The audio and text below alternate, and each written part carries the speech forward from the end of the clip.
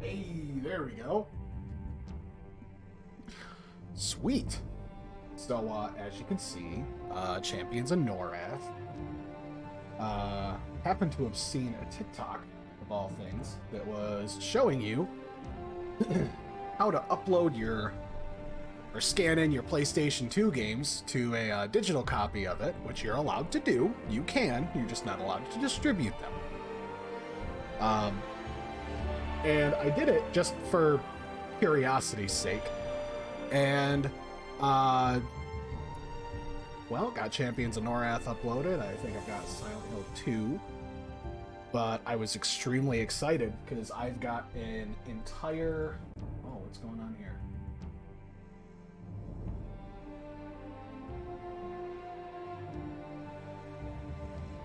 Oh, right. That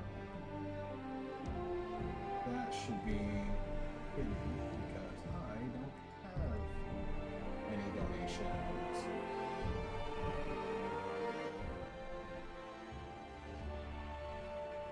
There we go. Anyway. So, long and short of it is, I went on a nice little adventure researching how this whole situation worked. And I was able to mess with a couple of the settings and whatever, and it's playing great. And I mean, there's a couple like weird graphical glitches here and there, but I was very pleased to see that they've got like the scan lines, like that actually works. So let's see, just making sure. Let me double check. It's gonna pause it here.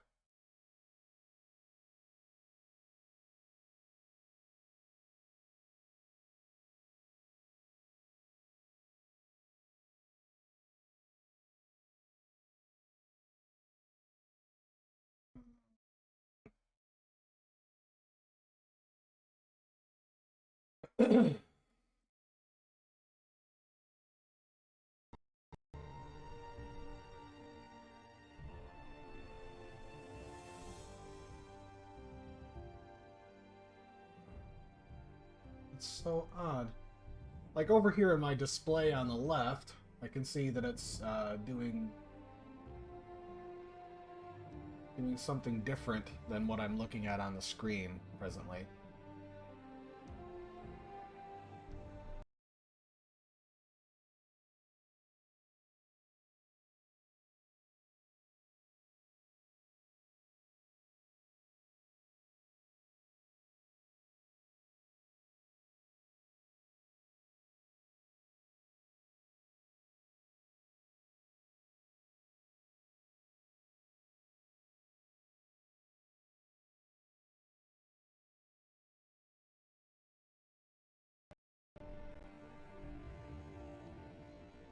Interesting.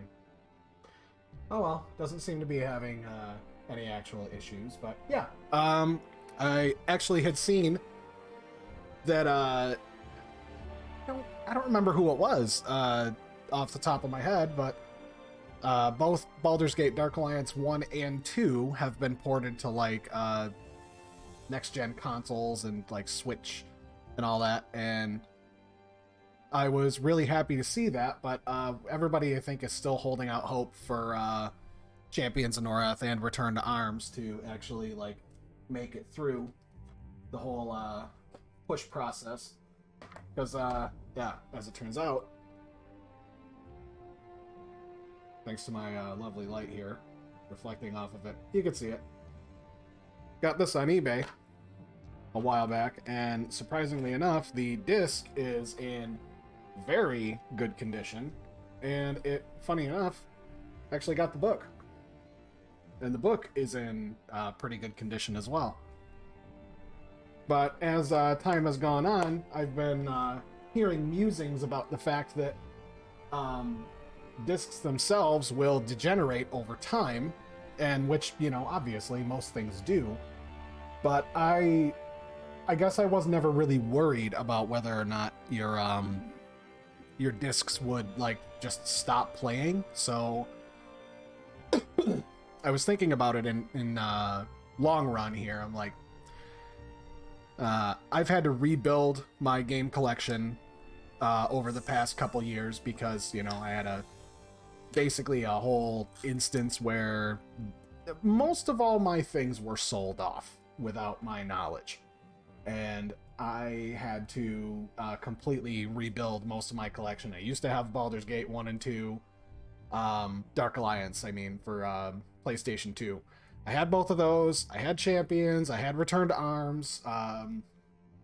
All three of the Jak and Daxter games. Prince of Persia. Like, that's freaking good. Like, there was so many other games. And I think it was like last year or the year before. No, it was right, I think, midway through 2020. I think it was around summertime that the missus and I happened to be like a town over, and there was this game store that was just like kind of a hole in the wall, and we went in there, and I swear, like, this isn't like a humble brag or anything. Like, we had been saving up our money for a long time, and both her and I went in there, and it was like kids in a candy store. Like, I swear, both between her and I, Game Boy Advance games, Nintendo DS games, PlayStation 2s, a few Super Nintendo, some Nintendo 64 games. God, Magic cards, oh my god. Like, between the two of us, I think that one trip that we went in there, we dropped like 1,300 in this store. Like, I'm pretty sure we legitimately made their rent that month alone, just in one trip. And it was so cathartic, because it was genuinely one of the nicest feelings to, like, be able to go and rediscover those things from your childhood, and like games that you've forgotten about. And I've already lost like my stuff once. I've already lost my game collection once. I don't want to do it again. So finding out that like I can actually put these things into my computer to play them with an emulator and such, like, that's fantastic for me. But in the meantime,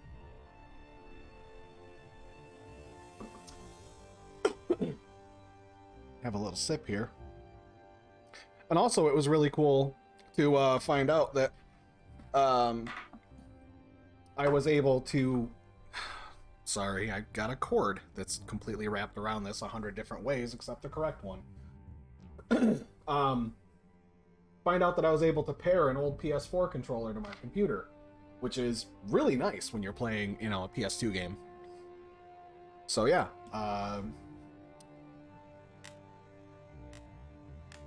ooh, that's weird.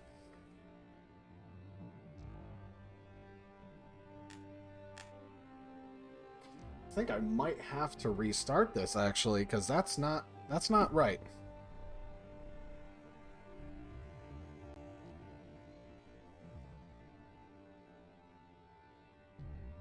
Forgive me for one moment.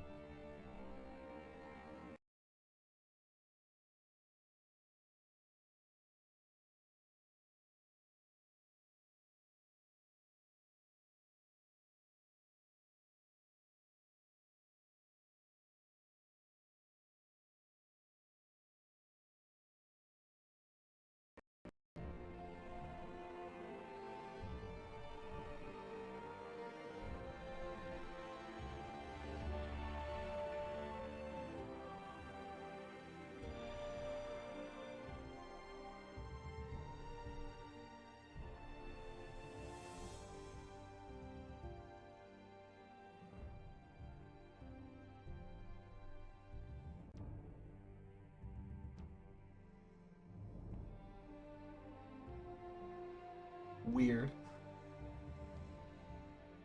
Forgive me, it's still a bit of a work in progress. Like, I've messed with this program a couple times, and it's odd. It behaves strangely sometimes.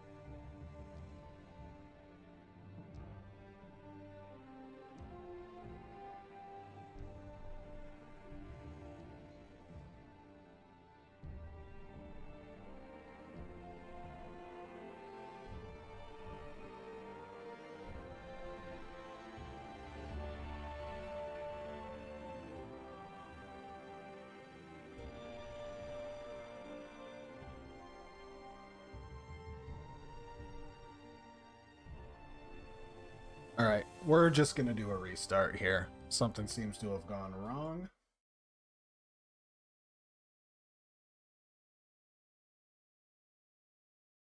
We're gonna keep on going.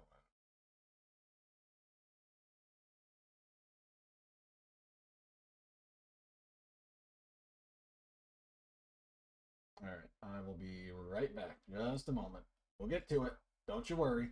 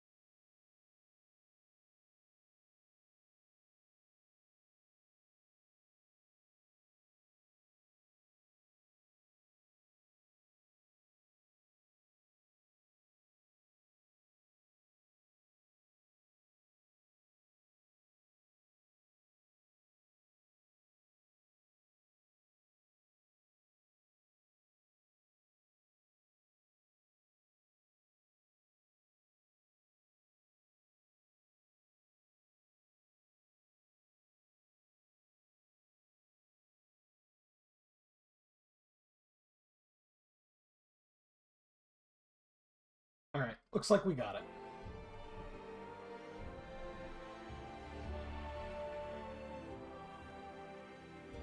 Cool.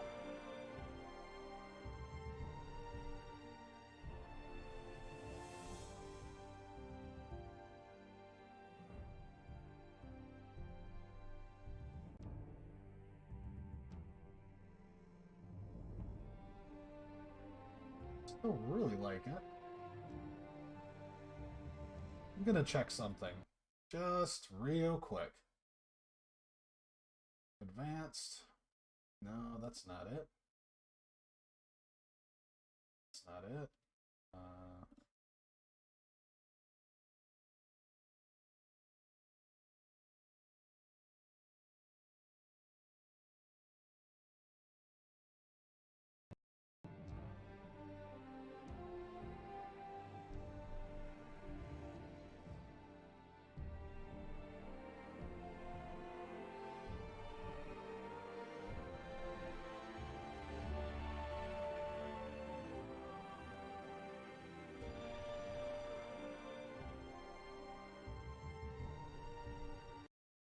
Close.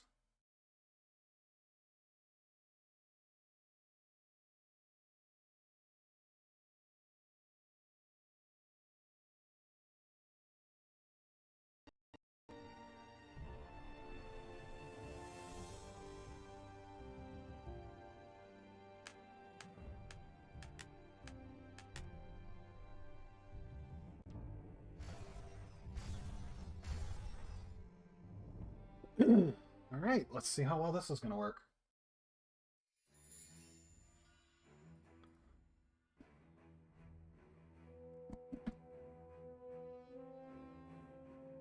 Champions of Norrath, thank you for answering my call in what may be our darkest hour. The unthinkable has happened. Orcs and goblins, once mortal enemies, have now become allies and attacked our beloved home in Fadewar. Oh no! Even as we speak, they move through Feydark Forest unopposed. They have pillaged our home, Kelethin, and put our loved ones to the sword. Their tracks leave scars upon the land that may never be healed. Yet, my friends, I fear that this is only the beginning. If Feydark falls, then so falls Fadewar, and then these beasts will have all of Norrath by the throat. This is not a battle we are fighting. It is a war, and it is one we must win. Many brave fighters have fallen, and many more are dying in the forests below. To win this war, I need more than soldiers with a will to fight. I need heroes, men and women of strength and bravery, who can turn aside this tide of hate that threatens our kingdom and all of Norrath. Who amongst you will take up the sword, the staff, the hammer, and drive this scourge from our land? If there be any who would lay down their life for the glory of Fadewar, for the defense of Norrath, then speak now. I know, right? It's so good. I was so happy to it was literally a it was a TikTok video, because like I showed it earlier, but I also have Champions Return to Arms. Like, Champions Return to Arms, Baldur's Gate Dark Alliance 2, and Cream of the Crop, Baldur's Gate Dark Alliance 1. So I've got all four. Champions of Norrath is actually back on the shelf because there was a TikTok where it was like a game, I don't know, restoration company or whatever, where like they buff out and clean discs and they sell older games and things like that, and they were talking about like you can do this, like you can put your games on your computer. That's perfectly fine. You're well within your legal right to do so. Just don't be distributing it. Like, you're allowed to do that. If you're gonna have an emulator, it has to have your own BIOS. I did it. It's a pain in the ass, but that is something you have to look up on your own. All of that stuff is all stuff you have to look up on your own. I'm not giving any instructions one way or the other. However, the point is, it made me happy to know that I was able to back up digitally my own physical copies that I own. So if, you know, goodness and light forbid that there is anything that happens to these for any reason, like, I get to keep my games. You know, like I don't have to worry about like you're trying to pull it out of the container and you want to play, you know, on the PlayStation with some friends or whatever, you know, and then you pull it out, it's just like snap, because that's happened. I've seen it. It's not fun. But yeah, this it's kind of blurry at times, and that's generally because the Snowblind, because I'm pretty sure this is the Snowblind engine, because it's like Snowblind Games, if I'm not mistaken. No, yeah, it is Snowblind Studios. Yeah, so correct me if I'm wrong, but I'm fairly sure that the whole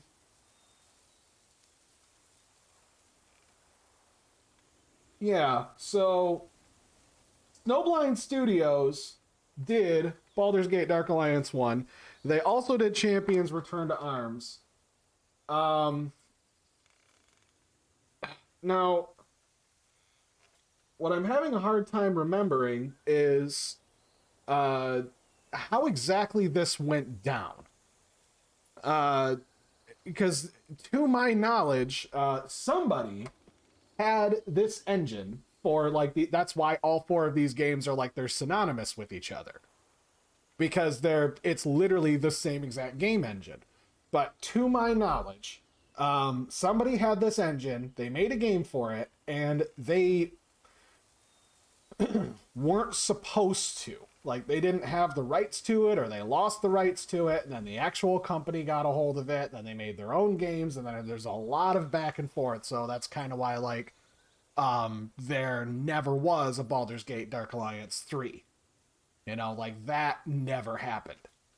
So, I mean, with the resurgence of, like, D&D and the fact, I mean, it really didn't do the franchise any favors for them to do Baldur's Gate Dark Alliance, like the Xbox and PS4, PS5, you know, reboot of the whole thing, and that game was just pure dog shit. Just bad. It was so bad. Like, it's not... It is a passable game. It is definitely, like, if we're talking old school, like, that would be a game that's, like, rent it. Don't buy it. That's a rent game. So, let's see.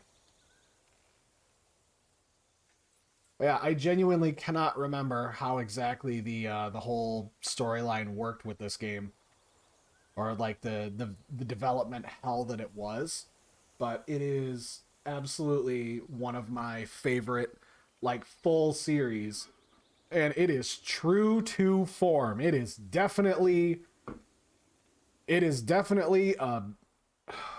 the hell was this made?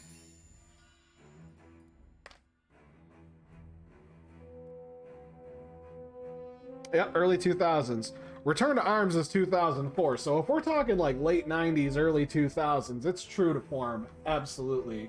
By like, it is big sweaty men beating shit up, and every single woman is a pinup doll. Like they're exaggerated hip movements and unbelievably booby. Like, girl. You know, like, she's stacked.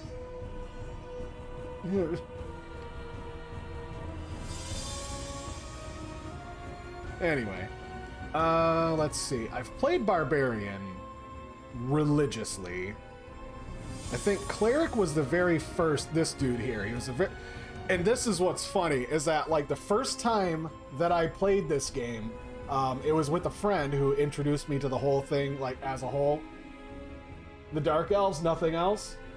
That was the thing. My friend was always the Dark Elf, no matter what. When we played Baldur's Gate Dark Alliance 2,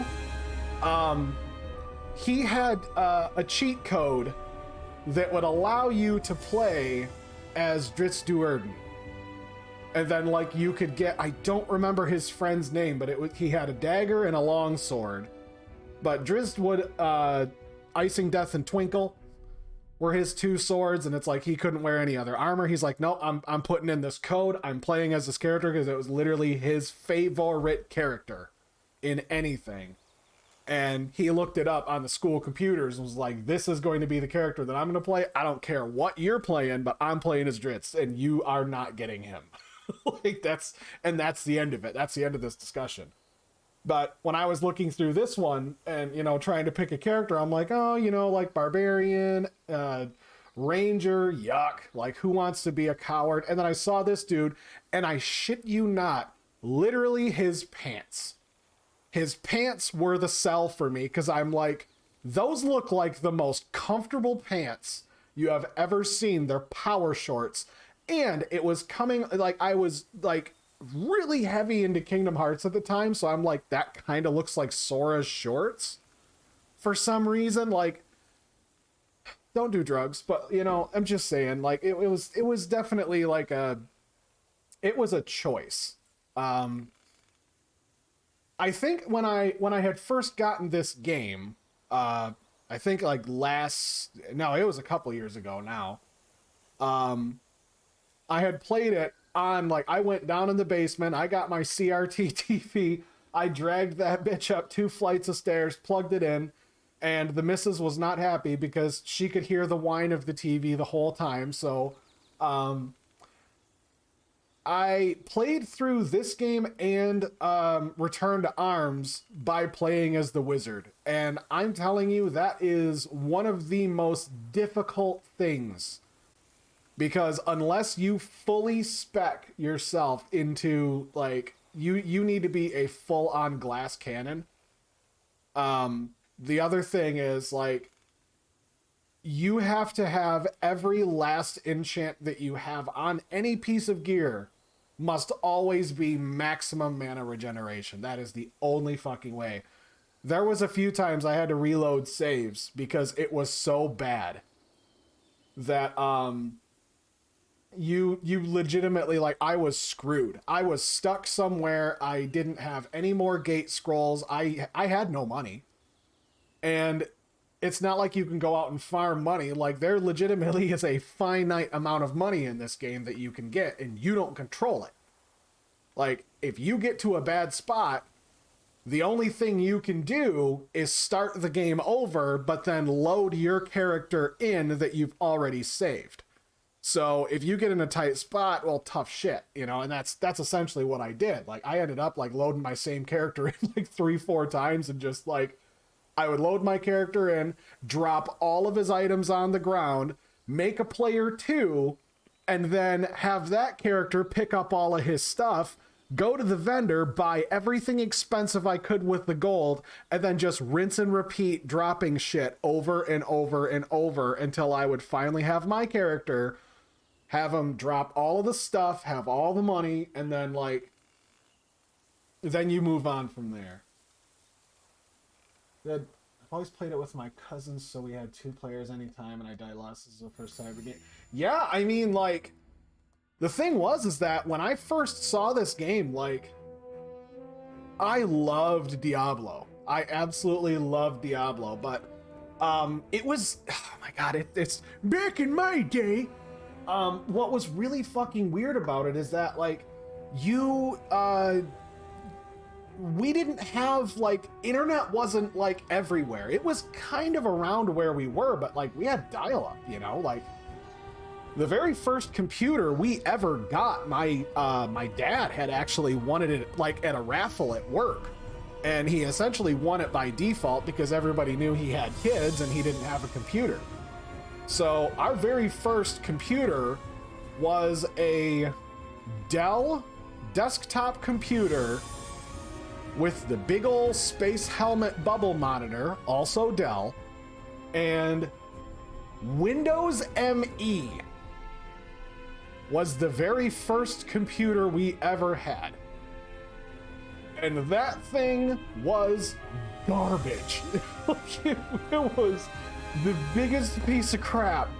Man, it could barely handle Wolfenstein. And, like, oh my god. I paid for my very first month of RuneScape membership with a Western Union money order to Jagex. Man, that was a long time ago. Anyway, no, it was a lot of technology ago, not that long ago. But anyways, like we didn't have like access to a lot of PC games growing up. Like we had the NES, we had the Super Nintendo. Um, Never really had a Sega Genesis. But like I was the one, my mom and I. My mom loved Zelda, and through her, I also got a love for Zelda, and we ended up um, like playing through those games like whenever one of us like as I got older, like if I got a console and there was a new Zelda, you know, I would get to play through it first, but then like the rule always was you send the console so that way mom can play it and mom can get through it. And if she got the console, she got to play through it first, but then when she was done with it, she would send it over to me. So it's always been a back and forth with that. But like never had anything even close to Diablo. Like I had a friend who had it on their computer because they had a computer and it was really cool. But then it's like I would go over. He was like my best friend at the time. We'd go over and like go over on a Friday and just sit in the bedroom playing Baldur's Gate. Like we literally cracked through I think probably almost all of Baldur's Gate Dark Alliance 1 in a single night. I think we got like probably 1 or 2 bosses until we were done with Act 2 going into Act 3, like in a single night. Not having any idea how the game played, and it was glorious. Just hack and slash. I had never played a game like it, and it made me so happy because it was just so much fun. So let's see. I think I want to try the Ranger because I've legitimately never beaten the game with one. I played the Wizard. That sucks. Like that's where men are made and women are made for sure. Dark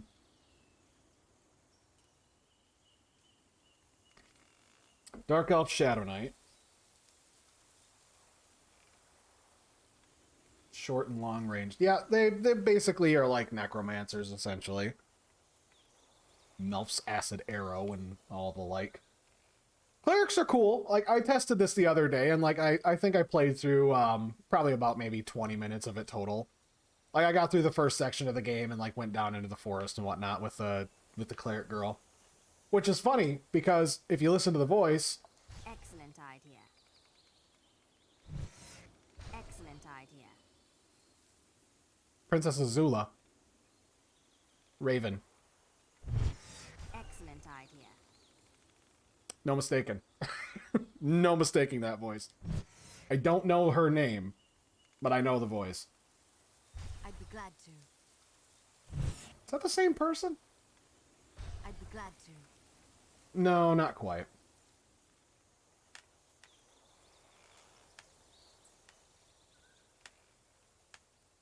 I like their approach to customizations. Here's 5. Deal with it.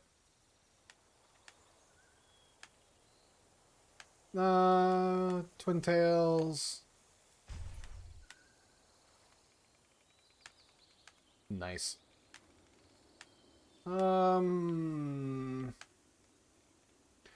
Sure, I guess. Oh, let's see. What should we go for?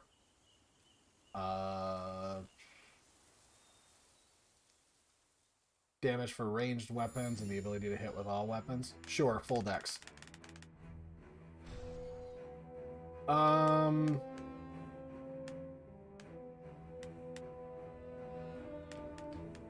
Oh, I need a name. Oh.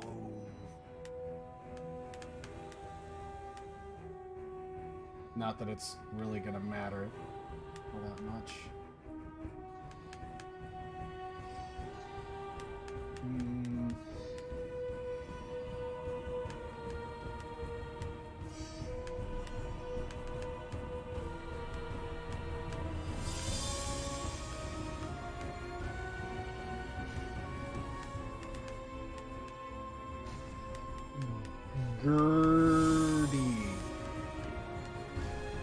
Gertie. That's it. That's her name.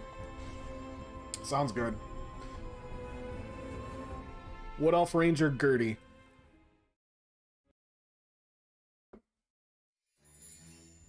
Ah, a welcome sight indeed. My heart rejoices. If nothing else, Man, they're not even hiding it. Like, she's just got whole butt cheeks sticking out. The road ahead will not be an easy one. You may think the enemy nothing more than a rabble of ill-disciplined orcs and goblins. Do not be deceived. These Hey, thanks for the follow. treacherous, and they are led by an orc who is bigger, stronger, and more cunning than any I have ever met. His presence alone whips these orcs and goblins into the army that cuts its way towards us. You know, it is even truly impressive to see what they were able to do with this engine. Like, the amount of animations and stuff. It's like the big, over-exaggerated, flappy mouth. But, like, for its time? I need you to enter the Great Feydark Forest. Discover who this orc chieftain is. It's really not what bad. his plans are. And if possible, defeat him. You will need supplies and weapons for the coming battle. Visit our shopkeeper, Nenmar. I have instructed him to provide you with whatever you need for a fair price. That I've never understood. Please, you are our only hope. There are goblins in the other, like, literally, right, I can watch them. They are literally skewering our cattle as we speak. If you need any weapons or armor... I best get below and get on with it. Shut up. I need you to save our village. All right, cool. I told him to provide you with whatever you need. Awesome, because I really need it for a fair price. Dude, I am literally the hero that you hired to show up, and I have to pay for my own equipment too? My dude. All right, All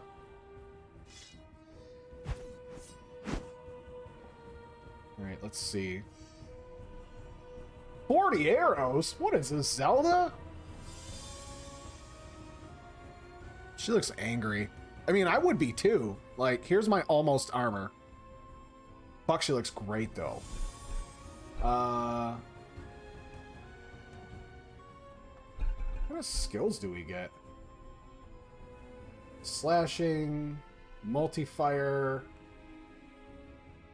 cold arrow, fire arrow, regeneration, root, poison. Is that a healing spell? Exploding arrow. Dual wield. I mean, I'm not sure what I was expecting, but it's fine. We'll see what we can do. Fuck your apples.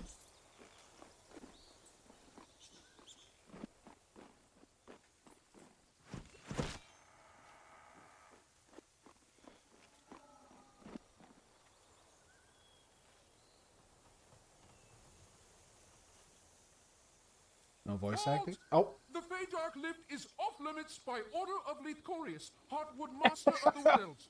No one is permitted to use the lift until every single goblin and orc is destroyed. No exceptions. Yeah, that voice is definitely pitched down. Yeah, I have. It has been a very long time since I've actually played it all the way through. And I figured, hey, what the hell? Like, I just figured out, well, not figured out, but I looked up the other day how to preserve my games. So, on the list, I've got Return to Arms. There's not really much point to Dark Alliance 1 and 2, considering that, like, you can get the, like, full copies of them, like, fully remastered, but I'm like, what you don't have is Champions of Norrath and Return to Arms. Now, those ones were, like, I feel like Baldur's Gate 1 and 2 had better, like, overall theme and feel to them, but these two games, Champions and Return to Arms, both had like the full refinement of what it could be. You know, like the whole hack and slash genre for this. But yeah, that dude's voice was definitely someone else that was pitched down.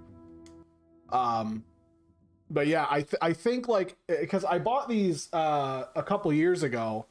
I think it was just before the plague, and I had a little bit of money saved up, and I was trying to rebuild my collection, and I'm like, oh, you know, let me see if I can find those. And then like, there was 2 sellers online that had, oh yeah, hands down, like, Dark Alliance's story and theme is awesome. I will say that the actual, like, Dark Alliance 2, I really enjoyed the runestone system. It is a pain in the ass to get right. But, like, the whole you can augment your spells, like that moment when you're playing a barbarian and then like you get, I think it's like the fire and lightning, so you've like your giant fucking 2-handed bastard sword, you've got 2 giant swords that all of a sudden the blade is like glowing red and you've got blue arcing lightning coming off of it and you can just make whatever the hell you want. That was really cool, which I kind of thought was like yeah, I mean, and it is, but that's one thing that I appreciate about Champions as well, is every piece of gear has sockets, and if you get a gemstone, you can just bloop, put it in. There you go. You're instantly better. There's no paywall. There's no having to use a scroll. There's no having to drink a potion that makes you trip and then you're back in town. Nothing like that. But like the good old school, you know, just grab some items, go stab shit. It's all good.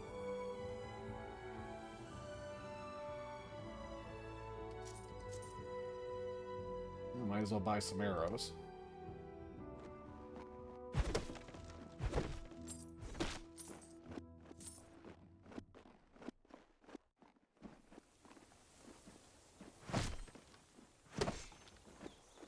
Well, that was weird. I absolutely hit that barrel, but I didn't actually swing.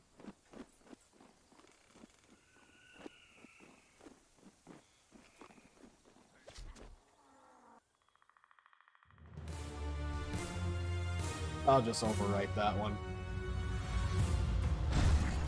Once I got it uploaded, I had to test it out to see if it worked right, and I was playing a cleric. Whoa!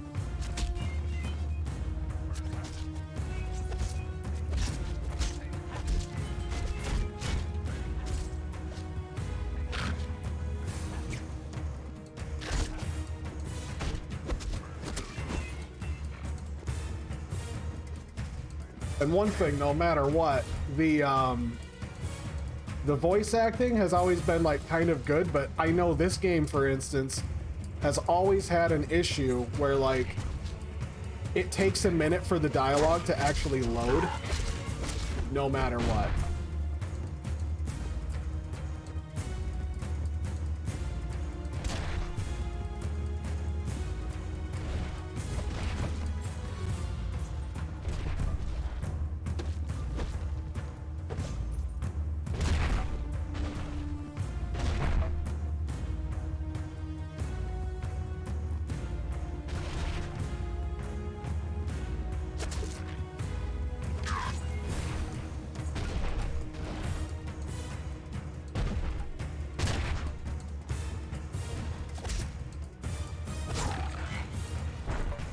Nice.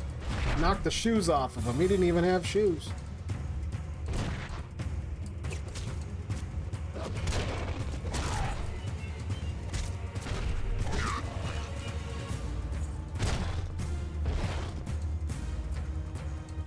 I'm still holding out hope. Like, I would absolutely love for, like, the Champions games to get remade. I know EverQuest is still going strong. Like, oh yeah, Gate Scrolls. Recall potion, same thing. I would love for them to, like, potentially, I mean, even still, like, do a freaking Steam release of this game. Could you imagine being able to, like, actually have, like, online 4-player co-op and just, you know, that would be amazing. Because like the most I've ever with this game was like, you know, playing with a friend in high school. One person. So it's like the 2-player experience, but like I can only imagine how chaotic and fun it would be with 4 people.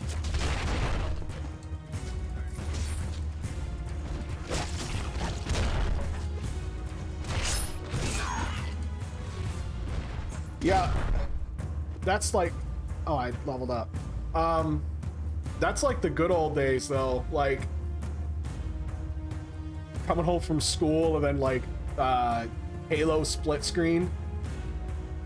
Well, I don't think these games actually have like any enemies scaling in them. Like the most you'd really be able to do is start like on the earlier, or like start a fresh game, fresh characters, and then just bump the difficulty up, which the scaling is really bad at it. Like, cause I did that, and it's just like overinflated health at that point. That's not really enjoyable.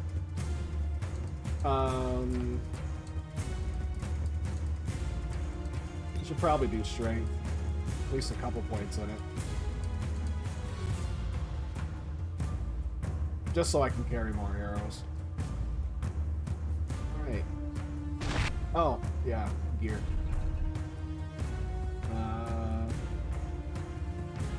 Sure. Nice circlet. Good boots.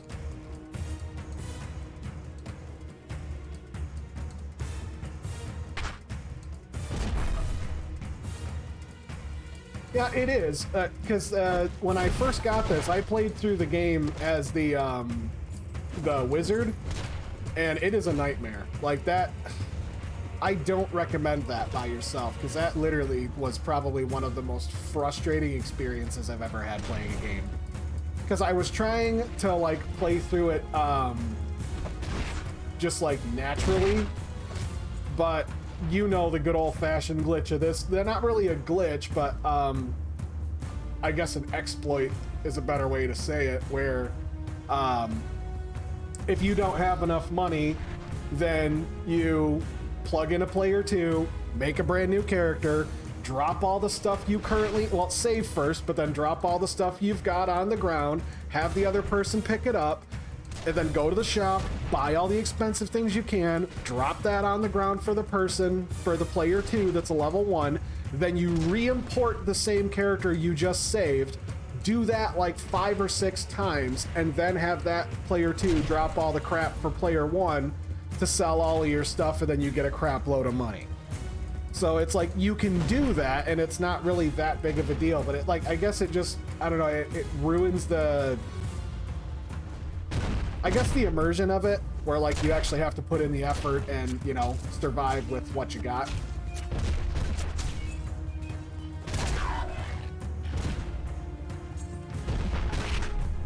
Which, I mean, it's whatever, you know, it's a hack and slash. Even the final boss of this is just kind of like, kind of meh.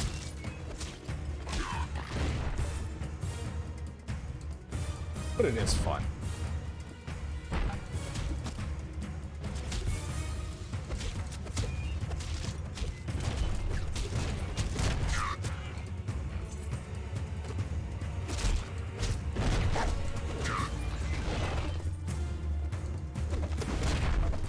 And honestly, one thing that it was really frustrating about Baldur's Gate 2 was they removed arrows. They removed ammunition. Like, I mean, they gave you crossbows, which was really cool, but like removing arrows as like ammunition, that's, if you're removing ammunition, then you might as well remove spells, or remove mana as well. Really, dude?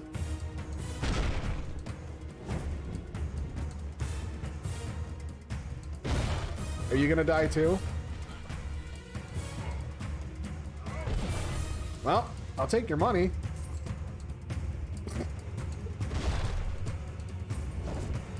Whatever, works for me. Gertie don't care. She's just gonna keep going.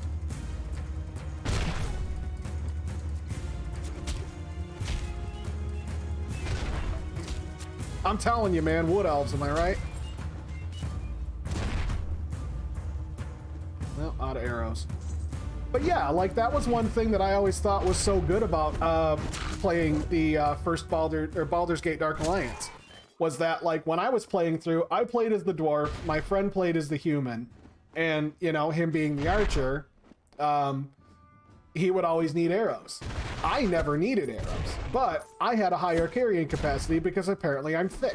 So I would just carry all the arrows for him, and if he ever needed arrows, I'd be like, okay, you know, here's like 100 or 200 at a time, and that way we can both run around and pick up loot and whatever else. But if he ever needed arrows, I just, you know, drop a shitload of arrows for him. And in Baldur's Gate Dark Alliance 2, like, they're just, no, you don't need arrows anymore, which is like, I was a good friend.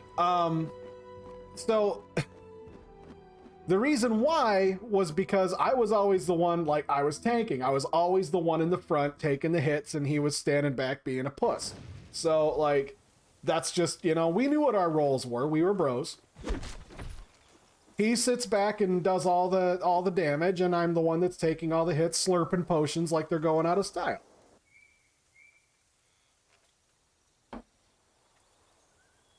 But it's a very strange it's strange playing an RPG where you're using a bow or you're using a gun and you have no ammunition. To me, that's kind of like, it's just weird. It's very weird to see that as a thing. And, but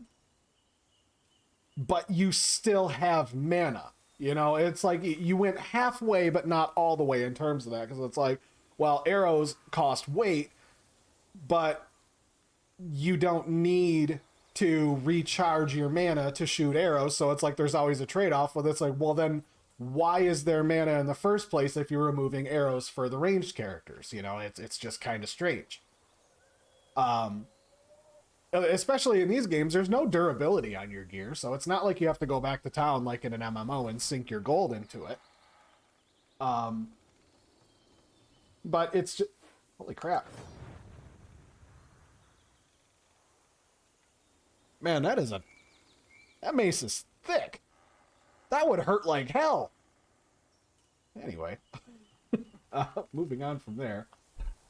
I was just so, I was so baffled by, like, the choice of why they would be like, yeah, it's okay for you to have no arrows.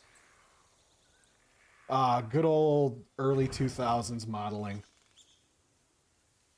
Those shiny buckles that land perfectly right in the center of her definitely realistic boobs. Totally good. Whoops. She ain't even wearing pants. Gertie don't have time for pants. I know. Like, the Eldrite I mean, it is literally like... Oh, my God. What is the name of the villain? The villain from Champions Return to Arms, you know what I'm talking about. We're like, hello, I'm Firiona V. I've got a really high ponytail that's going to give me wrinkles by the time I'm 30. And then, like, you go through and do her quest, and then, like, halfway through, the... Natalsa. Yeah, I think that's her name. Literally, it just looks like somebody took, like, the, oh, what is it? Like, those, the rubber bands that you work out with, like, the resistance bands. It looks like somebody, like, held it flat, took scissors and went snip like that, and she just stepped into it. I know! And it's like, you know who they made the game for, but it's like, my God, no woman moves like that.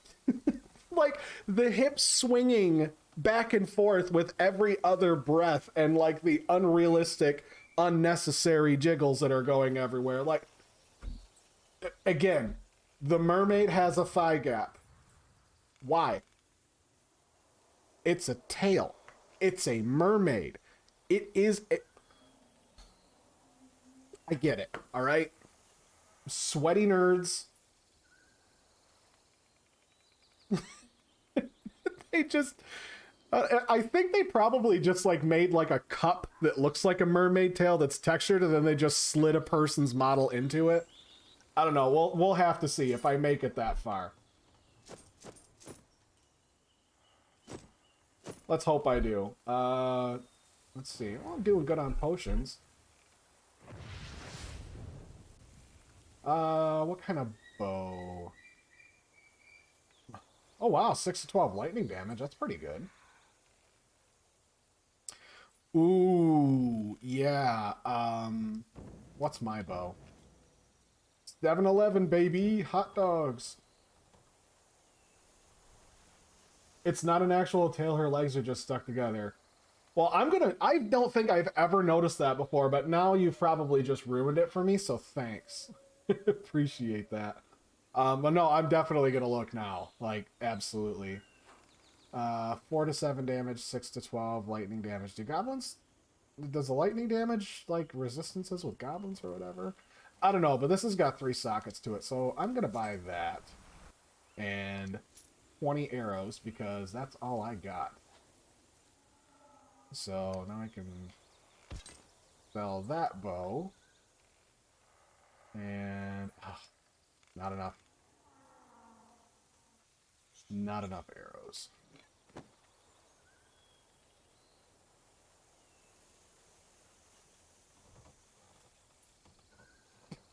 Is it just me, or does it look like she's drunk? Whatever. It's a living.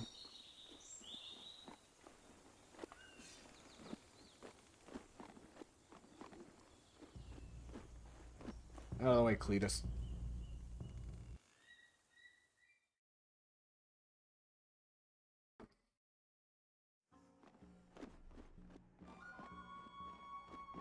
The Feydark is more ominous than I remember. Dark times are upon us.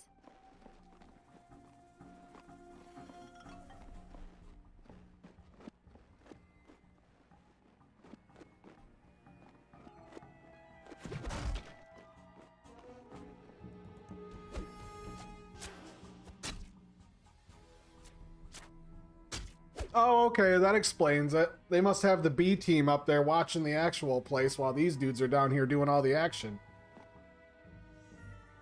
Aren't you a little overdressed for a stroll through Feydark Forest? And maybe you haven't heard, but we're fighting orcs today. Oh, I already don't like him. Wasted on this one, Eodane. It's but another fool who thinks to be a hero. When will Lithcorius stop sending them to us? They don't come prepared, they don't follow orders, and they don't bathe. They're more trouble than they're worth. Mark my words, we'll end up burying this one right next to the others. With your charm, Havnor? What others are you talking about, pal? Because I just watched 2 of your friends up top walk into their own ballista fire and die to fire damage. Guess they didn't have enough money to buy stuff from the vendor. Equip with what? We haven't got any extra provisions. The goblins took everything they could lay their hands on. You might as well go home. The Heartwood Master would not be pleased to hear his warrior welcomed with such words, Coeo. This knight has traveled a long way to do battle at my father's request. I'm not a knight, I'm a ranger. Of our people.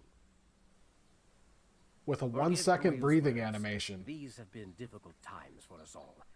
I am Elgawain, lieutenant in the Feydark Battalion, and son That's of actually a pretty good workout. You just lock yourself up and then just keep moving just barely your top half.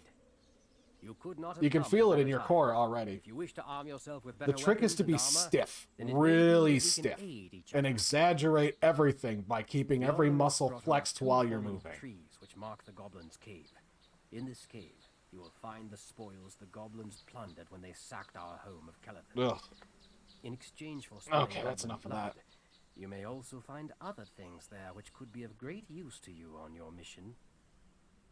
You may even find a magic book that teaches you to speak without using your mouth, just like me. Oh, okay, so Right, I have to go through this area first and do all of this fun business.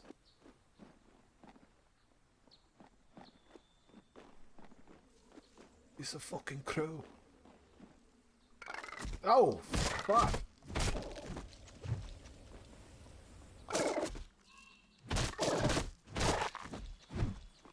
Those things hurt.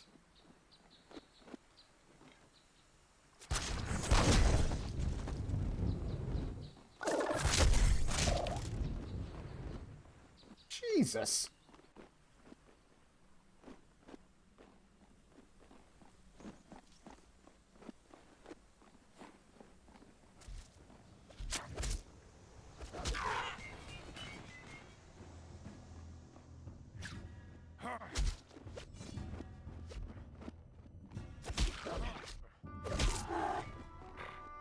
What I need right now is to be able to sell some stuff to get some more arrows.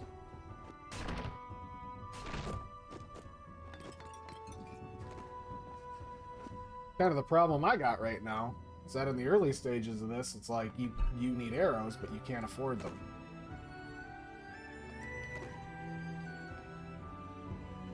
Oh, those boots are better.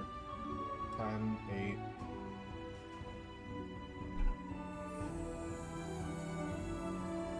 Already got one potion. Looks like I got my work cut out for me. I think before I go down in there, I'm gonna come over here and save first, because I've got a feeling I'm about to eat shit. Hey guys! Hey guys! There's one back here.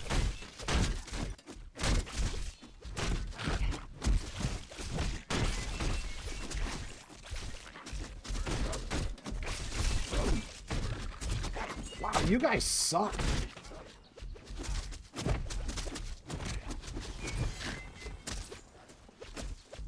I think you got a point. No wonder they're losing. Oh, that's... I need to level up still.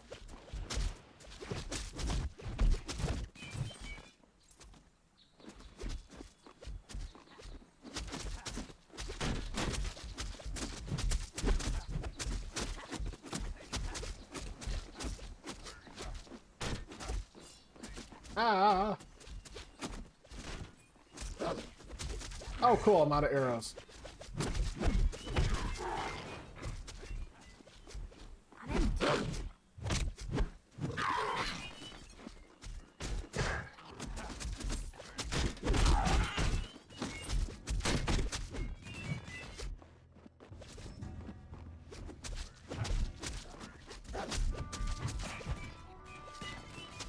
Ooh, that was a blue.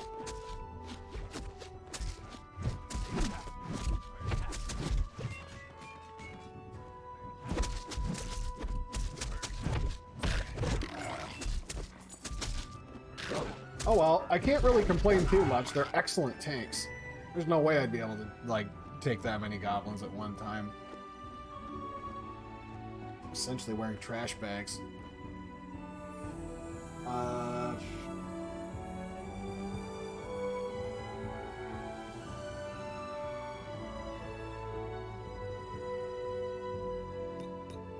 We'll do health.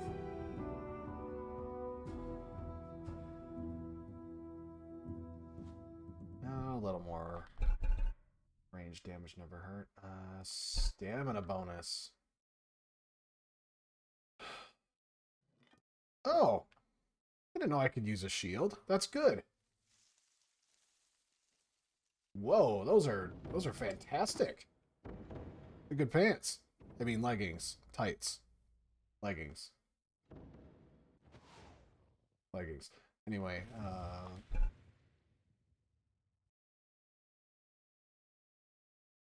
yeah, and it makes no sense. I'll never die as long as I don't let go of this button. Also, watch me shimmy, shimmy, shimmy, shimmy.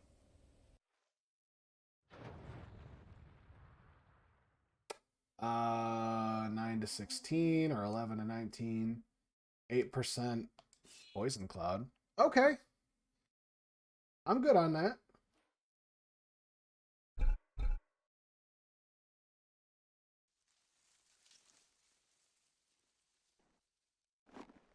Shimmy, shimmy, shimmy, shimmy.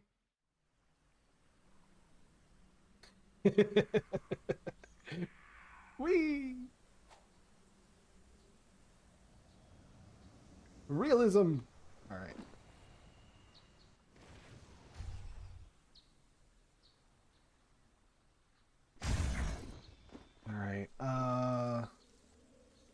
No, wrong button. Let's go back to Bellathor's general store.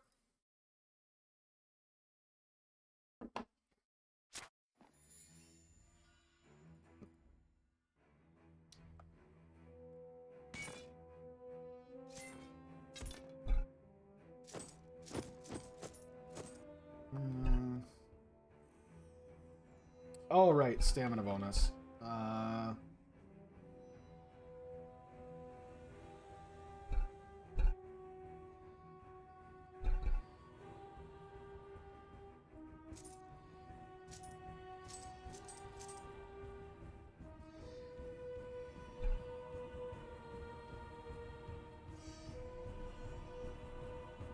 Oh, of course he's got all the bomb shit. Oh, it's that you needed to buy arrows? Sorry. I'm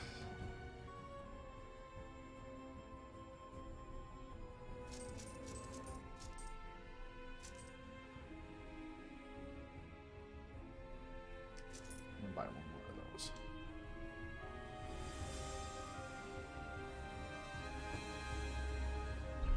I think 100 ought to set me for the moment.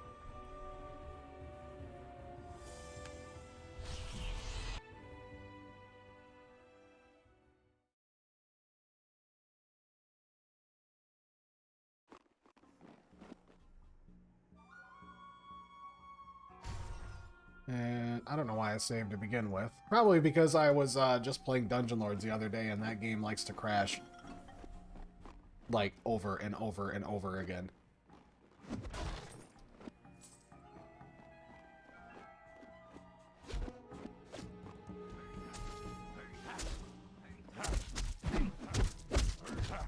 Okay, I'll just come over here then.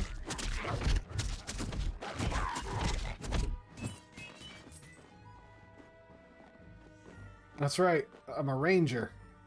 That means I shoot bows. Swing morning stars.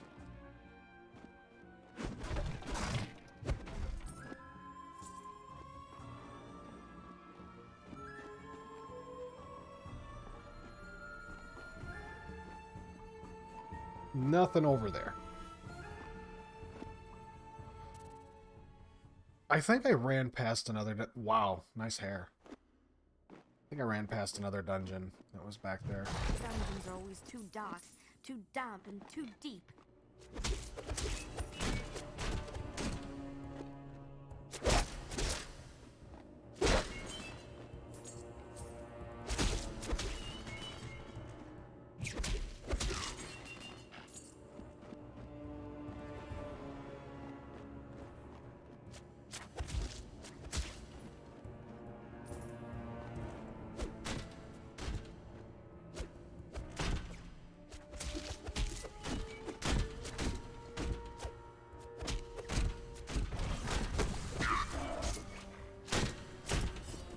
Okay, fucker.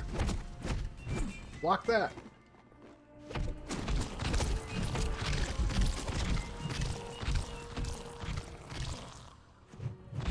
How do you like my mace of farts?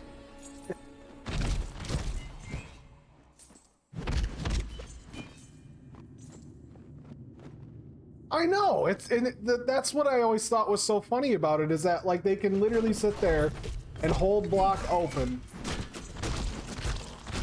and there ain't a damn thing you can do about it. They'll just sit there blocking indefinitely until you stop attacking and walk away.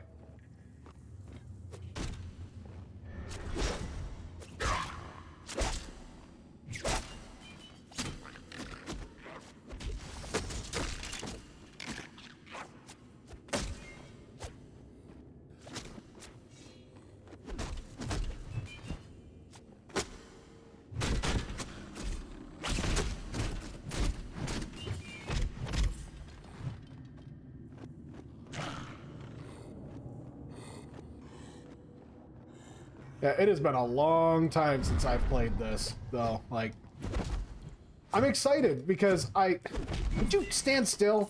Fucking hell, take your lumps.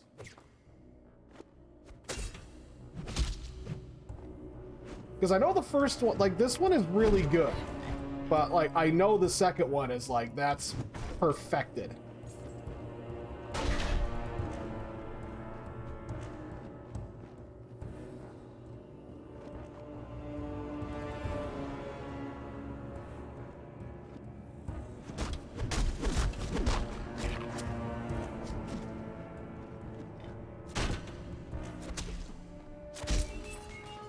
Motherfuckers.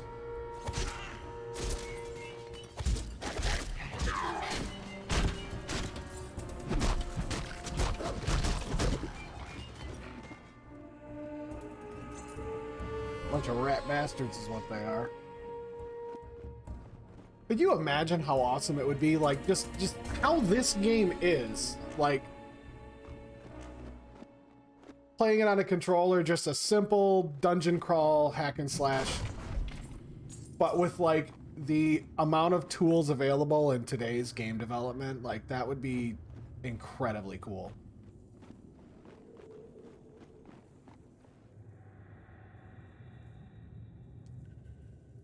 Like, I wish RPGs got the FIFA treatment, you know what I mean? Like, you get a new one every year. Like, technically, it's the same exact game, but, like, oh God, what is that? The dot hack sign games, like the original ones, like where you played the first one and then you got your save character, then the second one came out, and then you could import your character to the second game and keep playing through the game, and then the third one, and then the fourth one, and it's like, that was the coolest fucking thing. Like, how come we can't have that shit anymore?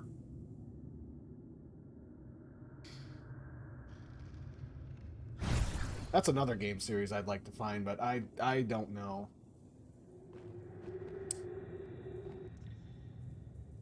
I thought you could. I don't think I ever did, because, like, by the time that I got through, because I'm pretty sure that even though there's, like, the same classes, like, they have brand new spells. If I'm not mistaken, in Return of Arms.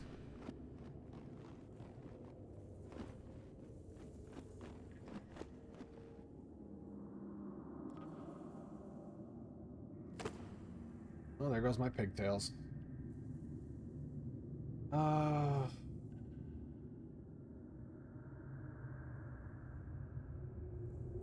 9, 18. Yeah, I need better gloves.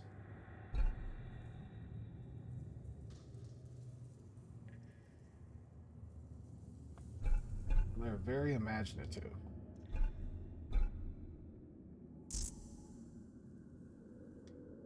Oh, okay, already has a base enchantment. Alright, so, I'll just put it in that. 5 stamina bonus.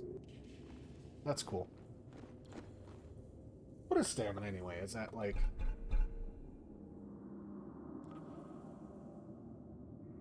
Oh yeah, stamina's health, right. Been playing Dark Souls too long.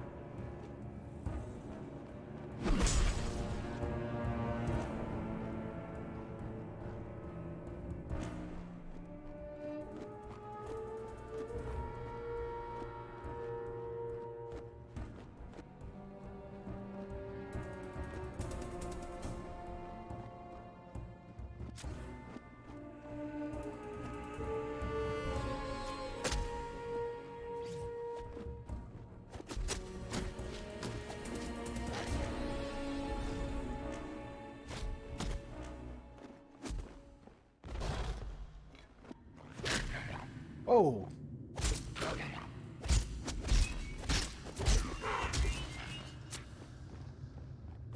I have too much in my pack already. Oh, you press. I have far too much in my pack. They're gloves. They're gloves. You can find room. Alright, I've had enough of you.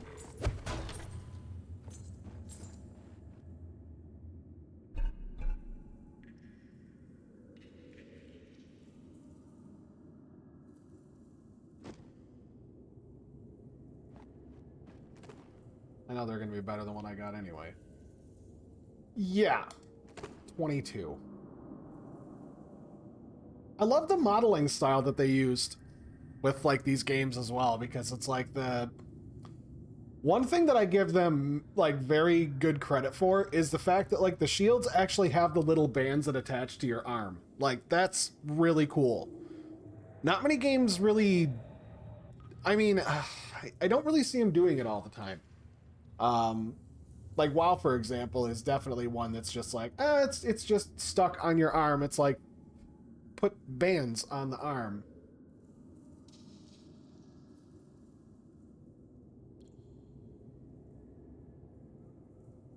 Her whole butt's sticking out. Like, no wonder she's grumpy. She's got a cold butt. I'd be mad too. I have too much in my pack already. Show up to do a little adventuring and all you want's a decent pair of pants, and they're like, about that, how would you like, now hear me out, almost pants? Not quite down to your ankles, not quite covering your butt, just somewhere in the middle there. Just not even like tights, not leggings, it's just like maybe 80s exercise video. That's about all you're gonna get. You'll look fantastic, but you're probably gonna lose a butt cheek due to frostbite before this is over and done with.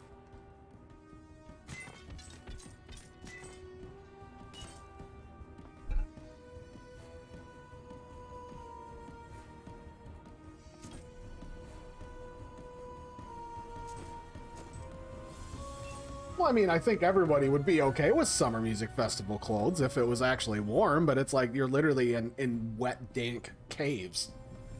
That would not be fun. That would be quite cold. I think I'll just...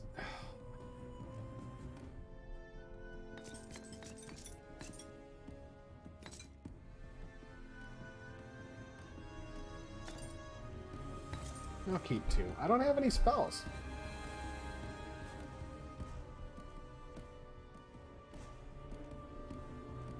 I think I'm good on melee weapons and such for the moment. That's a really good bow. And I can't afford it. That's cool looking. I think I'm alright. Might be able to swing a necklace, I think.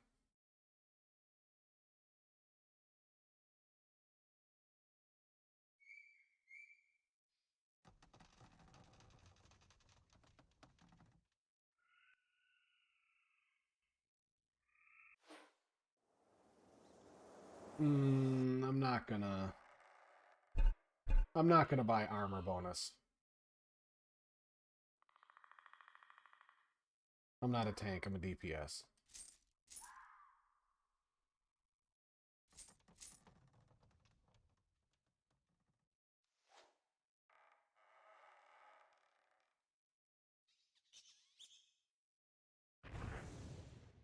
Goodness, those are expensive.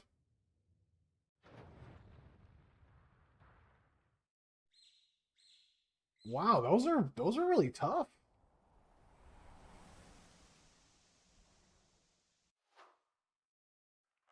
So you just throw them then.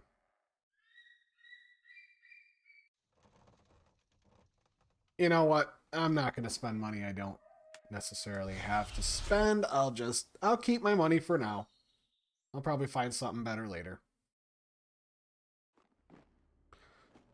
So I think... Oh. Hey, it didn't glitch out and remove my stuff from me this time.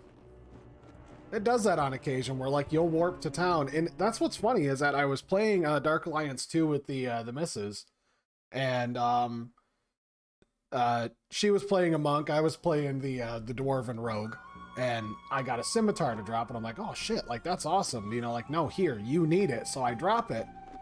And it never dropped on the ground. It just deleted out of the world. And the other day when I was testing this out for the 20 minutes I was playing it, I warped to town to sell my inventory because there was a shield on the ground I wanted to pick up. And when I warped back, Shield's gone. So I'm like, yep, it's definitely the same engine. No matter what way you look at it. Oof. Ouch, holy shit.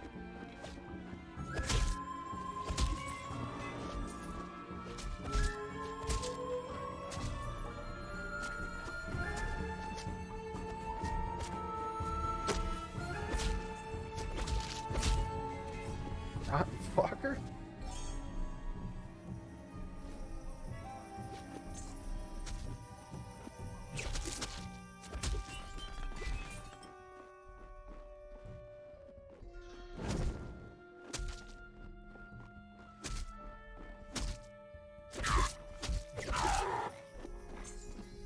Yeah, it's literally the 2 times that it has happened to me. It was like, I'm not even kidding, within a week of each other, and that was just this past week. And it was such a shock to me because I had never seen it happen before. And I was just like, that is very strange because I've never seen that happen. But apparently, according to a couple forums online, it's rare, but it does happen.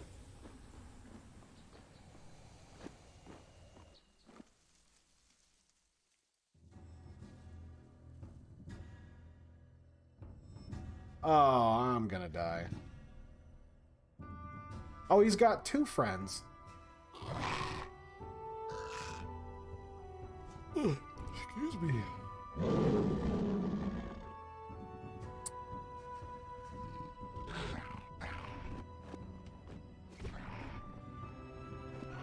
Well, this isn't good. Where's all the elves? Where'd you guys go? Help out.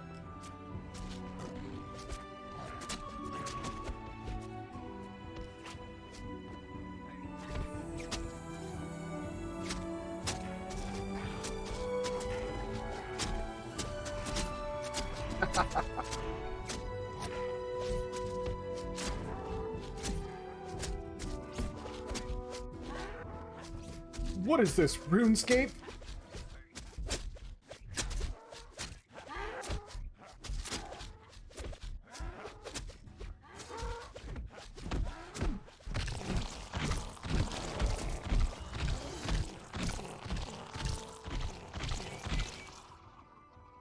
That thing has so many arrows in it.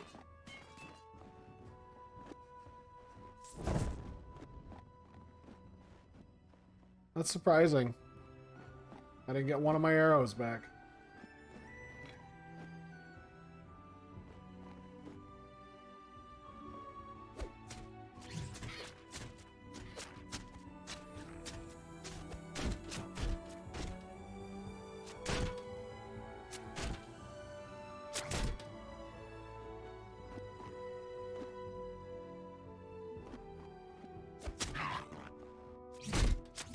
You bastard, come on.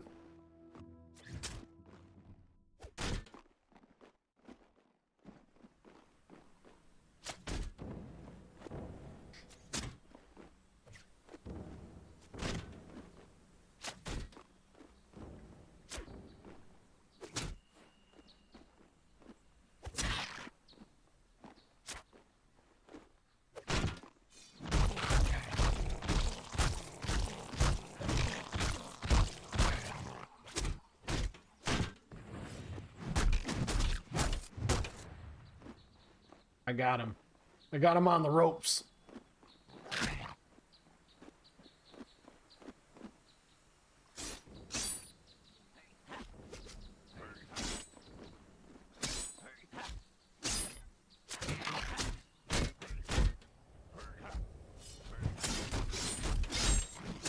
Take your lumps, take your lumps. I win. Congratulations, fellas. You just pulled your weight.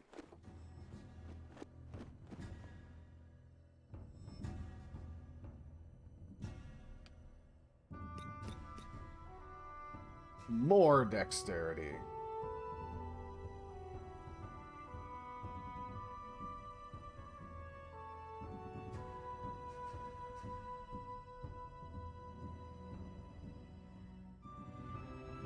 Okay, so she can use maces, but she specializes in slashing. I get you. Okay. Well, I'm gonna... Yeah, I'll just do multi-shot.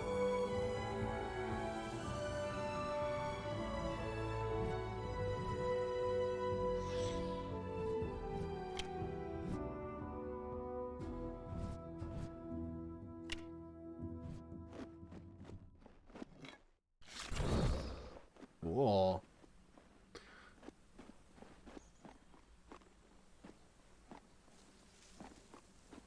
These characters all run like they gotta poop, too. Just odd.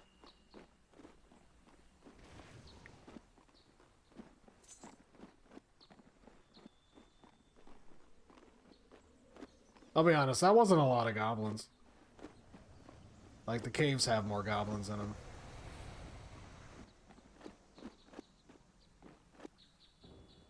Because I'm pretty sure I missed this spot. Yeah, I never went in here. This place needs a skylight or some windows.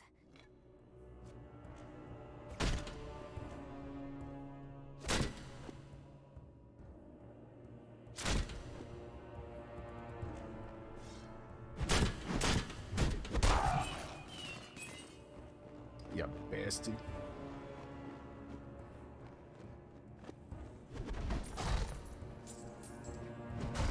At least I'm starting to get a good stack of money up, too. That's what's kind of nice, though. Like, the arrows themselves, they're not that expensive, but it is a resource that you need to manage. So that's why that's what's fun about RPGs. Like, you've only got so much money, or like, how can I... Did you just... He just cast a frost spell and hurt himself. I'm gonna stand right here and see if he kills himself.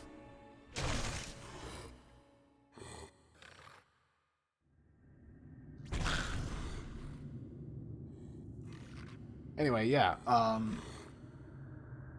that's what makes them fun, is having the... It's kind of like how survival horror... Oh, that hurt me. It kind of looks like he is hurting himself.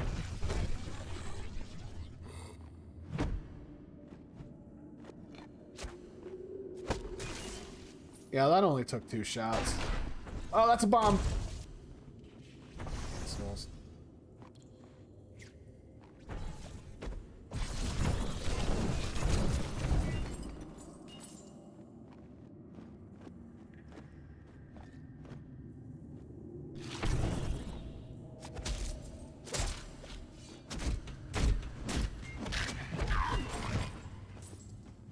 A quiver of arrows at the right time. Well, like when you're playing RPGs, D&D or this or, you know, whatever, like even old school WoW, like that's... I enjoyed playing a hunter during the like the classic TBC thing that they had going on, because I started in Wrath and never really made it that far because I wasn't very good at the game. But like the playing through... Ooh. I saw blue. Never mind now. But when you're playing through and having to, like... You've got your pet's health that you have to manage. You have to manage its mood, whether or not it's happy. You have to feed it. You have to have arrows for whatever... Arrows or bullets. Whatever, you know, ranged weapon that you're using. Like, there's all these things you have to manage, so it's like every time that you, like, return to town... Make sure that you're not wasting a trip, because, you know, you might find yourself out in the wilderness, way out in the middle of nowhere, and just so happens, maybe if you paid attention for 5 minutes, you could have bought yourself a nice little potion, or, you know, something useful. Oh, you can't... Can you? No, I can't push that in the hole. I can fall in the hole and die, though.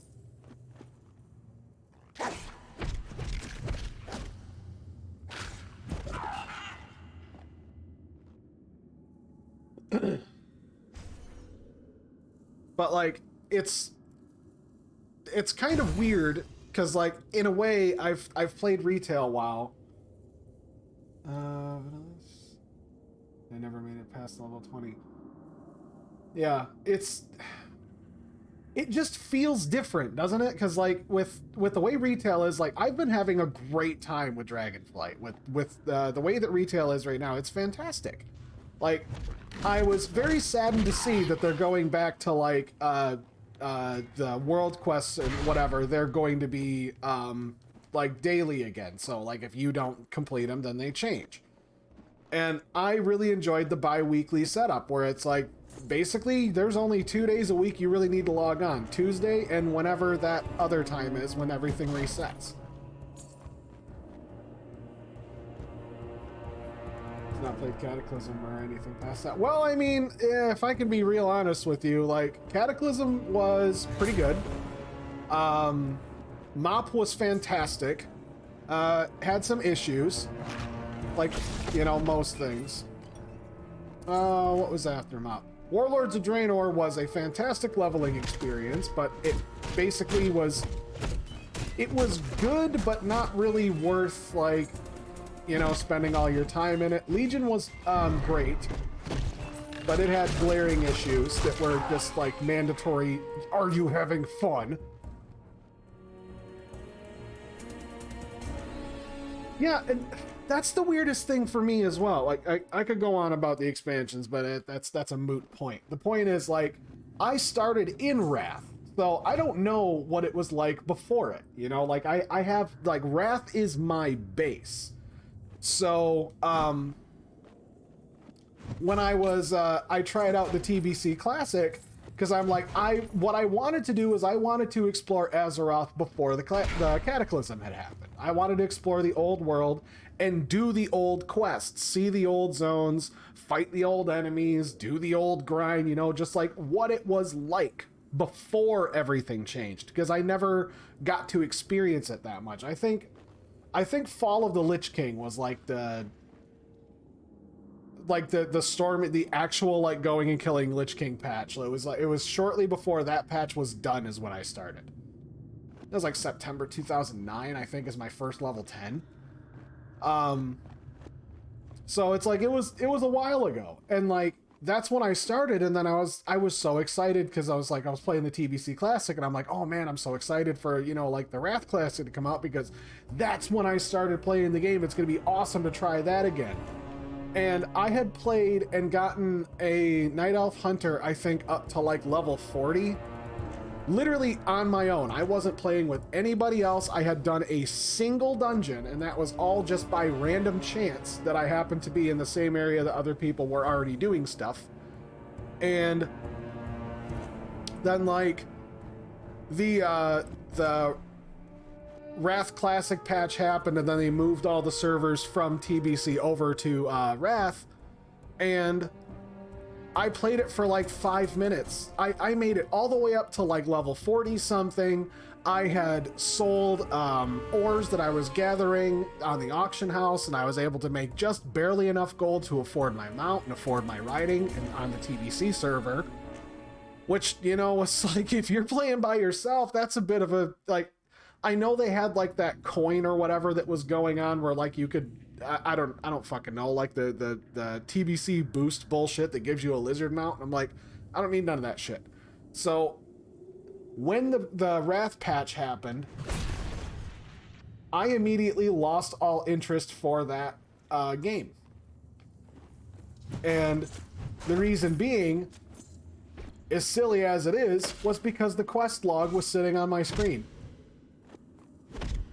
Literally, I could look on my map and I could see where I needed to go. With the TBC thing, if I wanted to look at a quest, I had to open up my quest journal and read. Pay attention to words, names, places, get to be familiar with the map, see where you're going, learn the roads, learn the zone. Pay attention to the words. Like, if it was a quest, it's like, because I started off, like I said, Night Elf Hunter, and I was in Darkshore. And that place sucks. Like, it was one of the most difficult zones I had ever been in, because it's like, there's a lot of running back and forth. But it was a lot of fun, because there's a lot of things that you have to manage. And like trips to town are not quick. You know, like playing a human is easy because you got Goldshire right in the middle. You want ammunition? It's right there. Stormwind, flight path away. Not that far. Everything's right there. But like for the Night Elves, it was a bit different. Like it's a long ways away, much the same as the dwarves. You know, they've dwarves are a little bit better, but you know, I digress. Like it's still a bit of a hassle. But the long way around of this is, it's frustrating for me to like see new age RPGs that are like, you don't have to. I mean, it's as silly as it is. Like, why do I need mana if I don't need arrows? What's the point of mana then? Just give everything a cooldown for your spells. Mana is a redundant moot point in most RPGs these days, especially if you're a DPS character. Mana used to be that if you use too many powerful spells over and over again, you were going to be fucking thirsty. Like your verbal component casting spells, and it's like, that's why you drink. That's the whole point of it. Speaking of which, take a sip. But anyways, that's the issue that I have with it. Because like, even though it's like, oh, it's kind of a ridiculous thing to be sitting here complaining about, you know, mana and arrows or whatever, it's like, no, like if you're thinking of an RPG, I mean, yeah, you know, like it's kind of a thing, but like that is more of like, I know Final Fantasy XIV does that, and like coming from a background in World of Warcraft, I totally appreciate the fact that Final Fantasy doesn't have a lot of things in it that really waste your time. Raids are just like, you go into a raid, you're at the boss, fight the boss, leave. All right, I'm just gonna hit you with an ace. I might as well be shooting gold pieces out of my bow. But from a RPG standpoint, it's like you need to have ammunition. If you have to have mana, then there should be ammunition. There should be a resource for everybody else. Because like, even if you're playing as like a ranged character that's not taking any damage, you still have to manage your arrows. If you're playing as a ranged magical character, you still have to manage your mana, which means you have to drink. And if you're playing a martial class, then you have to manage the durability on your gear. Because if your gear breaks, doesn't matter how strong you are, you don't have any defense anymore. So it's like all of those things need to like kind of line up in a Holy Mary, Hail Grace here for you to be able to, you know, succeed in whatever it is that you're trying to overcome in most of these games. And like, I don't understand why they move away from those things that like give you the immersion into it. Like, they're not spells, you know, these are abilities that you can do. And really, I mean, honest to goodness, like Elden Ring is a fantastic example of a return to form. You play however you want, they don't care. You're still going to need the stats for it. You're still going to need to build your character right. And if you build your character right and you've got the right gear and attributes and everything, well, then you should generally have a decent enough time at it. You want to shoot a bow? You need arrows. Want to shoot a crossbow? You're going to need bolts. You want to shoot a great bow? You're going to need tree trunks. If you want to swing a sword, you better be buff. Shoot your spells? Cool. Did you put any points into your mana? Not really? Okay, well, you're gonna have a hard time. Have a hard time casting those spells because you don't even have enough base mana to cast this spell, which I'm just like, it's good. The whole thing is like a fantastic way for like an RPG to go. Which is like, there should be lots of different resources you need to manage and different attributes, you know, skill points, talent trees. Like give them some sort of progression that they can work towards, something fun, interesting. Oh, I can do blunt weapons too. Interesting. I'm not putting anything into either one of those, not yet. Ugh. So I'm not sure what type of weapons I want to use yet, but I do know I'm going to use a bow.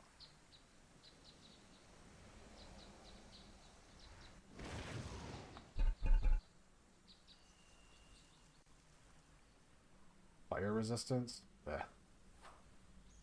Intelligence bonus.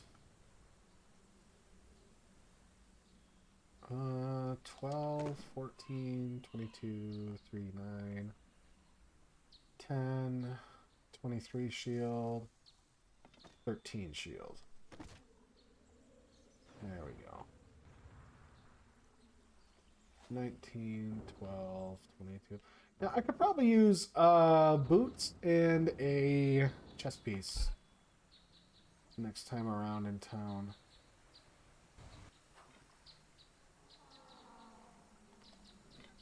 Oh, that's cool.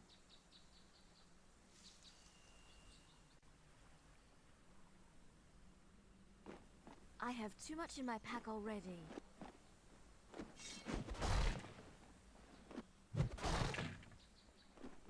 All right.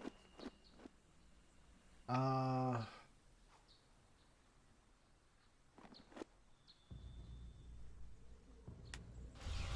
right, let's work back.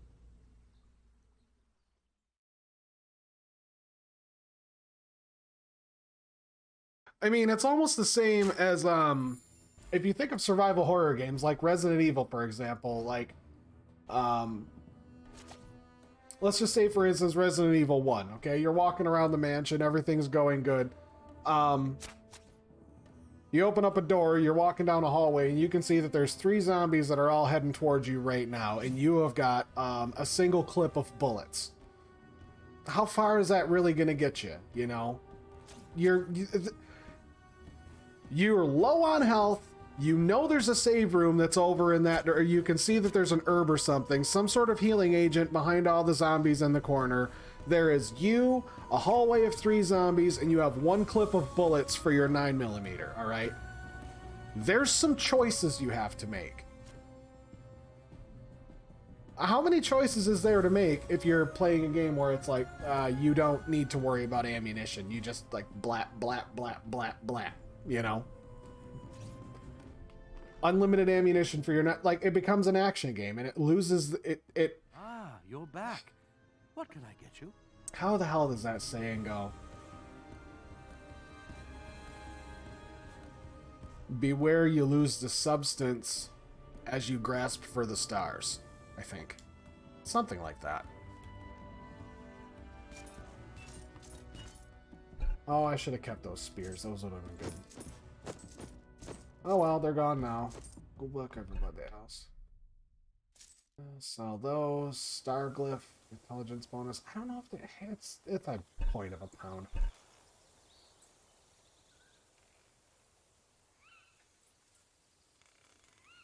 Excuse me.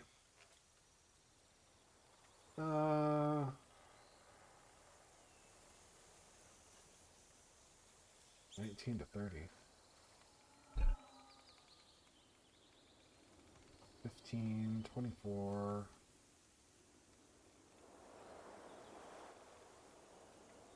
Sure, I'll buy it. I do need a better chess piece.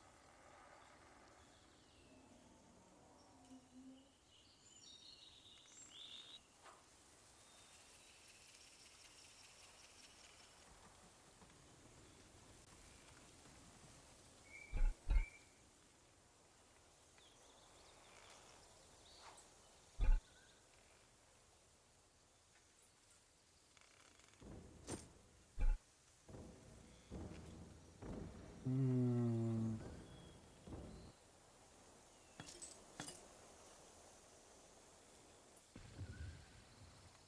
8 potions.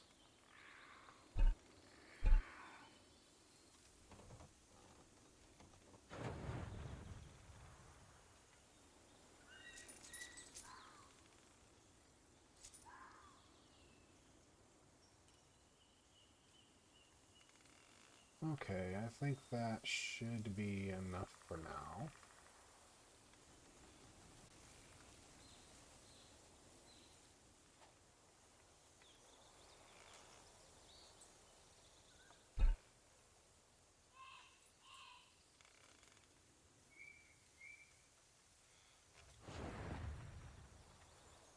Whoa, bikini. There we go. Whoa, cover yourself up. Here's a napkin.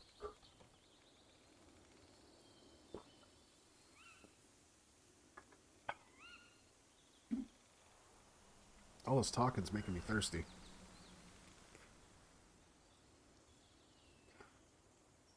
I guess all in all, it's like,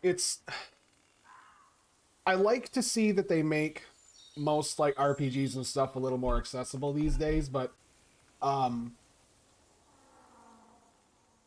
guess what is a game that's I need to tread carefully with this next statement.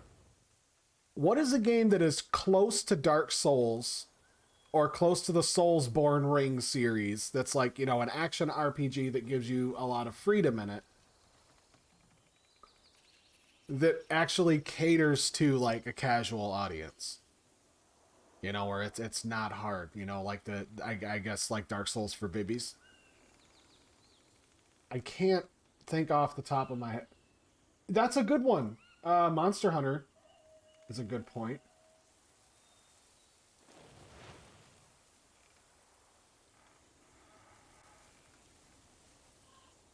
Because, like, with what I'm kind of thinking of with this is, like, how come we don't have more, like, in terms of RPGs, like, options? Like, a good single-player experience that, like, you can co-op with somebody else, too.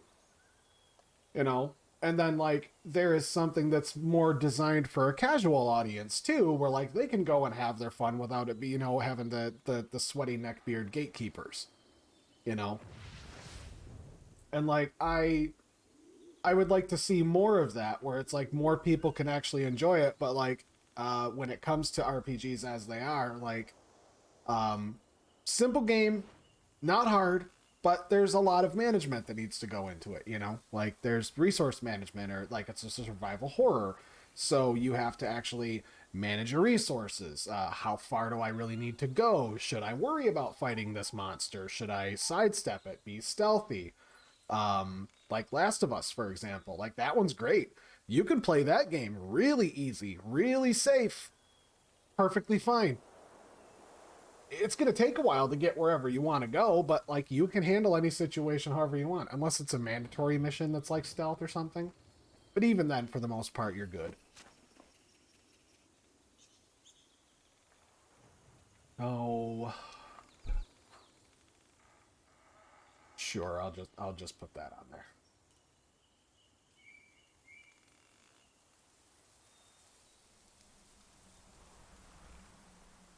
It's like they make everything with RPG elements nowadays.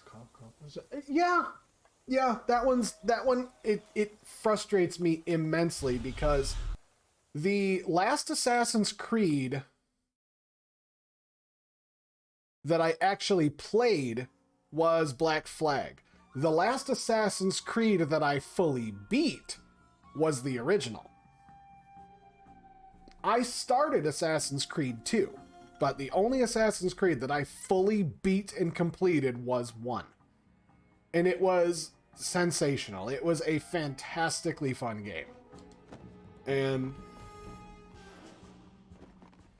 yeah, well, you know, everybody needs to make money. Those yachts ain't gonna pay for themselves. But yeah, it really is like quite annoying to see that there's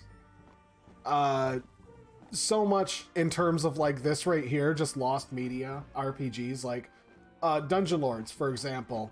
My stepson showed up and I hadn't seen him in, you know, probably a year or so. And then he was like, hey, do you remember that game that you used to play that was like you start off in a forest around a campfire selecting your character, and then you're like running around the woods and you're fighting rats, and then you walk around the side of a castle, and then you're in the sewers. And I'm like, it sounds like he was mixing up Elder Scrolls Oblivion and Diablo 2 all at the same time. It just sounded like he was like his brain was like mixing both of those things up. And then I went on Google and searched for polygonal RPG killing rats. And then GamesBomb had like a top 100 list of RPGs involving killing rats. And I think it was like, 5-6 swipes down on the phone screen before it actually landed on Dungeon Lords. And turns out that was the game. I believe the story is done by D.W. Bradley. They had a sale on it during like the Steam Winter Sale because it's on Steam, which I was shocked. And this game literally, I think it came out like a year after Warcraft did, and it's a single player like action RPG. And this game is just, it is so campy, but it is an old school, like you put points in where you want, you build the character how you want. If you die, you better have a save, because like unless somebody else is playing with you, you're not getting revived. Like that type of RPG. Open world, there's quests, but nothing saying you have to do any of them.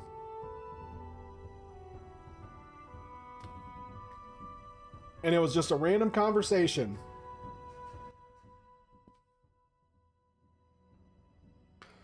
Okay, so what's my quest? Oh, right. I never went into the last section. I did everything except go into the last area. But that game, for example, if you want to be an archer, you have to buy arrows. If you want to be a rogue and cast rogue spells like stealth or like, it's weird. Like rogue spells are essentially like warlock spells in terms of like WoW standards, which is odd. But anyways, like you have to use monster parts in order to cast the spells, and they're called nether catals. Most of the game is voice acted even. Like, I don't think like any of the mouths move for the voice acting, but it's like this game is like, I mean, the UI, it fits the bill. It's passable. And there's not enemies just sitting all over the place. Like they legitimately have a few set pieces every now and then that have got enemies strewn about. But as you're just walking through and playing the game, there is actually... Too damp and too deep. Sorry, she was talking. There is random generators for monsters. Like they just randomly spawn near you, the battle music starts and you kill stuff. And it is genuinely, like if you're looking for an old school RPG, it fits the bill. It's old. And I don't mean like oh, it's old, it's shit. I mean like it's got some dated graphics for sure. But it's a solid game. It is definitely worth the $15 that it is.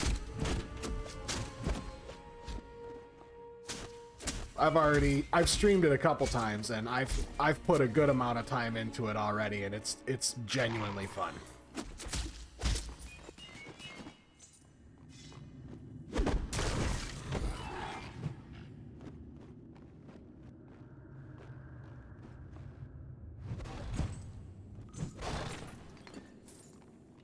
That is one thing I appreciate about old games. They're not trying to be anything that they're not. They're like, yeah, Morrowind, Oblivion. This game sucks. It's hard. Don't do something wrong, or your whole save file is screwed. You're gonna have to start over. Which, like, I appreciate. I appreciate seeing that happen, because like, too many games cater. Phantasy Star. I don't think I've ever played that.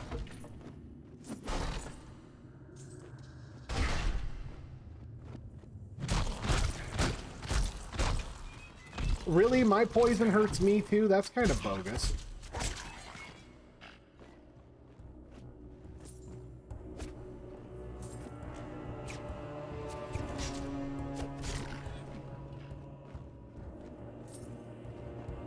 Alright.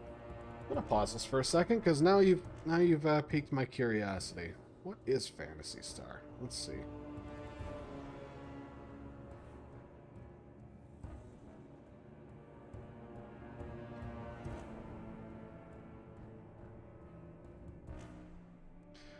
Is it an online game?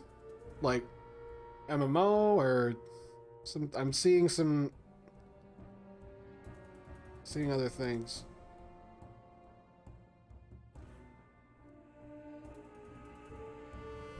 Series of console role-playing games and other supplementary media created by Sega. The series debuted in 1987 on the Master System with Phantasy Star and continues into the present with Phantasy Star 2 Online and other extensions of the Phantasy Star Online subseries.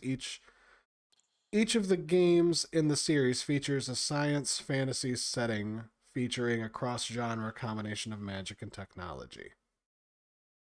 Interesting. Late 90s Dreamcast game. Okay, fits the bill. I've heard it before, but I've just oh god, what was the name of it? No, that's completely different. When you said Phantasy Star, the first thing my brain went to was Suikoden. Suikoden? I don't know. It was a PlayStation 2 game that a friend lent to me, and it was like a kid in blue shorts. And I hated his shorts. They annoyed me. I don't know why. And it was like it felt like a Final Fantasy clone. Wasn't very fun. Back to this. There we go. Whoops. That's not the button you use.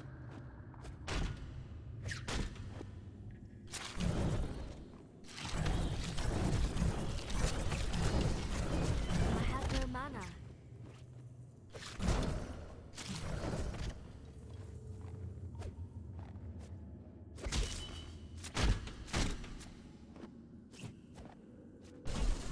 Ouch. Not very nice, dude.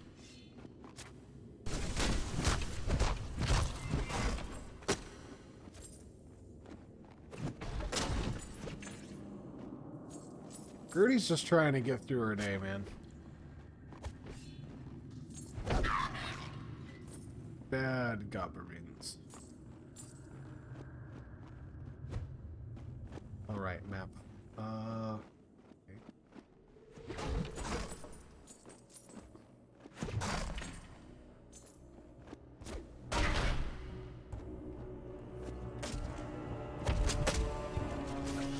Whoa!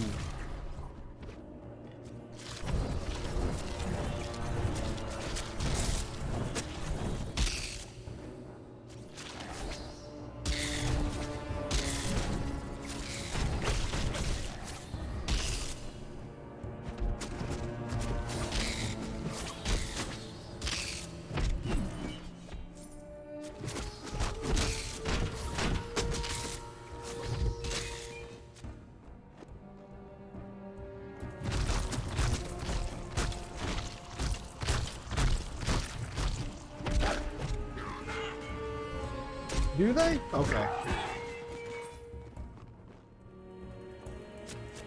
I've never noticed.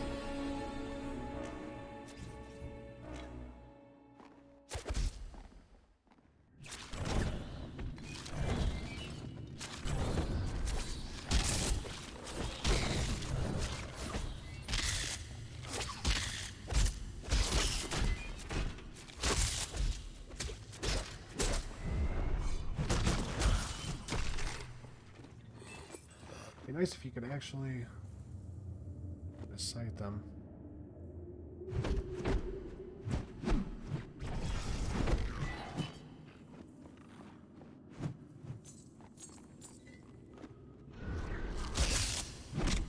You son of a bitch!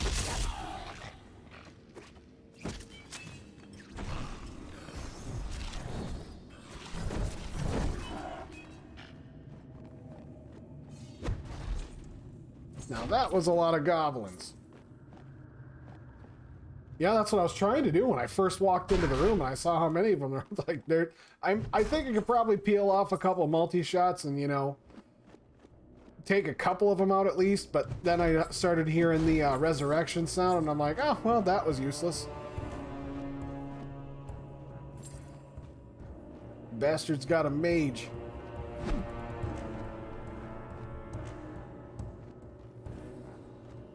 I don't have a mage.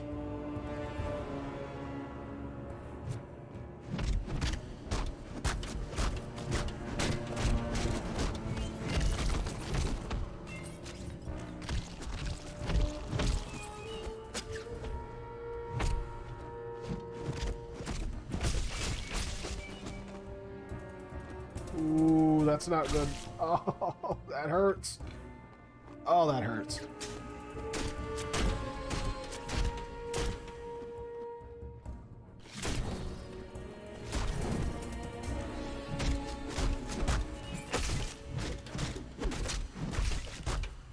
Have to stop blocking eventually.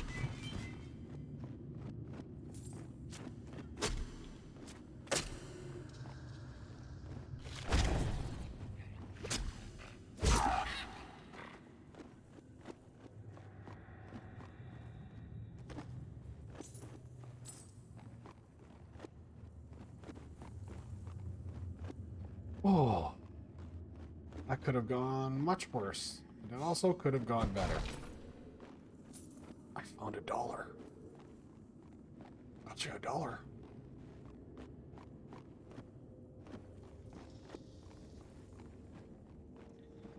right. One more level.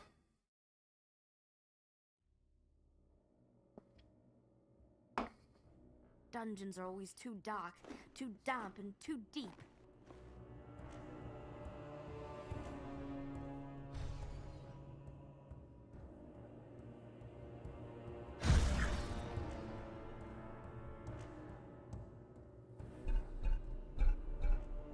Four potions for mana.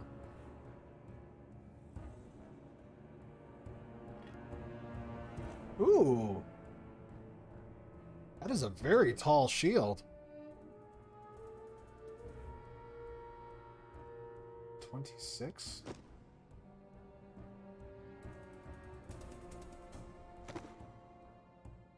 Yeah, that would have been nice. It's kind of fun, like when you're going through it and your character actually has a little bit of dialogue. I get the whole silent protagonist thing because it's like you're supposed to be the one, like when you're talking to the screen, that is your character. But like I guess just the sound of like your character being able to speak and have, you know, a bit of autonomy seems like it'd be a little bit more fun. Yeah, that's a good mace, but this one is definitely stronger, so just gonna keep it now. However, let's head back to town and sell some stuff.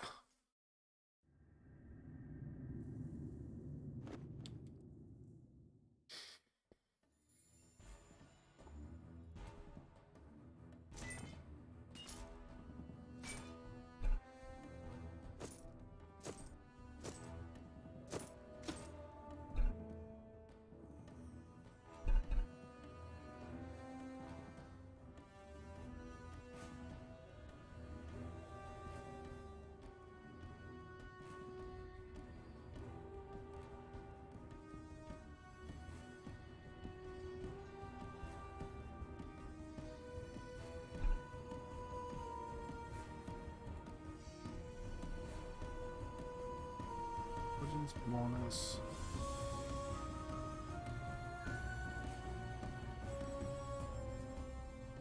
Health bonus might be good.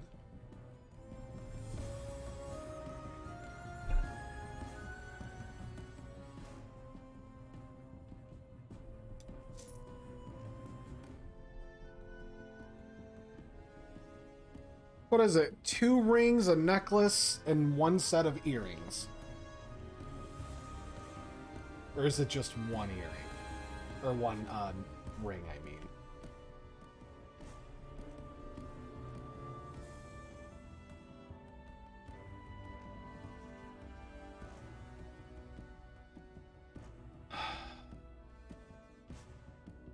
Need one of those.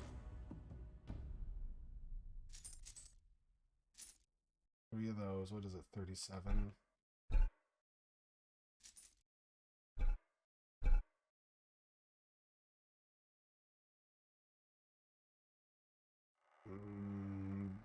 Do it.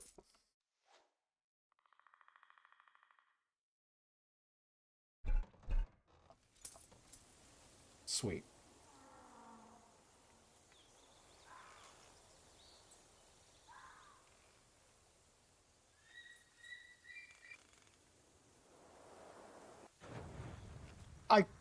I took a gamble. I took a gamble to see if like maybe I could buy 2 rings, and I was correct. Thankfully I was, because that was a lot of money to be wasted, but that's an extra 4 decks. That's nothing to really sneeze at. So I made sure to buy 1 more gate scroll. I'm kind of boned on arrows at the moment, so I'll just have to be careful. Goes to town, spends entire wallet on 2 rings to make arrow shooting better. Runs out of arrows.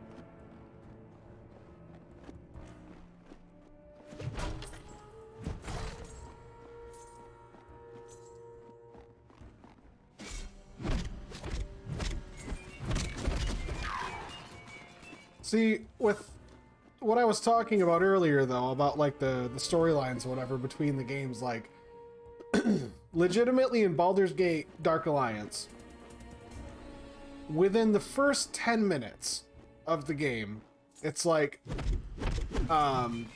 go to the sewers and kill the rats. So then you go down to the sewers and then you get rid of the rats. And while you're down there,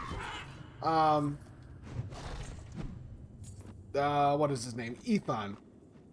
Ethan comes down there to, you know, be a bro and be a pal and help you out with some stuff. And then, like, when you come back up, Barkeep's like, hey, did you see Ethan down there? He came after you. And you're like, nah, give me my money. And then when you go back down, it's like, okay, excuse me, you have to backtrack through the area you've already been. And, you know, then there's a little bit extra, there's a little bit of back and forth, so, you know, you go further and further. And it's like, it's interesting in terms of the story. It really, you know, it feels like you're slowly going on an adventure. Hi, thanks for the follow. I am using an emulator right now. I just uploaded this to my computer. I think it was day before yesterday. And I was very pleased to find out that I actually have the ability to put this on my computer, because the game is on the shelf in the other room, but you know, this is the next one. Got Champions Return to Arms, both of the Baldur's Gates, and I have already lost my collection of these games once in my life, and it's never gonna happen again, so.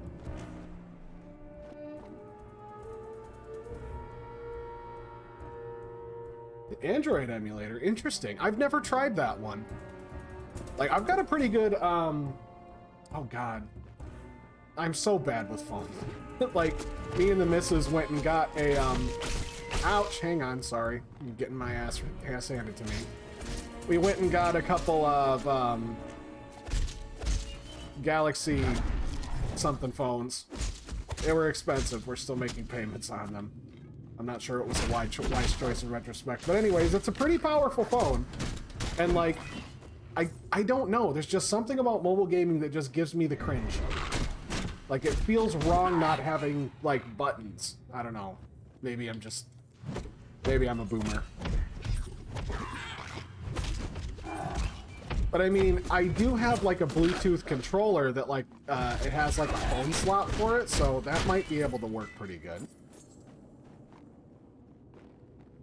Because honestly, really at this point, like pretty sure a phone would be able to actually like, I think phones would be able to handle PlayStation 2 just fine.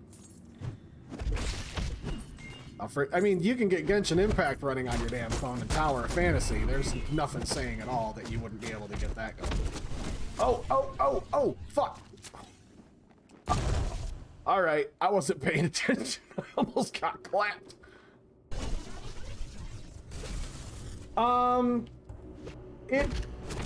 It is and it isn't. Like, you really have to tweak with some settings. Like, there is specifically a setting. Well, first of all, I've got a shader going and it's all built into the emulator itself. Like, you want to get the BIOS, you got to dump your own BIOS. And it's a pain in the ass. When I first started the stream, I said that. Like, I did it myself. I'm not explaining it because, quite frankly, I barely understand it myself, but it seems to be working just fine, so obviously I did it right. Yeah, it happens here and there, but, and again, I'm not an expert. I'm not an expert in this right now at all. I'm still trying to figure it out myself, because I tweak with some settings, but I do know that PSX2 is like one of the more popular ones, and I think it's got the most support, but there's actually a setting in the graphics options that, like, because these games, both Champions, Return to Arms, Dark Alliance 1, Dark Alliance 2, they all run on the Snowblind engine. I'm fairly sure of it. And this engine has been known to, like, it's got problems. It's got a lot of problems with, like, memory dumping and shit. Like, it's not fantastic. But it works. So that's why it's kind of hard. Like, even right there, you can see, like, there's a little bit of, like, frame skipping every now and then, and, like, and it's usually only in the dungeons with the light. You can see the flickering with the light sources because it's trying to render all of these different fires that are happening at the same time, so it kind of goofs. But it seems to be running pretty well. I also put on scan lines, so I'm pretty sure that should be helping it out. I think I've got, like, Wave, if I'm not mistaken.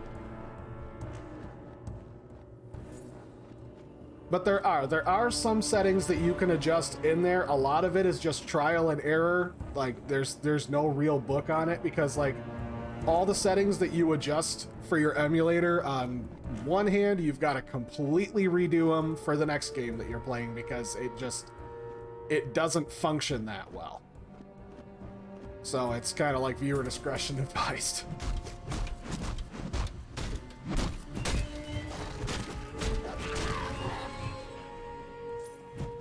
And it feels weird playing a ranger, but I'm smashing everything with a hammer, because I don't have enough money to buy arrows.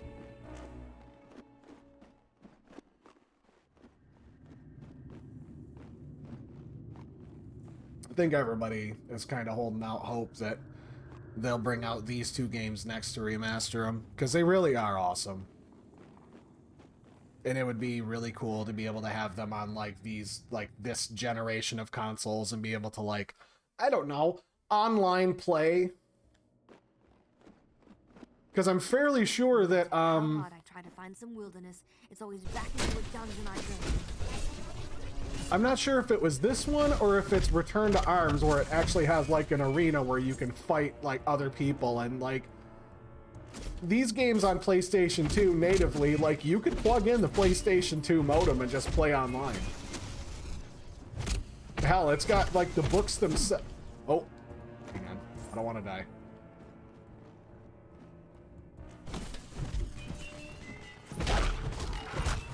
And die. When all else fails, press X until they're dead. So, like, what's funny is that as I was talking about that, I'm like, because it's Sony online entertainment, Zoe.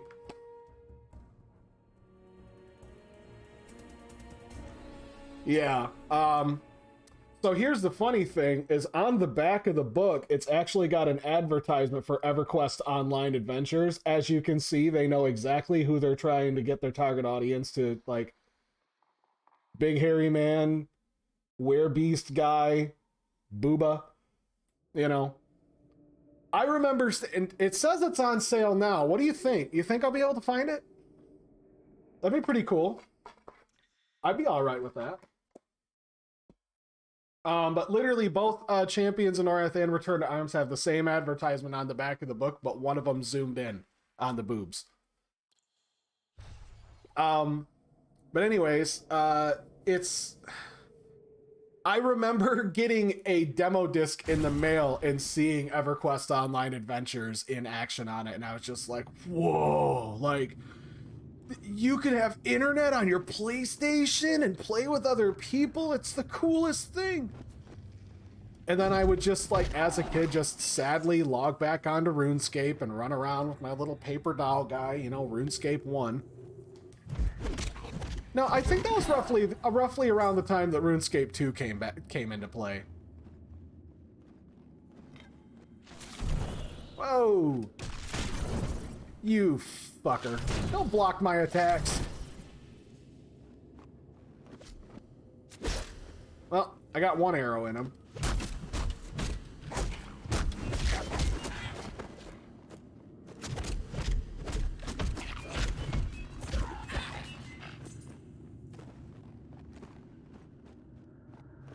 Yeah, I'm beginning to remember why it was I didn't want to play the Ranger.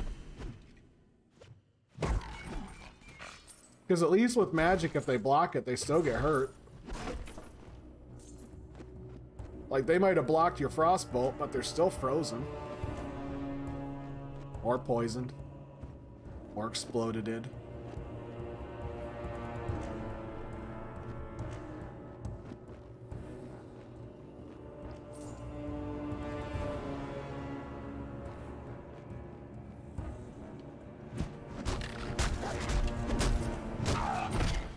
Too much in my pack already.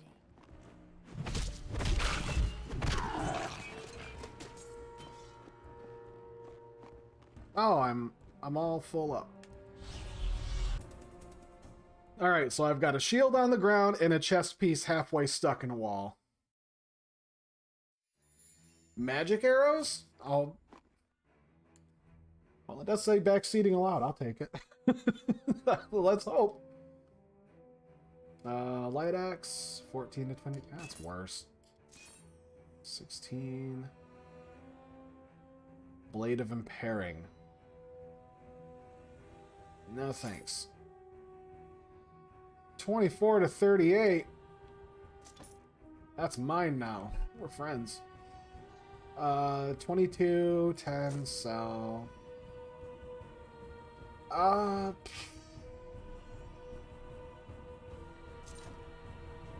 27. So that. 14, 26, so... 9, 19... So, 28, 25. So, 22 and 20. I'll take a 2 hit for mana regen. 6.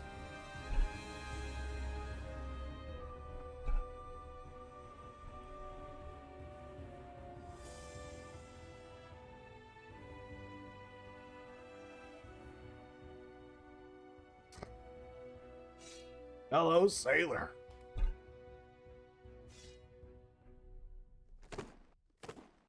There, just a little modest armor, you know, just a little cover up. Not definitely whole butt cheeks sticking out. That's fine. She looks so over it too. She's like, I get it. It's the uniform. I don't get to decide that. All right. What can I get you? Some arrows, maybe some pants. think pants would be awesome. Spear of Tainting. 10 to 14, 21 to 28.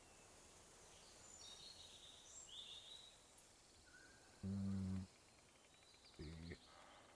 1, 2, 3, 4, 5. Only about 100 arrows at a time really matters.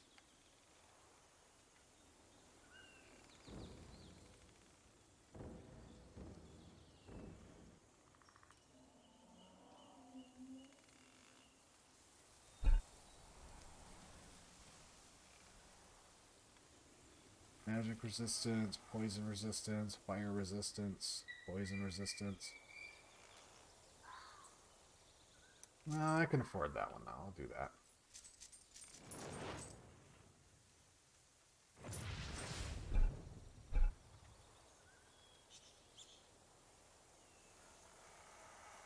$100 arrows, 12 to 16. What kind of bows do I have?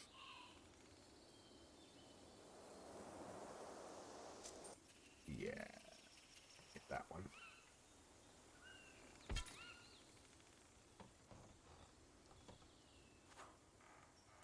Much better.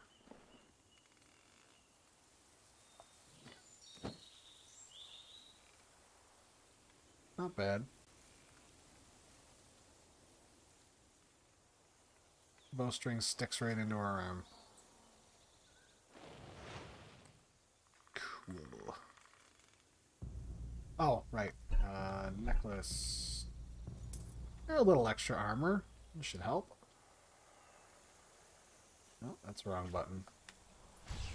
There. Let's get back.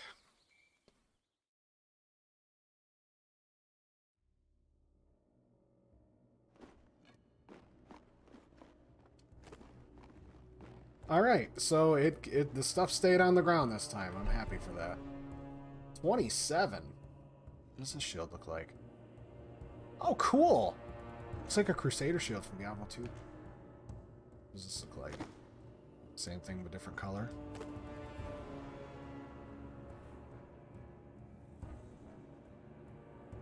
That's heavy too, man.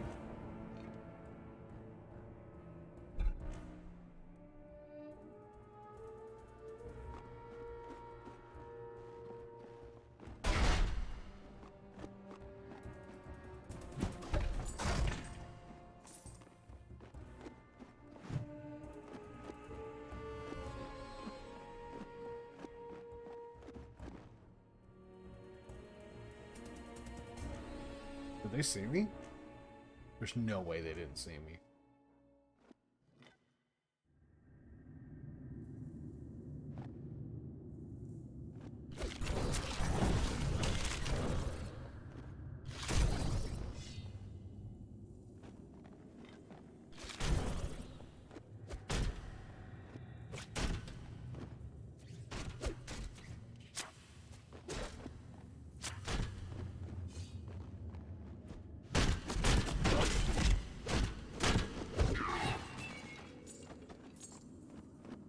Who gives enemies shields anyway? Nonsense.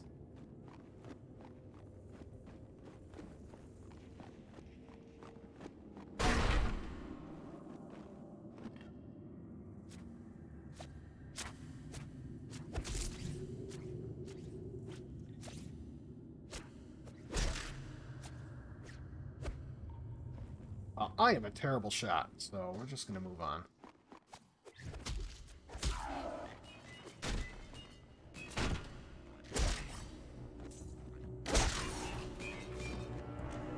This bow frickin' slaps, that's for sure. 3 points. How about all dexterity? Hey! Spell arrows. Oh, I can only learn cold arrow? That's lame. Freeze time of 3 seconds. Sure.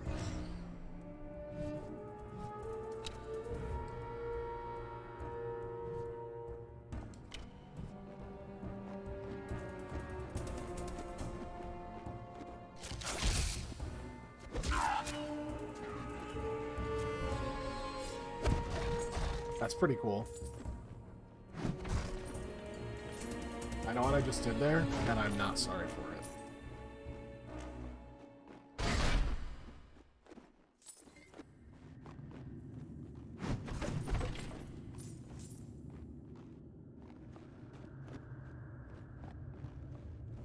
Like, back to the earlier statement, too. Like, if they were to, like, re-release, like, a game like this, could you imagine how much fun it would be if you were to have, like, a Forge, like, map editor, where you could legitimately make your own maps and be able to, like, set it up to where, like, your friends could download, or, like, input a code that downloads your map. Kind of like Mario Maker, but it's a dungeon crawler. Like, with this engine or something akin to it.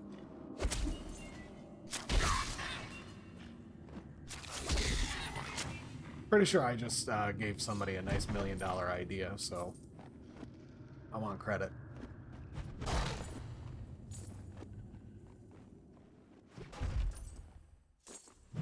Pretty sure this is a boss room. Yep.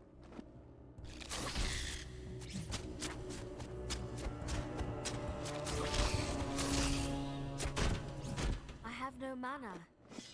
But she has no mana.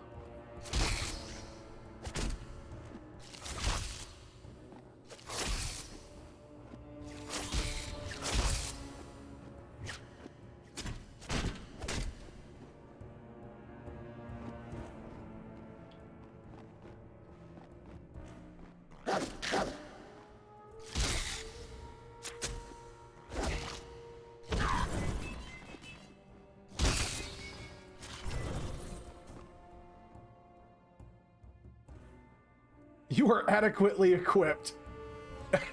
Return to Lesser Feydark.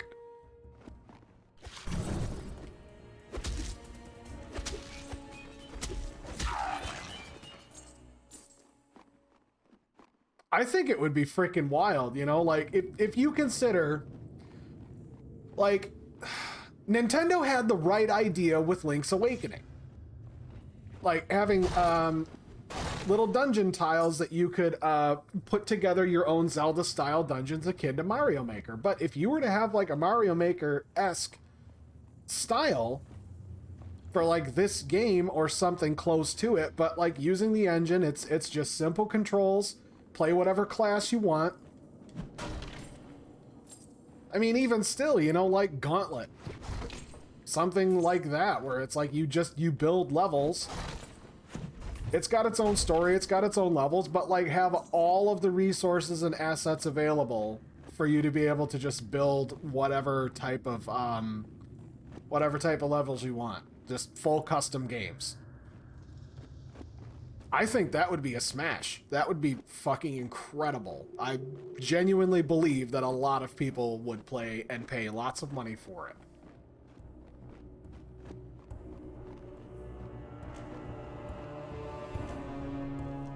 And it's kind of annoying that, like, all this time has gone by since these games have existed and nobody's done it.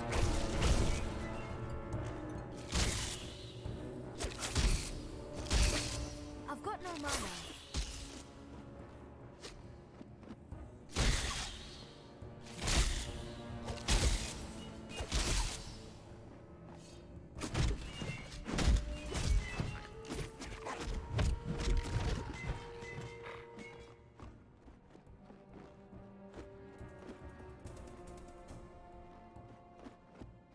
Does it really?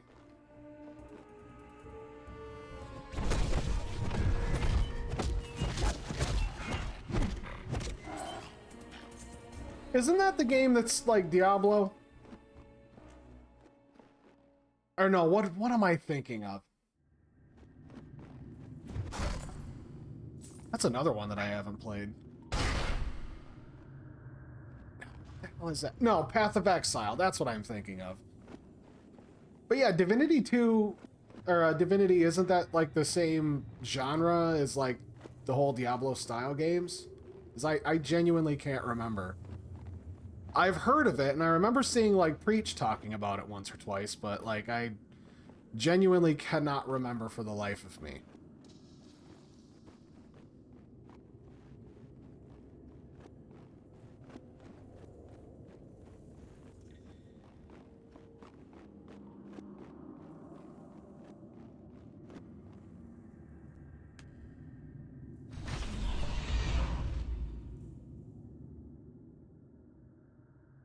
It's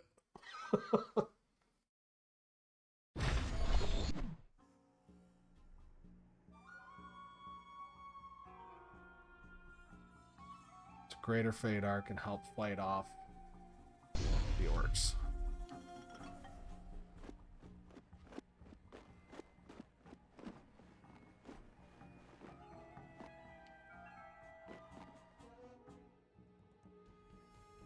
The orcs are retreating deeper into the forest. Spread the word.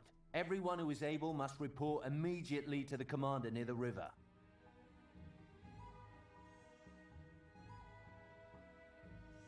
Legal limbo or not, both Snowblind and... Yeah, I know. That's what's really strange about it. Because, like, if I recall correctly, this...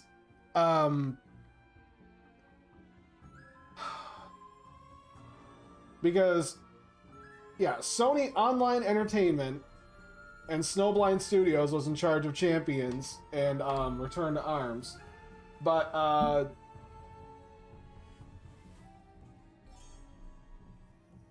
let's see, Dark Alliance is Wizards of the Coast, Dungeons and Dragons, and Black Isle Studios, which I'm pretty sure Black Isle Studios is... Oh, that's where it might be a little tricky. Vivendi Universal is on the back of Dark Alliance 2. 'Cause I'm pretty sure Vivendi got canned, if I'm not mistaken. Or it got absolved or something. I'm pretty sure it got completely wrapped up.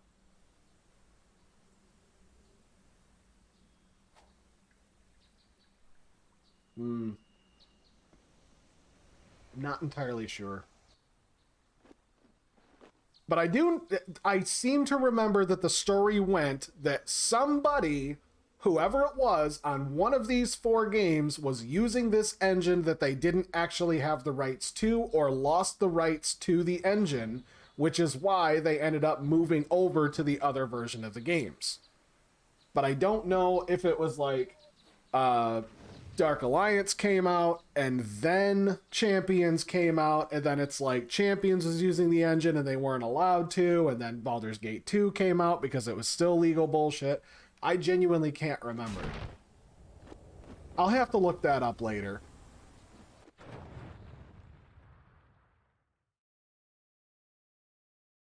Because I would like to put a nail in that coffin once and for all.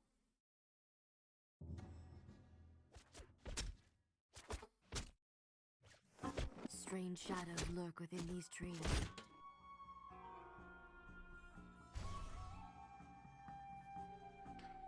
The movement is like Diablo, but the combat is turn-based, so once you go into combat, it's a matter of you have so many points you can spend them in order to move.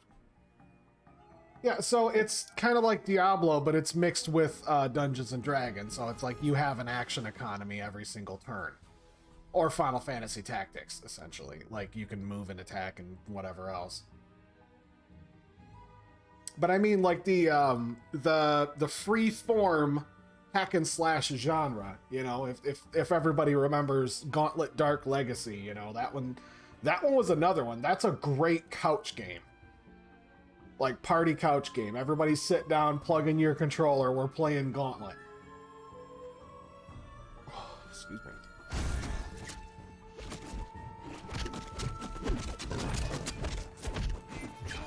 Beat the Super Saiyan orcs. I love how 2 of those guys I killed had shirts that dropped out of them, but neither one of them were wearing anything but a loincloth.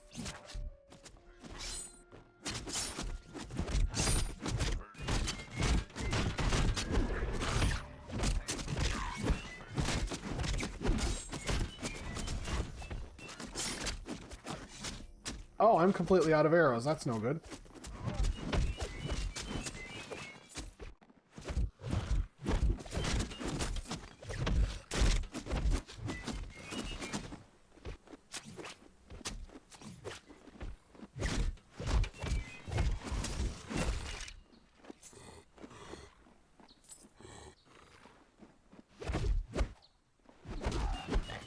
I have too much in my pack already.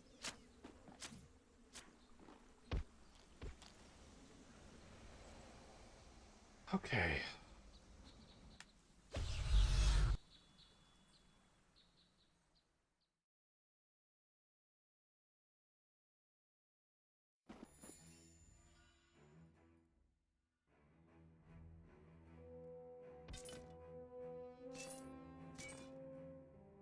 Ooh, 33 to 44. Oh, but this bow looks so cool.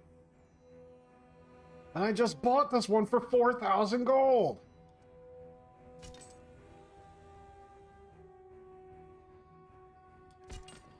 Always buyer's remorse with this game. 15. Yeah, I got it. Minus 28. 12. 26. 28. 28. Pretty sure they're identical.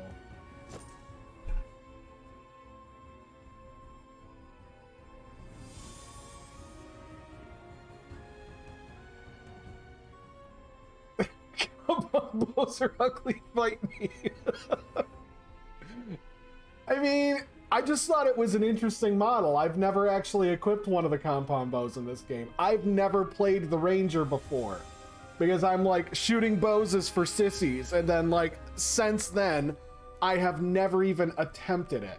Why did it put the this ring on for me? The armor bonus. I want dex. Keep your armor bonus.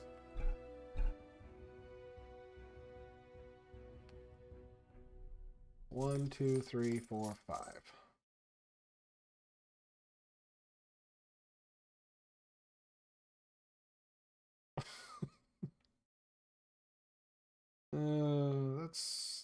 Yeah, that one's decent. Ooh, okay. It looks cool, but it's garbage.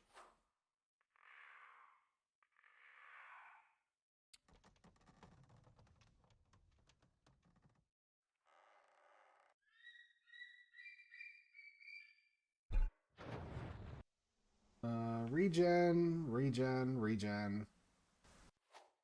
Boy, all of this stuff would be fantastic for another character.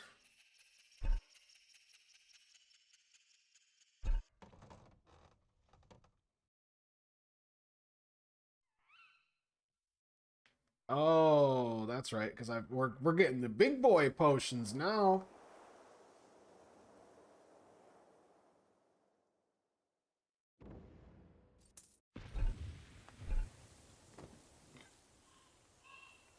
Okay, that does look pretty cool. And also, it's a dark bow, so you really can't, yeah, you really can't go wrong with that. I don't know. I think Gertie here is kind of angry with me for giving her pigtails. Like the twin tails, I think she's kind of mad at me for that, because she just keeps getting grumpy face. Oh, that's fine. She'll live. Until she doesn't. And then she'll be mad.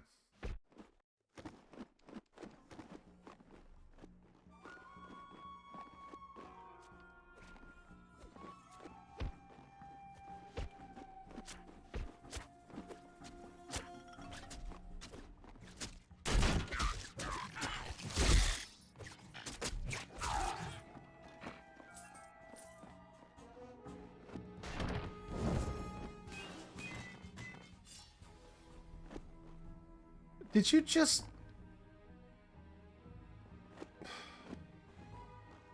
You guys are reckless, man.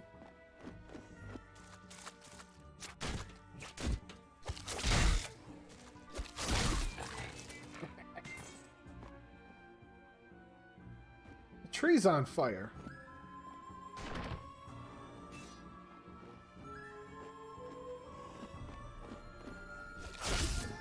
He's trying to fuck me.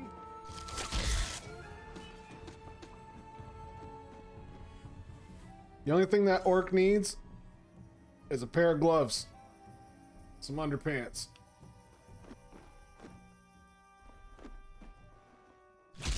No.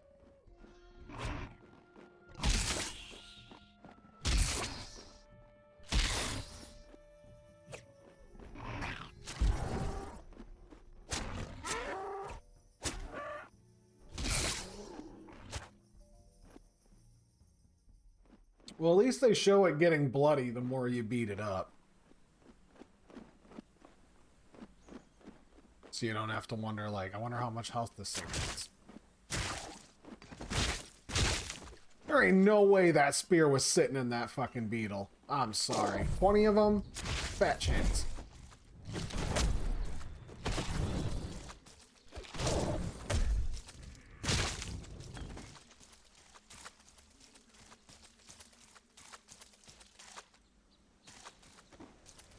Yeah, I'm really thinking the next time I level up, I need to put my points into strength. I have too much in my pack already. I have too much in my pack already. He goes, oh, I have to carry around 100 arrows everywhere. Oh.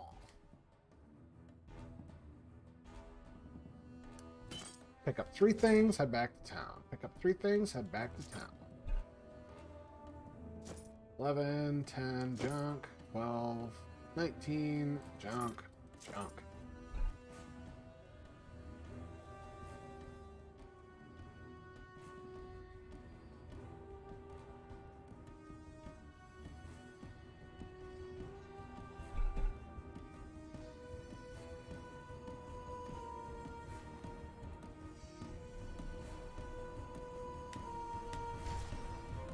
This way up. 82, yeah, I'm fine.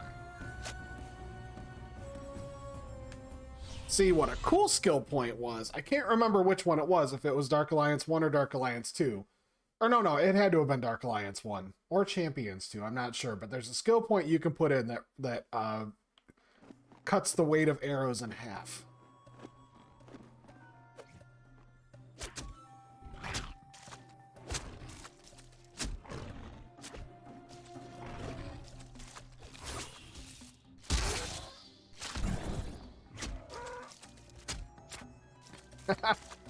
Exploded him.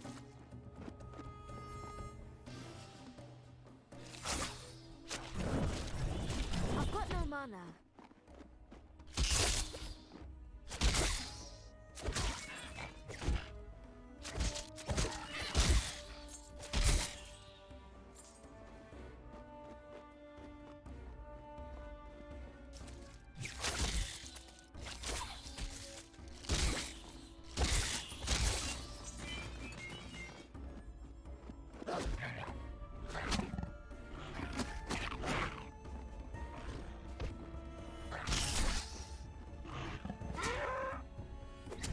Yeah, because I seem to remember that.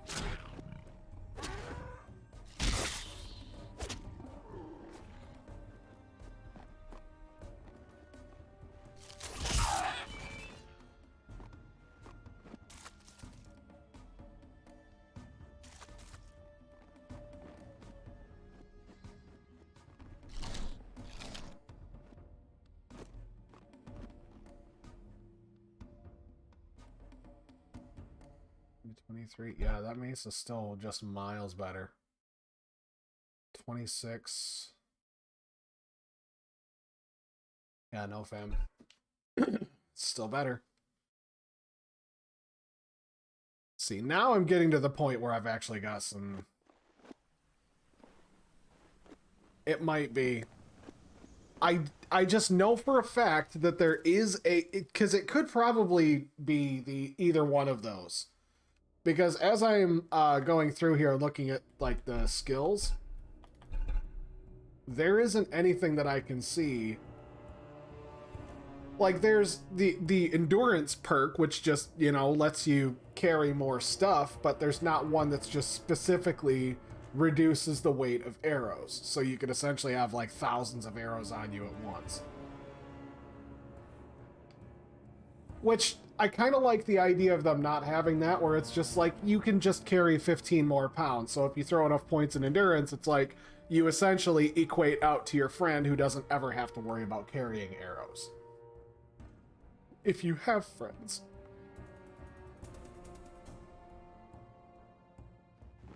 Great. No matter how hard I try to find some wilderness, it's always back into a dungeon I go.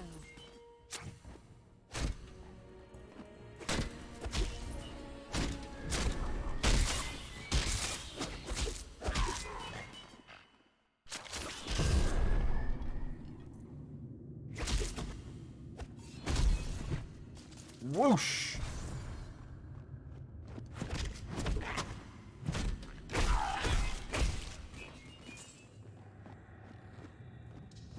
Yep, that's one of my favorite spells to use too.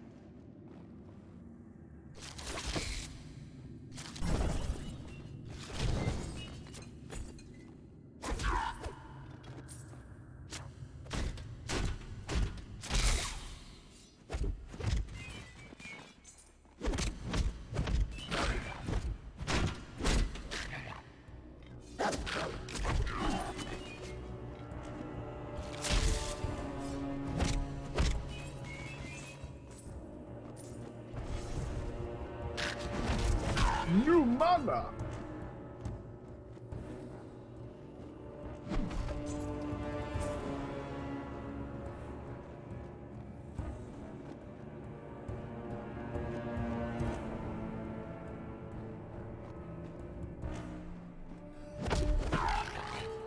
Nerd.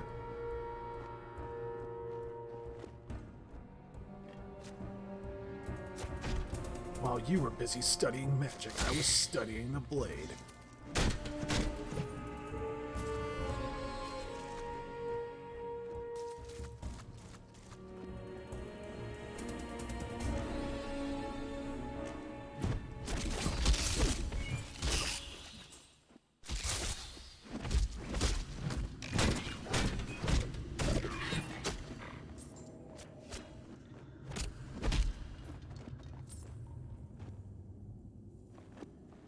Well, at least as you go through, if you're holding arrows and such, you know that the more you use the arrows, the more weight you'll get back, because you'll have less arrows. That's just science. But yeah, with all the torches in this little dungeon area, like, I can really see the flicker happening more often.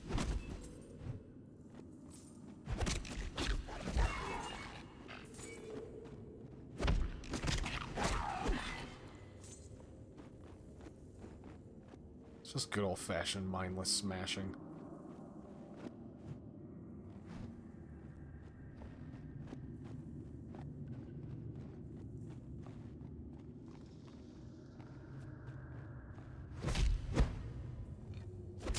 Nerd. Ow. Okay, I had that coming.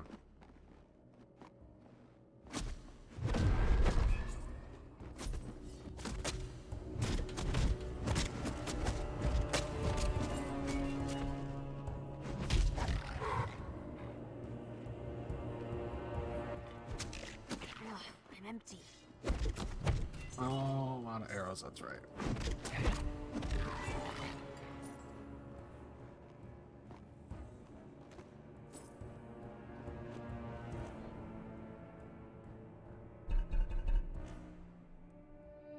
$26, 20. I'll keep the mana regeneration. Just for now. It should be alright.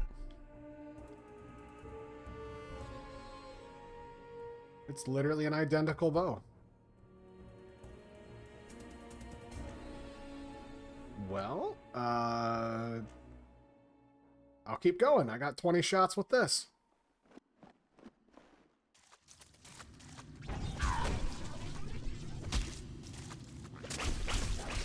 Youch!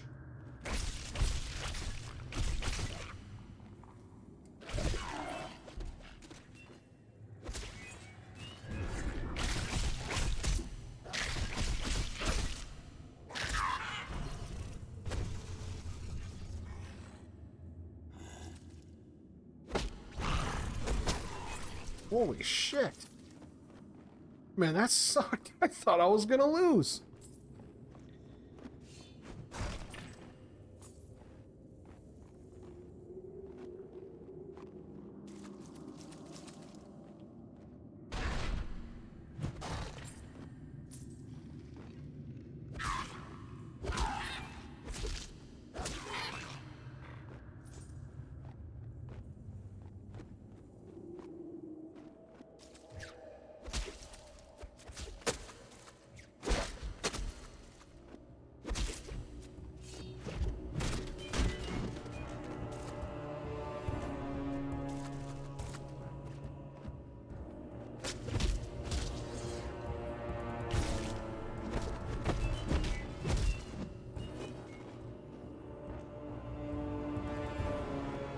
Nearly there. Looks like I got just a little bit more to explore before I reach the good spot.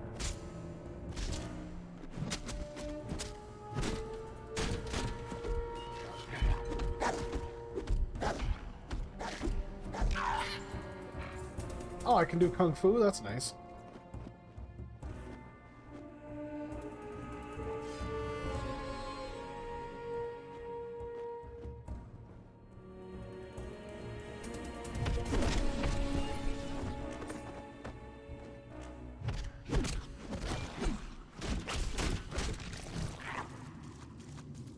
Uh-oh.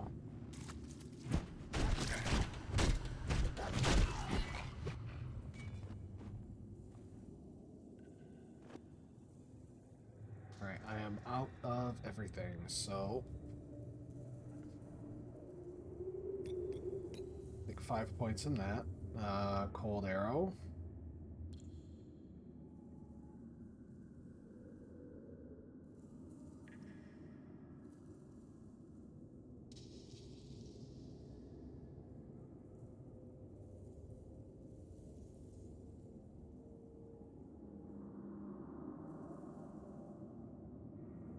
Mm.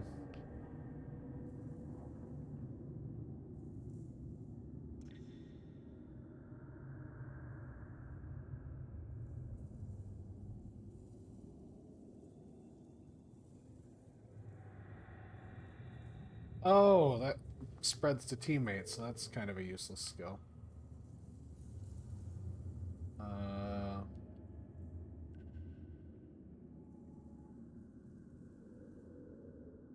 Oh, decision. Oh, I have 2 points. Cool. Well, then one's going to go in there, and I think...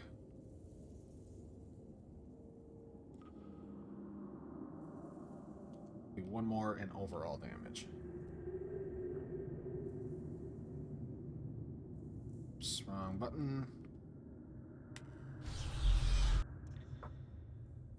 I know it's only one spellcaster, but I'd rather not.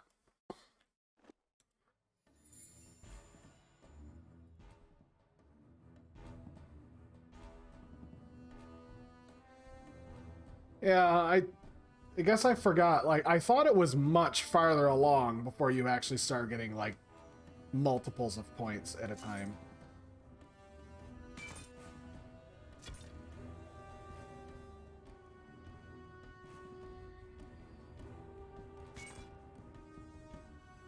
$28 to $40. $28 to $38. $24 to $38, yeah. You can keep that then.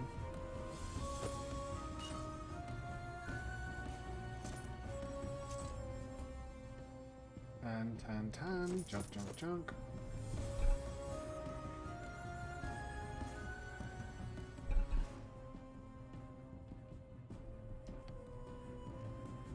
$40, $60, $81.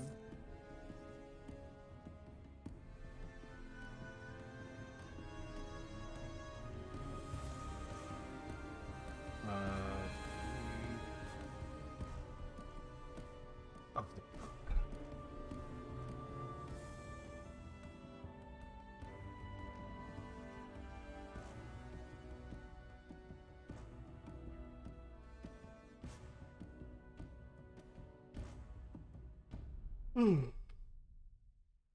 Excuse me. Armor. What's my armor looking like? 19 for pants, 26 for boots, 20. I could do with some better pants.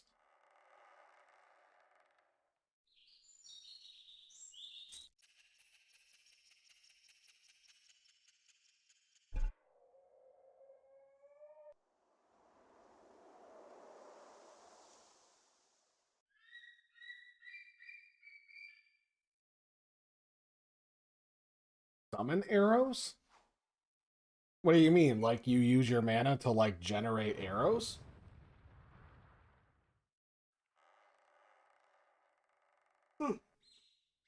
That sounds pretty cool. No shit. Again, I never played the Ranger at all, like in either one of the games. Like I might have like started one off for a second, but I'm like, meh, shooting bows is weird. It's not fun.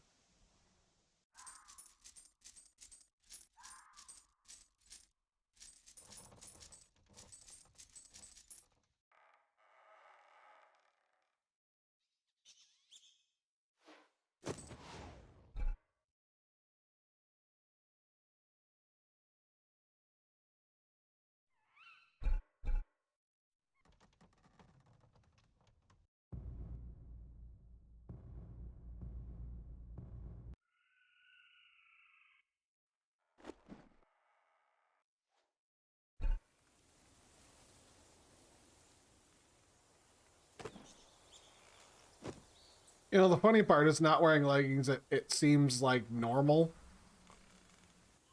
But then you put it on and it's like, oh, she's still not wearing pants.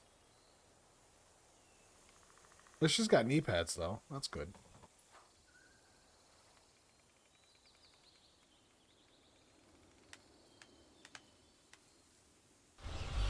Scroll. I need more drinks.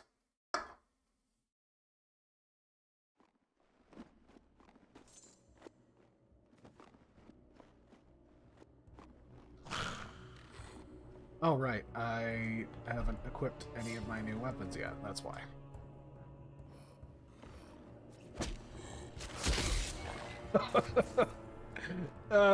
Iced him. Again, I know what I said, and I'm not sorry.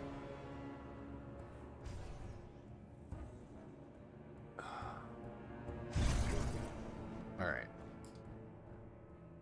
We should be getting to the boss here any minute. Because if I'm not mistaken, it's like I have to like go through these hidden tunnels and then up the other side, and then there's catapults? No matter how hard I try to find some wilderness, it's always back into a dungeon I go.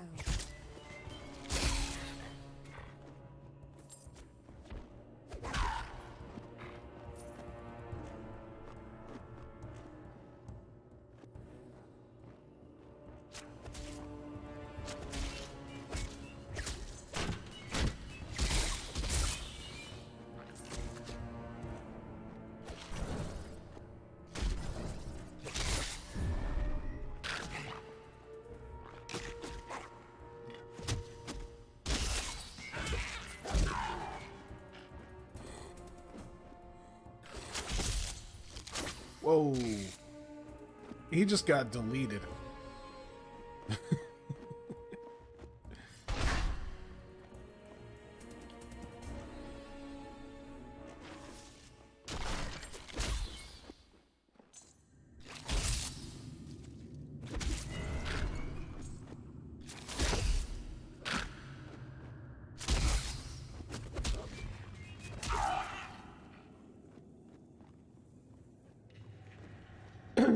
It is satisfying, though.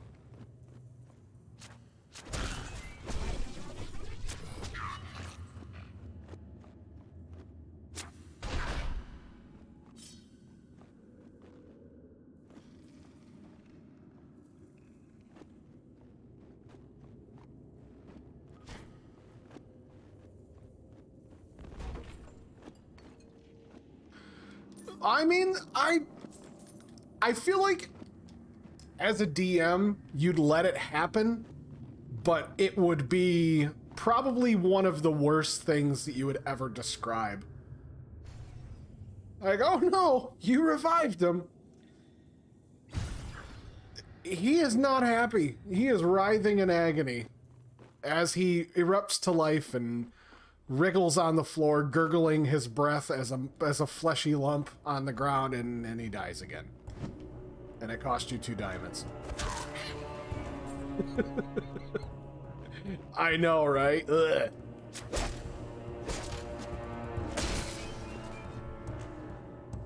So which one, OG or Brotherhood?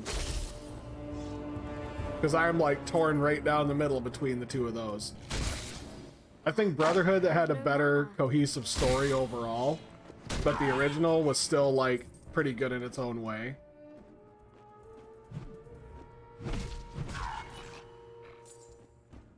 I'd say Brotherhood had the better ending, whereas the original version of it was like, it was an okay ending.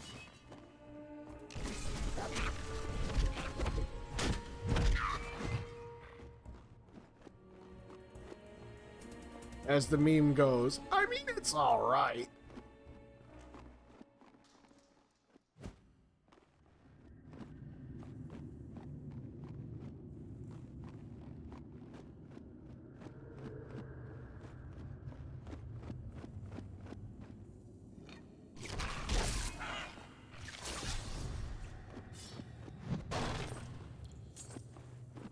Your magic is pathetic.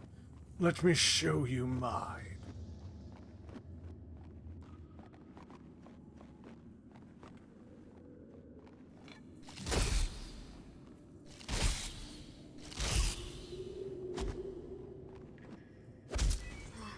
I have no mana.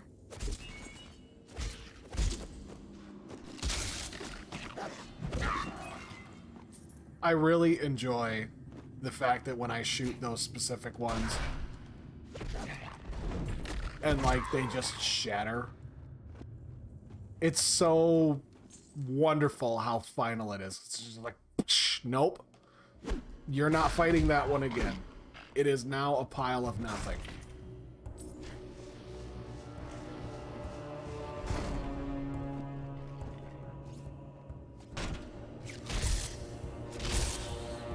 And the magic arrows can't be blocked,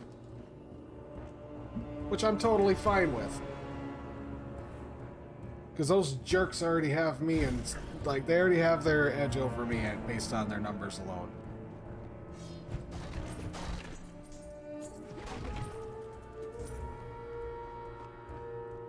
It's one me versus a whole bunch of them.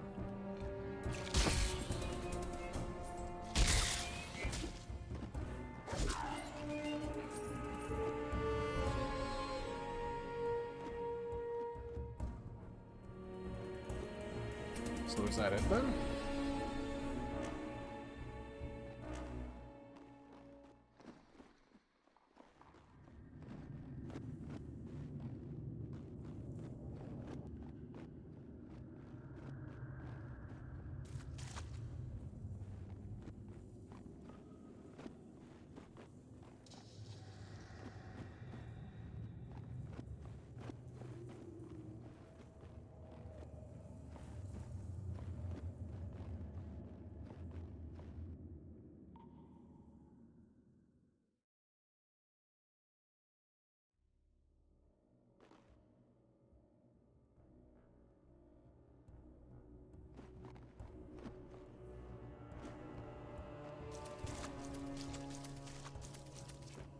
So that really was just like 3 levels of just fighting goblins and there was nothing else.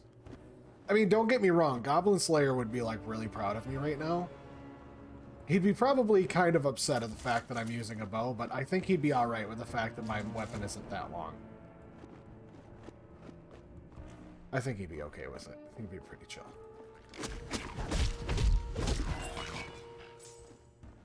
Specifically for that reason, there was one just creeping along somewhere.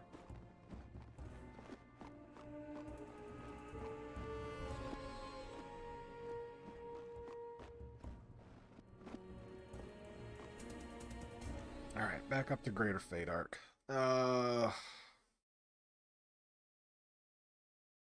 Alright, I kind of figured. Oh no, so this was just an offshoot. Alright, so I'm good.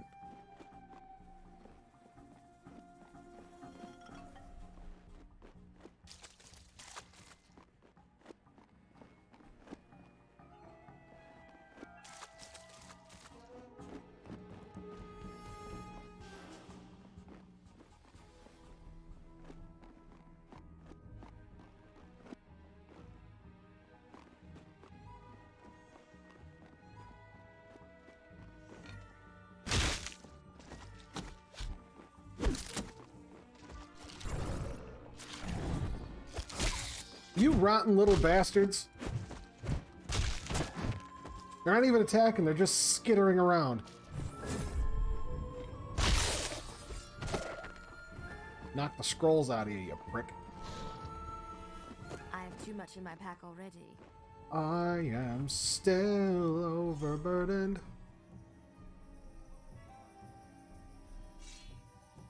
Oh, that's the cool, like, snake katana. Is it a snake or a dragon? Looks like a snake. I'm gonna call it a snake. Holy crap!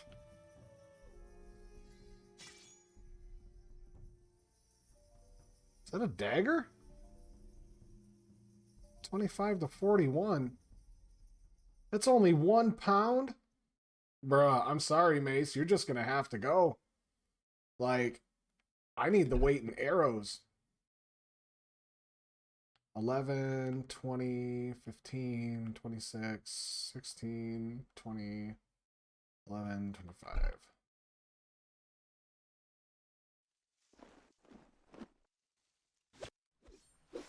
I have too much in my pack already. I know! This thing is fucking amazing! Like, it's only like 2 slots. That is not a dagger. That is a lie. Like, that's a sword. That's a mace. This is a dagger.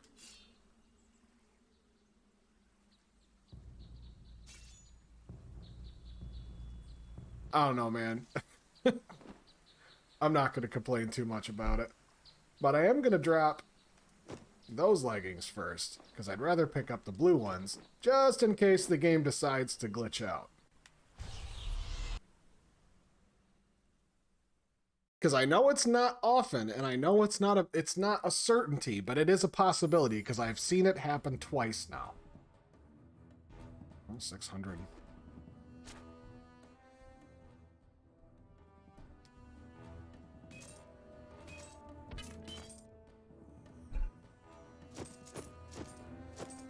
What I think is funny is that, like, I'm basically going and killing the goblins, and mind you, like, this is like lore-wise too. I'm going and killing the goblins, taking back the stuff that they stole, and I'm selling it to the shop. I'm selling the elves' own shit back to them. Whatever works.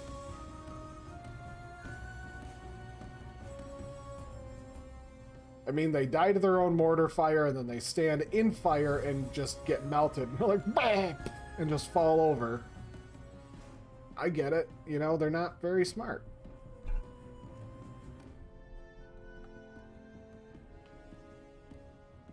Uh, 26, what's mine? 28, I'm still wearing better. 25, 26, 20. Legitimately, the only thing that I could upgrade right now would be my gloves. Which I will. Screw it.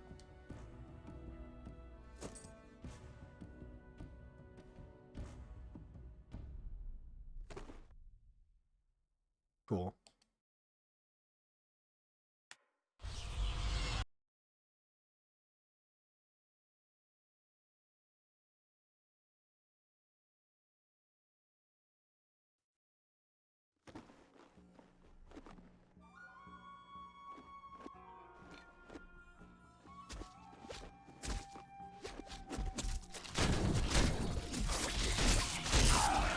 I have no mana.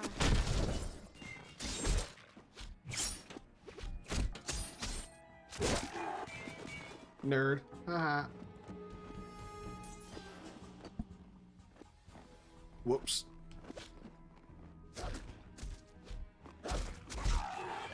Ooh, right in the goblin.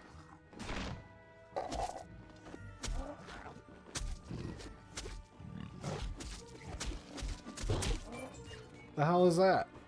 Orcs do not have horns.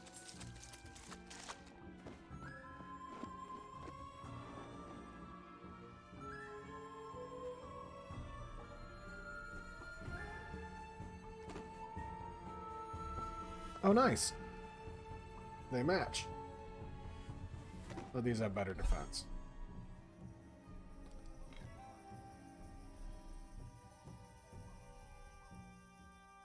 Ugh.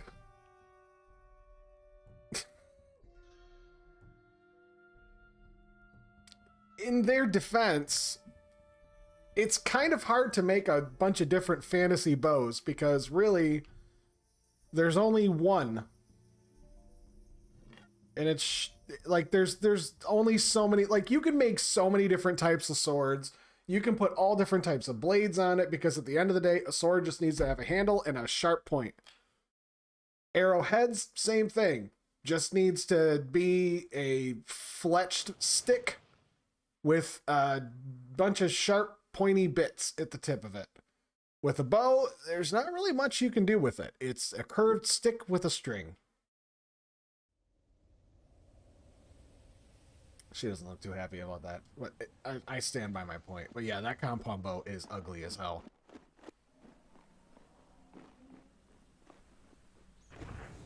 However, as long as the stats are good, I don't care. Couple bow model I haven't seen. Well, I hope so. I would genuinely like that.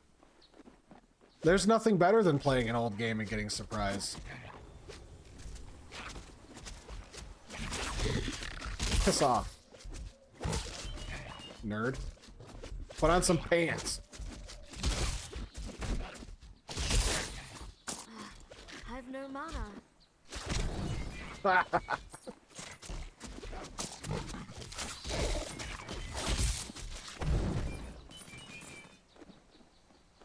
I mean, bow and arrow is kind of annoying, but man, it checks out.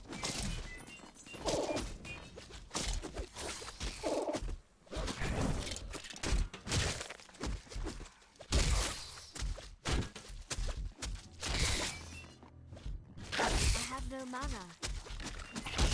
You have some mana.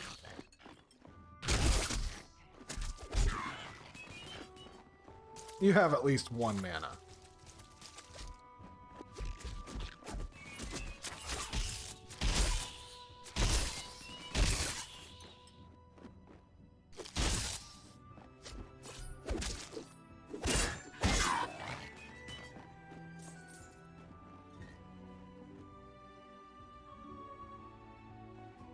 Oh no, my friends, they've died. Oh no! The elves! They're broken!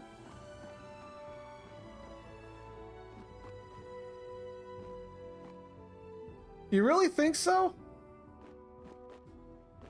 I mean, it's got some merit to it, I'll give it that. Like, I like how quick the spells themselves are, and like between the damage that the bow can do along with the fact that like I have the ability to freeze like the enemies themselves and like the different, it's so basic, but it seems like it's pretty powerful.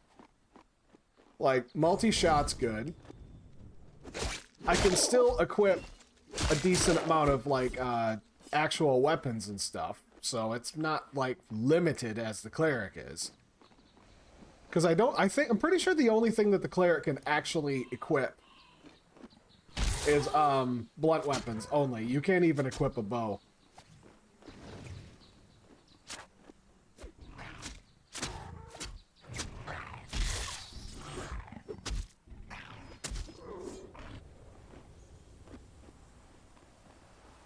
Meta builds?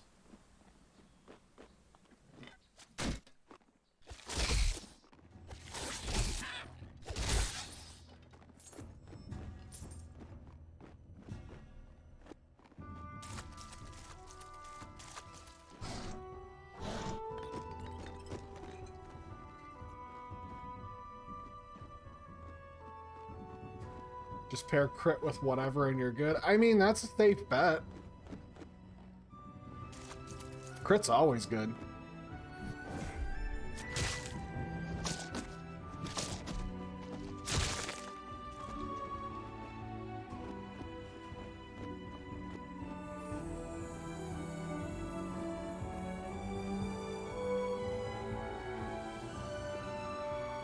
Oh, I'm gonna go back here and save first.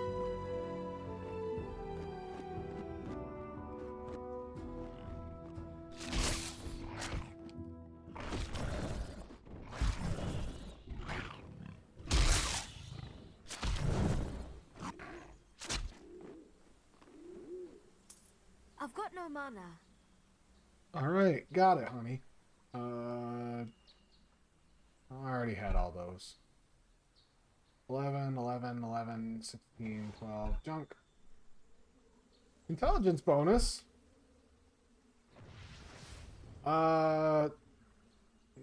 Sure, now I'm smart. I probably should have put that on gear.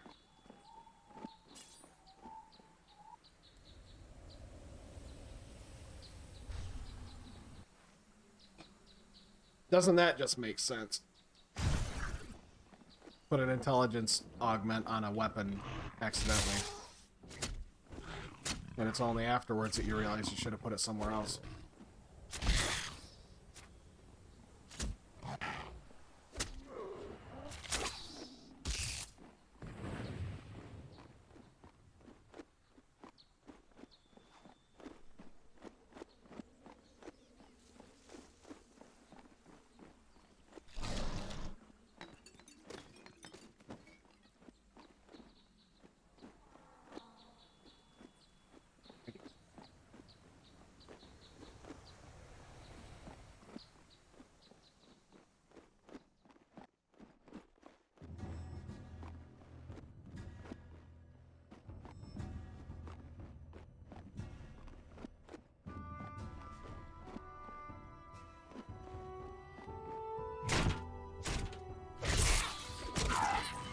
Where the hell do you come from?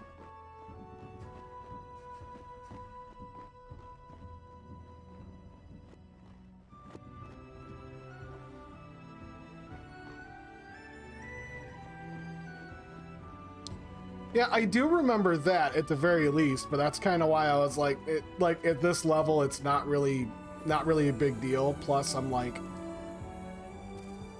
in the lower levels, you're trading equipment so frequently that it's almost like, don't bother with it too much. Just pick whatever has better stats. Skylight, or something that is.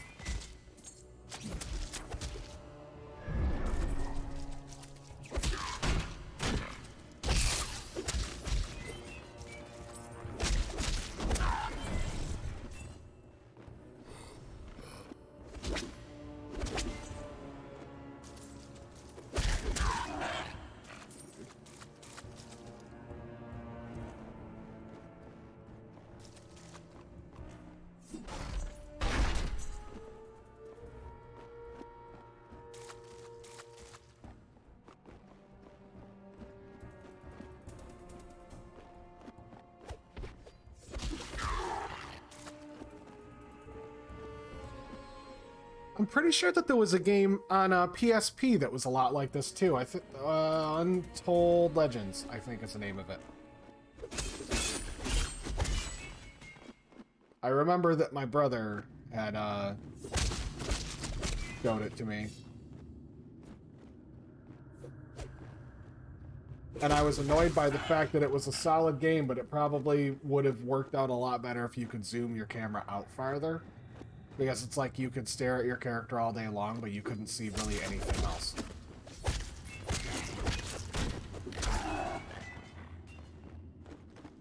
It was like an isometric game as well, but it's like, if you were playing it like this, but you know, I guess just from the left-hand side of the border here, if you were to go up and like put a perfect like a PSP screen is essentially like phone screen, you know?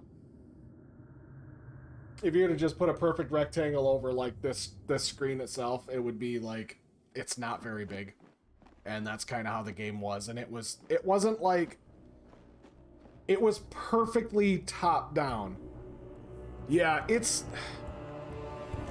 very close, and it's like, it is a passable game, but you can never see where you're going. You have to have the map open at all times. And it is frustrating.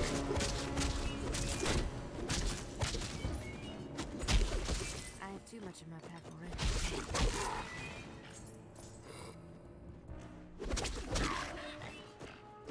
Every single one of these guys, I knocked the pants off of them. Patchwork leggings. Padded leggings of fitness. Padded leggings. Patchwork leggings. I mean, and that was the thing. Like, it wasn't a bad game. It was just I guess they needed one or two more people from their actual, like, target demographic to play test it. Like, it was like one or two good control group play tests away from being a great game.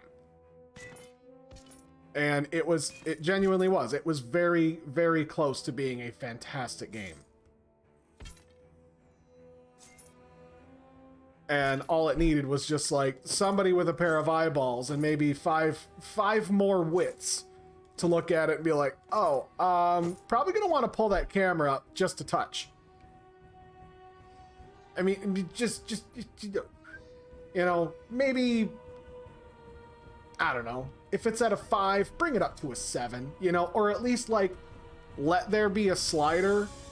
And I know that was the whole thing. Like, it was pretty good. I mean, for a PSP game, it's like, it's not bad. Like, we never had anything like that, but it was like, there was like a mass like whoosh of games that were kind of like this, or kind of along this genre for a minute, and then just poof, they all disappeared. Like, Diablo came out, then Diablo 2 came out, then everybody's trying to make their own Diablo 2 clones, and then they're making different versions of it, and then it's like, boom, they all just disappear. Because, like, I was never really into, like, Dungeons and Dragons or Wizards of the Coast or anything. Like, the farthest I really knew for the longest time was, like, I knew of Magic cards, but I wasn't, like, I didn't know how to play the game. But it was like Pokemon, you know? Pokemon and maybe Magic cards every now and then for me. But like, I didn't really know of any other genres of, excuse me, like, tabletop games or RPGs or anything like that. And then just like, seeing this game, it just kind of blew my socks off. It sounds stupid, but moving forward while attacking makes ARPGs feel so much better. And this is the only game. I mean, that's what I'm talking about when I'm discussing like game feel, game design, like that sort of thing. Like, you can look at that game and you're like, wow, that camera's really close. But when you see that every time that you're making a melee swing, it actually forces you to move forward, you know, that makes sense. That genuinely makes sense in that sort of environment, because that's, you know, what you would do. You're swinging forward. You would move forward.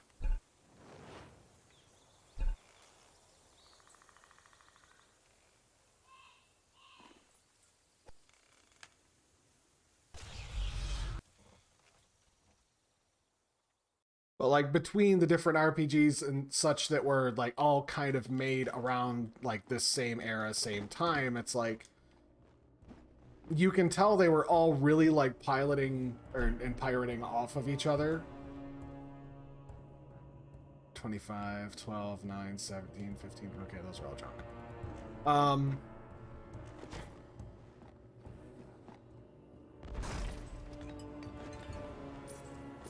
You can see that they were stealing essentially ideas from each other. In this game, you can block at any time during a melee swing.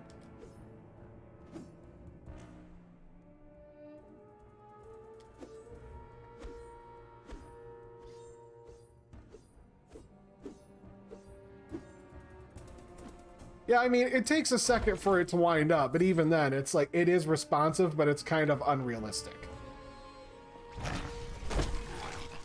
Which, I get it, you know, it's a fantasy game, but it's like, anybody who's using the, well, it's a video game, as an argument is kind of, you're missing the point, you know? Like, this is a world with humanoid creatures, and there should be some rules. You know, you should, if you're in the middle of swinging a sword, you probably shouldn't have the ability to just, you know, immediately fire up your shield and block and be completely impervious to any and all damage whenever you feel like it. There should be some danger.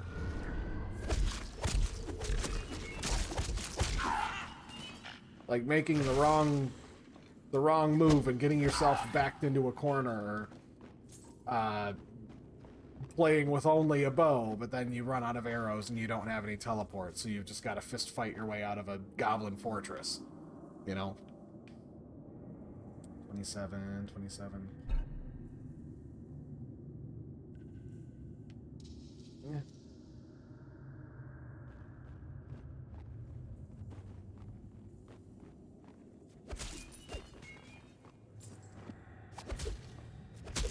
All right.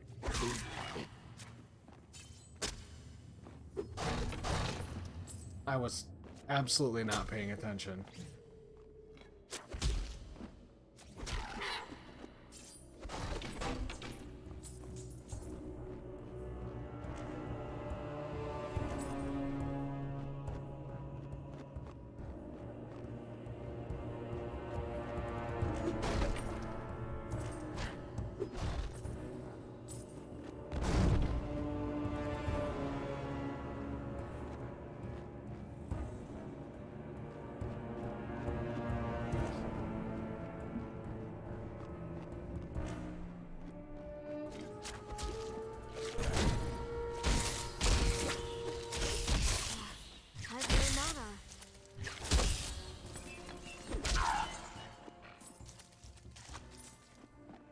You know, I have to be getting close to the end of this act.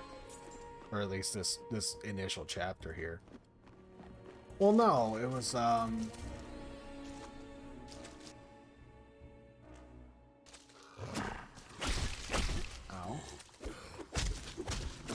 It was like, go and kill the goblins, and you need to get yourself equipped first before they would let you pass through. So then we kill that goblin, and then that's essentially proving that you're equipped enough to be able to handle whatever it is that they've got. So now I've got to make my way through. And kill a goblin general, I guess? Instructions were quite unclear.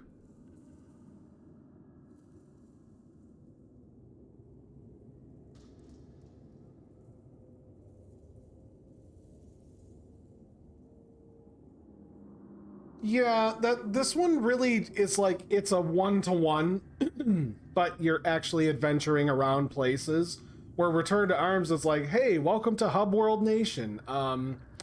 Go here, kill this. All right, come back. Okay, pick your next level. Go here, kill this. Like, it's not like you naturally traveling along the world to find these places, which it's good for the simplicity's sake, but it's bad because it's like the overall theme of it feels kind of wonk. But everybody knows, if you've ever played Baldur's Gate Dark Alliance, everybody knows that painful walk right after the final boss of Act 1 when you're on your way to the shops for Act 2. And you just have to drop loot everywhere. All over the place. Your bags are completely full. You have to know exactly when the perfect point is for you to use a gate scroll, back to Bartley, sell all your stuff, and I mean a completely empty backpack. Because if you don't, you're gonna make it to the next town, probably losing roughly, I don't know, like maybe 20,000 gold worth of stuff. And that's not fun. It's not fun having to leave loot on the ground when the whole point of the game is to kill shit, get loot. So you're like, okay, what's the simplest thing to drop? Arrows, all right? So we're just going to be dumping arrows left and right. And if you have the archer or the ranger, then it essentially is like, well, I'm going to completely gut half of my functionality because I need to make sure I have enough bag space to, you know, get to town. So I like Return to Arms for that in itself, is that it allows you to, there's never a point where your bag is full and there's nothing for you to do with it. There's always a gate scroll, recall potion, whatever it is. There's always a way to warp back to town and sell your stuff. Like, no matter who it is, you've always got a way to do that. which I really respect. Because it is absolutely necessary in a game. That would be kind of like if you're playing Madden and then there was sections of the game where like there was no referees, but there was also no football, but you still had to play the game. Like, oh, you can play football all you want, but even if you make it to the end zone, you cannot score a touchdown at all. That would not be fun. That is the exact opposite of fun. That would be very suck.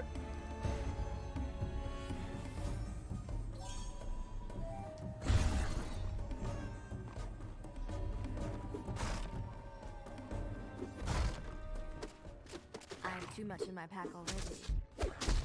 Oof.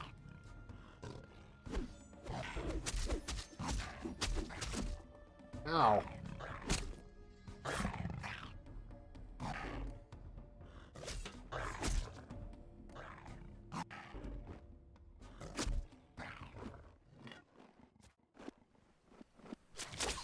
The hell, where did it go?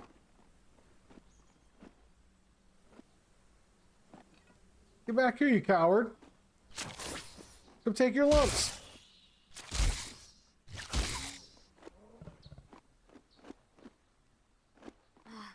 I have no mana.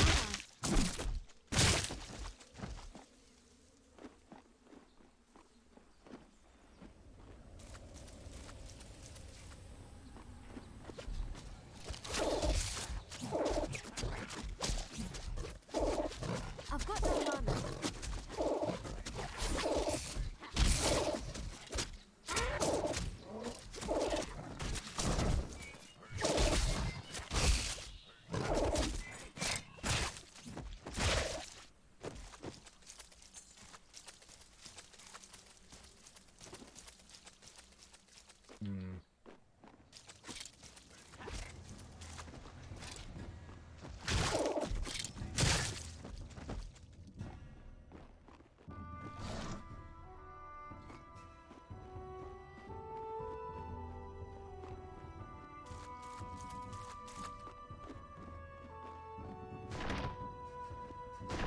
I have too much in my pack already.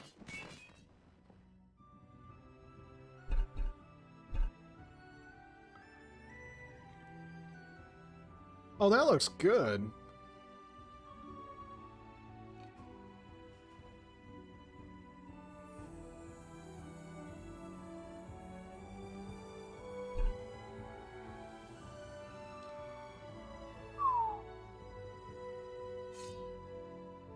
$37 to $55. Hello, sailor.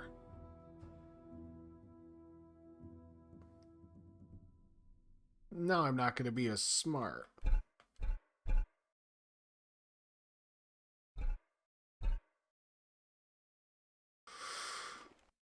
I have too much in my pack already. That's what you say. All right.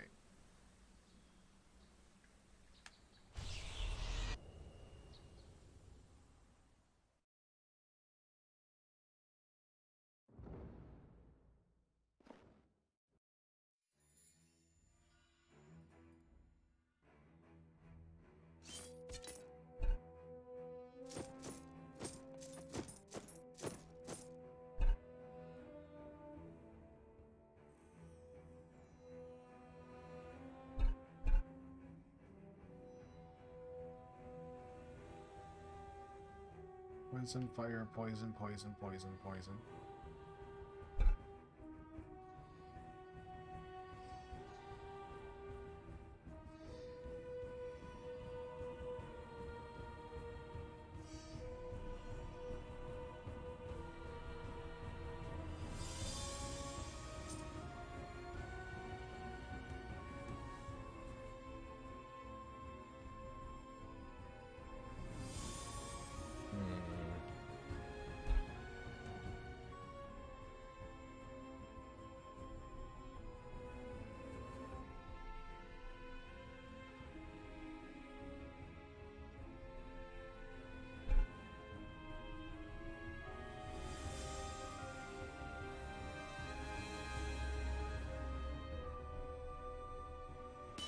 Let's sell that because that's got a dex bonus to it. 70 arrows. I'll buy 2 sets of that.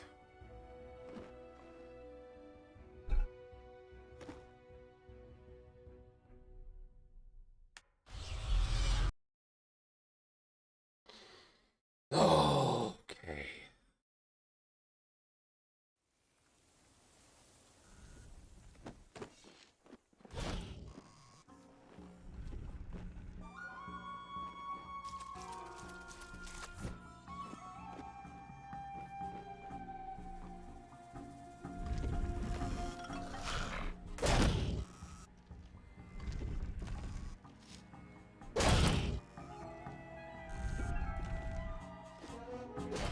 Glad you made it back. With you by our side, I think there's hope for winning this war. The orcs have sealed themselves inside the forest ruins, and our scouts spotted their chief's entourage riding into the camp. This means they will attack soon, with everything they have. We have to get this gate open, and you can help us. There might be a way to open the gate from the orc caves down the river, but until now, no one succeeded in reaching the caves, or at least returned. So is it just getting to the caves, or is it... Ogwyn has gone to try to find a way to open the gate himself. I fear for his chances, but he seems determined to drive back the invaders single-handedly. Follow the river to the orc caves and find the gate mechanism. We must get those gates open now, before the orcs attack.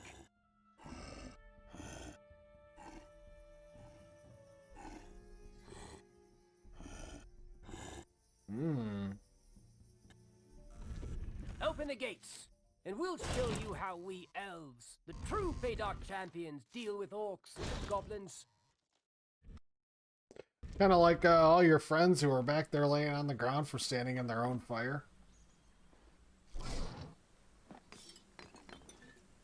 We're not talking about that, though, are we?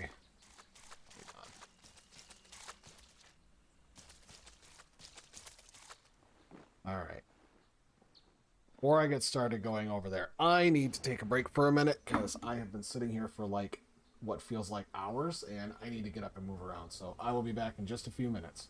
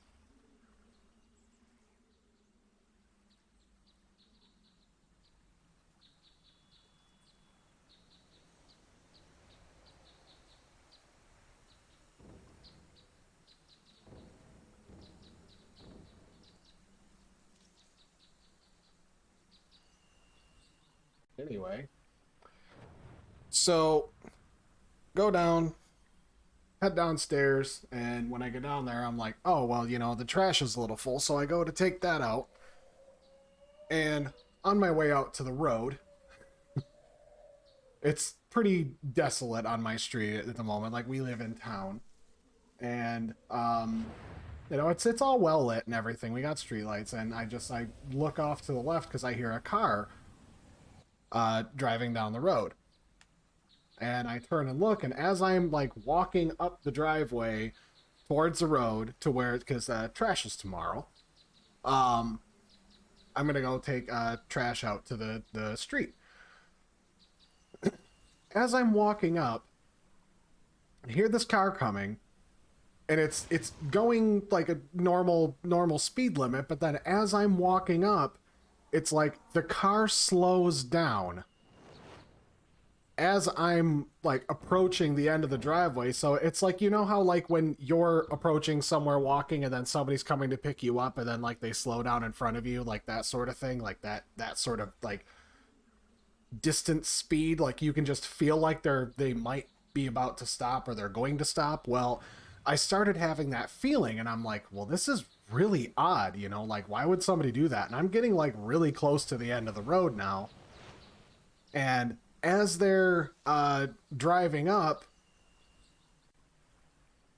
like I thought it was, you know, maybe somebody that I knew, so like I look into the windows and I can see that it's a couple. And the person in the passenger seat is on their phone, and the person driving the vehicle was also on their phone, and they were fucking playing Pokemon Go while driving down the road, barely looking up. And first of all, the question was, who the hell is still unironically playing that consistently? I mean, it's a great game, don't get me wrong, but like, driving and playing at the same time, that is what the passenger of your vehicle is for. You hand them your phone. And I was just sitting there like, oh my god, like I get it. It is fun. I played it myself, but like if you're playing it and you're driving, you really need to reevaluate your decisions, because like anything could happen in the span of 15 seconds. Not even 15, 5 seconds of driving. And I mean, I'm not kidding. Like it is full on dark. It was this close to his face as I look and I see on the wheel, because literally like they drive by and our like the curb and our driveway is just a little bit higher than the road, you know, as you do. And like I can see the Pokemon Go background for a split second. I was that fucking close to this, like not even 10 feet away, as they drive by slowly. And then I just watch as they go by, and they're like swerving down the road. I'm just like, dude, you could have hurt somebody for a fucking Pikachu, you know, like for whatever. And it's people just astound me. Like, I get it. It's late at night. There's nobody walking up and down the road, really, you know, there's no businesses that are open right now, but still, like, there's no reason for that. My God.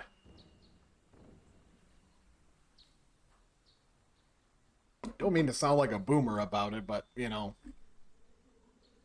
I've been in a car accident, and I'll tell you, if you've never been in one, count your blessings, be safe on the road. But like,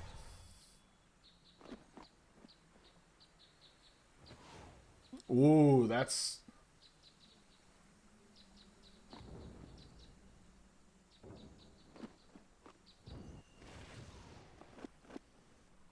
is really weird.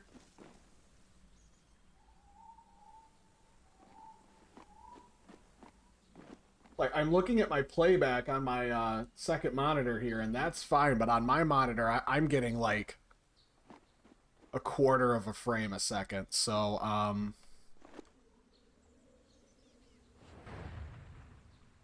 like, the frames have dropped, so...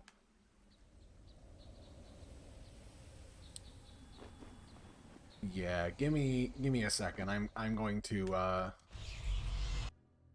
gonna head back to town and re-up this.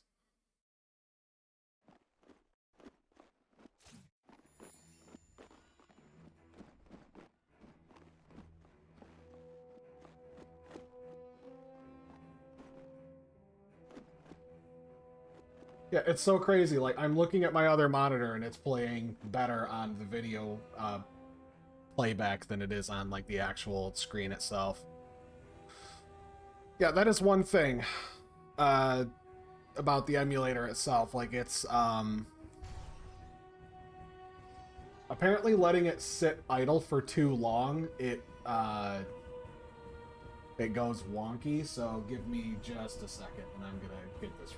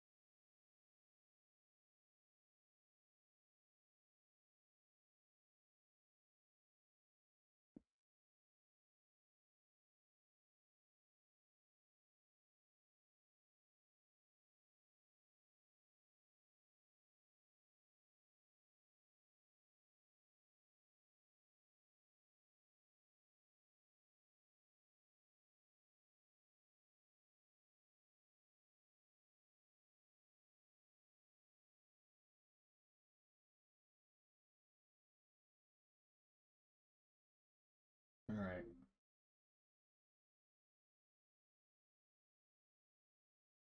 Well, now it's grabbing the wrong thing.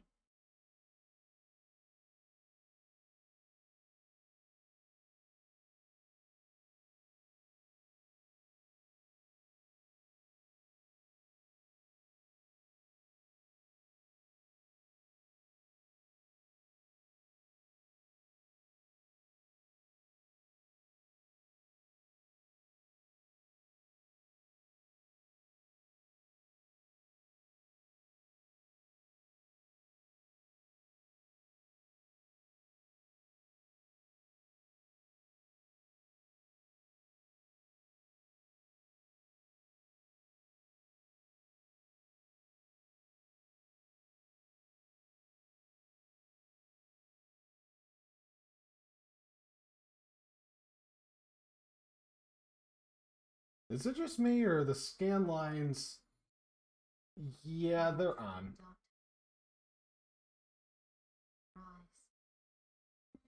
So weird. Why is it doing that?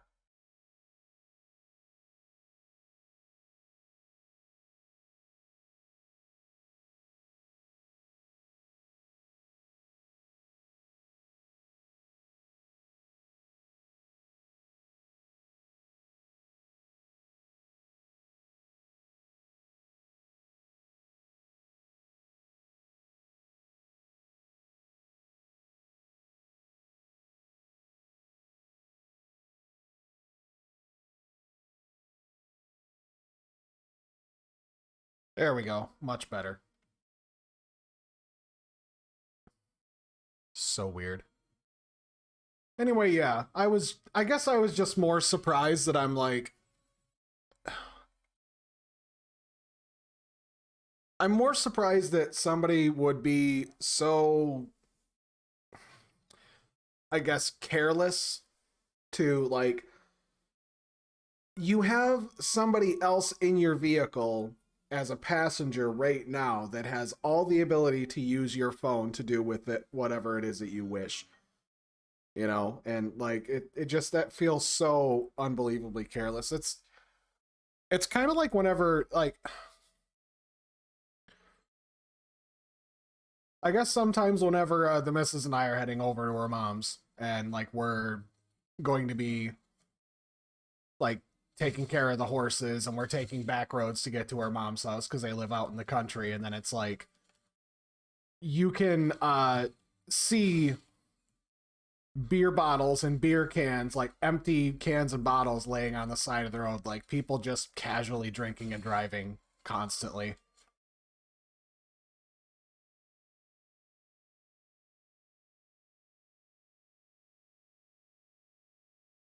And it's so frustrating that it's like anybody would be so,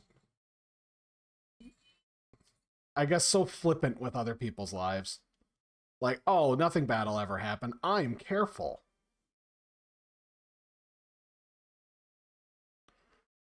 Like anybody could have been walking down the road. Like, and even still, like if there was a pedestrian, like if I happened to have like needed to cross the road, or like I was putting the trash out to the road and I tripped and fell in the street, neither one of them would have saw me.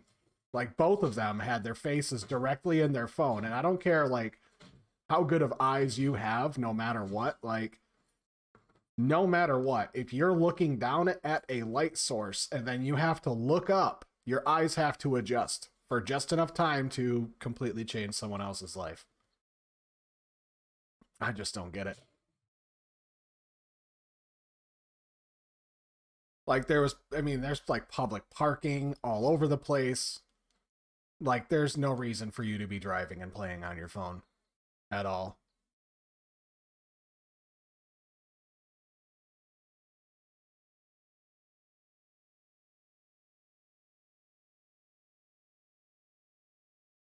Like people can be better. I hope that. I hope, you know, I hope nothing bad happens to anybody because of that, because that would be terrible.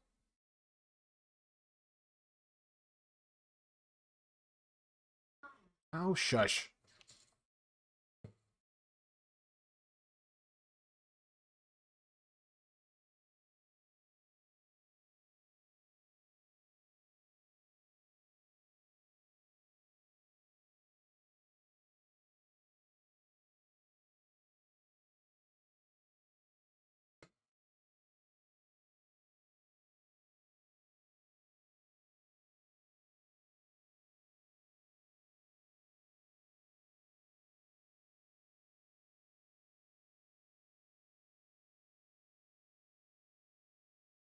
Tell you what, man, this ice arrow is clutch.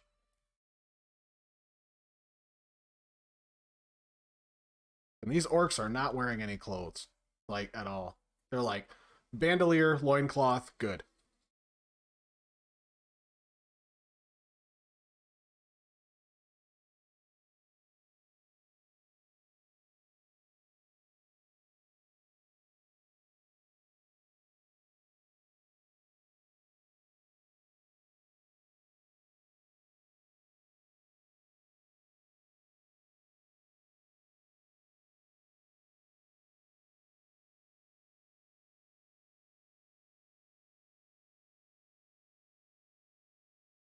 Ooh, ouch.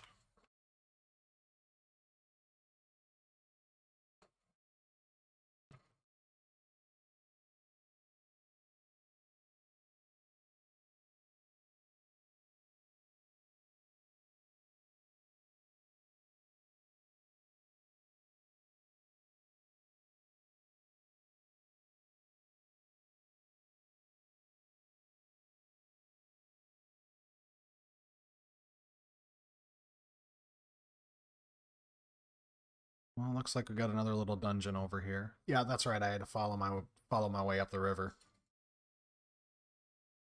Go after our elf friend that decided he was going to take all this on by himself.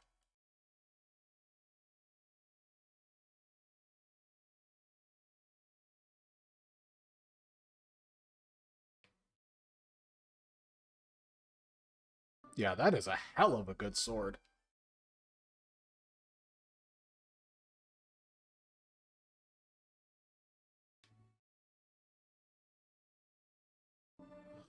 That was... That was a nice shield. 8 dexterity bonus? Fucking hell yeah. 10 health, 8 dex? Bruh. That's some good stuff.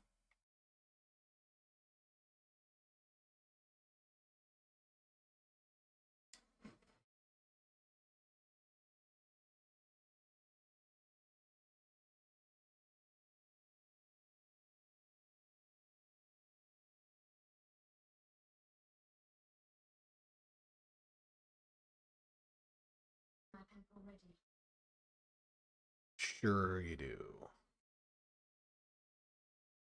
Well, it does say forged steel, so I'm sure it's heavy.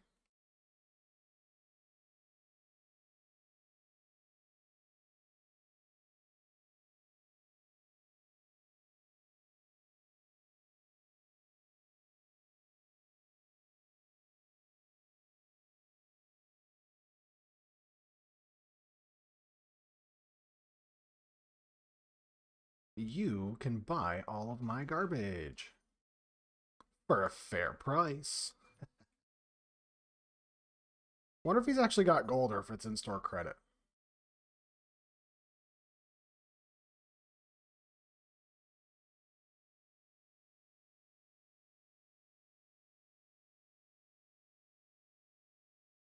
$41, $60, $81.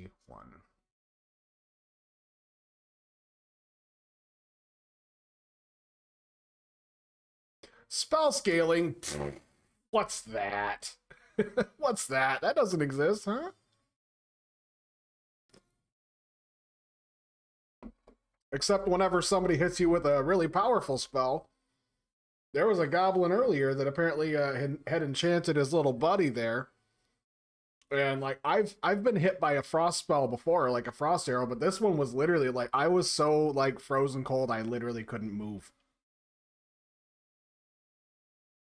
These dudes were like critting me in half. Tarnished padded armor. 32, 33. Oh, that's some good stuff.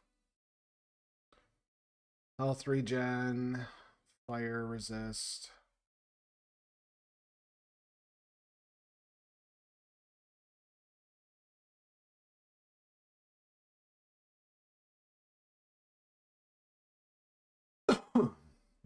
Sorry. I think I'm good on all of that. Let's see what my armor looks like. 28, 25, 27, 26.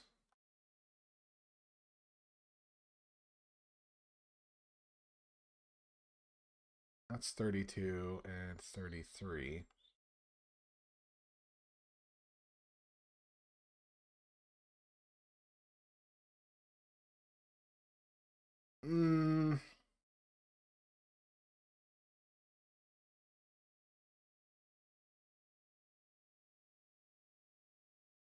I'll hold off.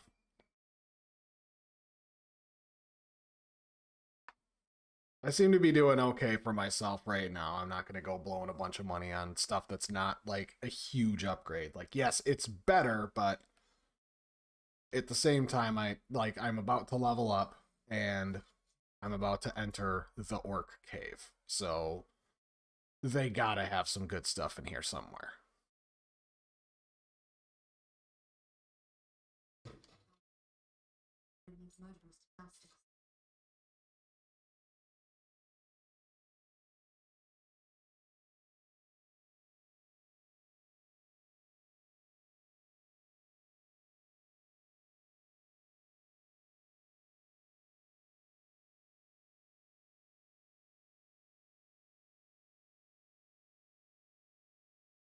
Sweet.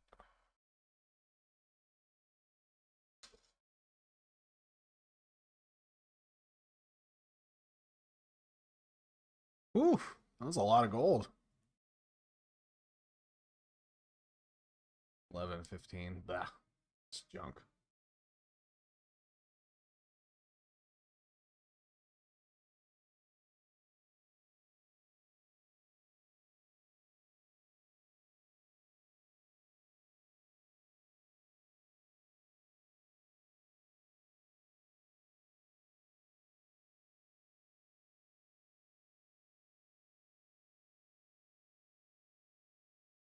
know if I was thinking, I probably could have froze him next to that.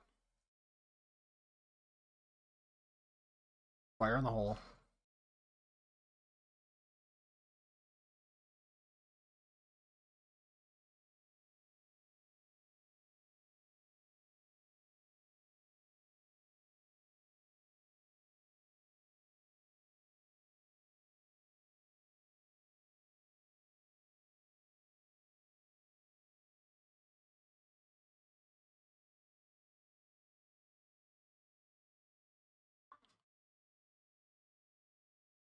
Oof.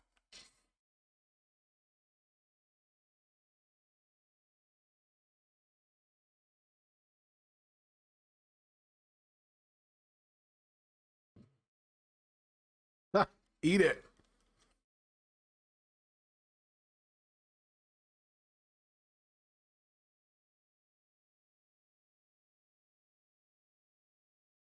Uh, 2 points, 2 points. I got a couple more levels.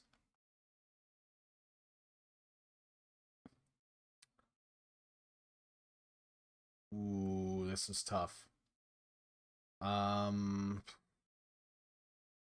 Think I think I'll just go 1 multi-fire and 1 cold arrow.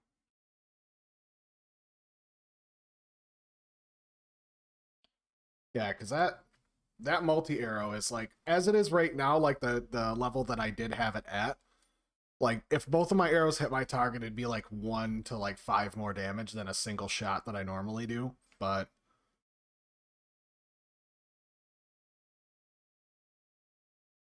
I think it should scale a little bit better now. Let's hope anyway.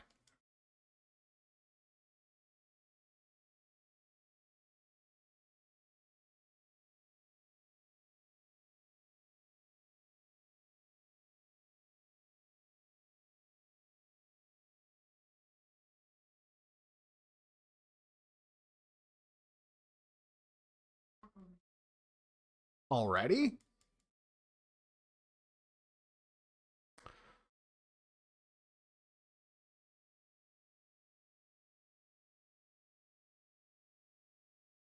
Oh, it's because I'm drinking the big mana. Oh wow, I've got some stuff. Oh, that is really good for a mage.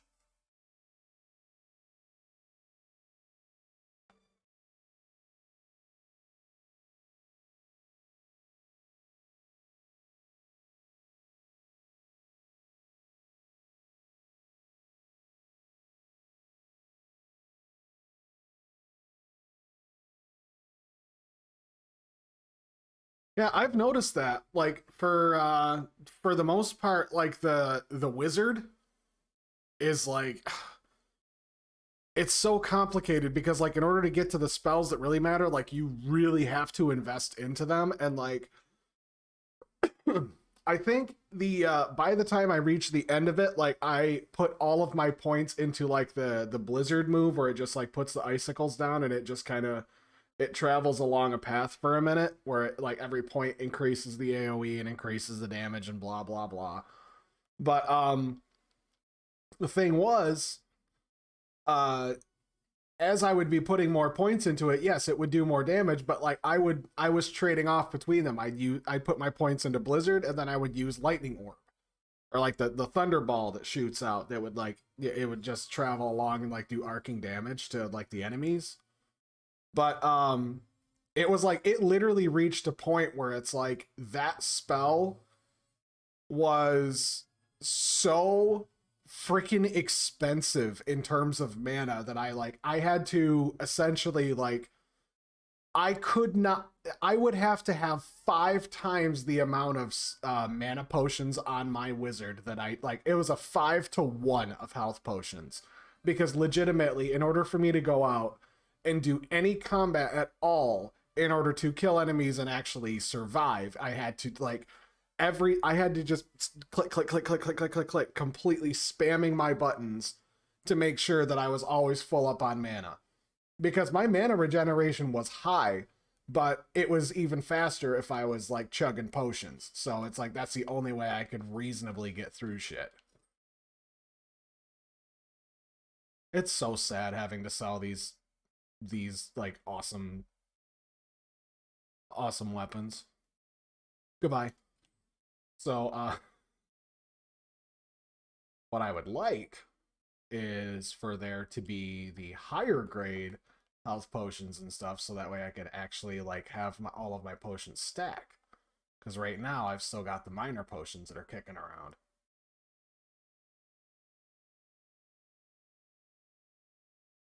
Yeah, which I I just genuinely thought that like the wizards would be really good.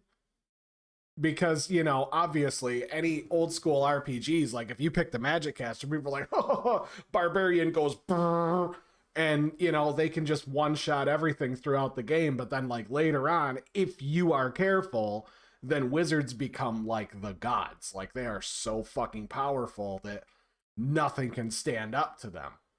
But in this game and the next one, that is not the case. Like, you become very powerful, but everything will still fucking stomp you.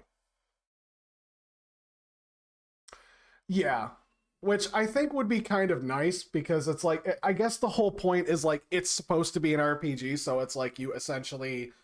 Not everybody can be Zenitsu, you know, like you only learn lightning first form and then you can just like clap everyone because he got really good at that one spell. It's, you know, there has to be some sort of trade-off. Because otherwise, a barbarian could pick any normal dagger up and then just be able to kill everybody because he's really good at stabbing now, I guess. So it's a bit of a trade-off either way. But there is so much variety in terms of like the different weapon types in this game, and I love it. Like, even still, these two swords are identical. They're exactly the same sword, but it's different. Like, this is like a broadsword, and this is a falchion scimitar. It says reinforced short sword, but I'm trying to remember what the name of it is. Oh well. At any rate, anything good down here? 29. That's 28. I'm not spending my money on that. I probably should have spent money on a gate scroll. Do I have any? Okay, I still have one. Good. What?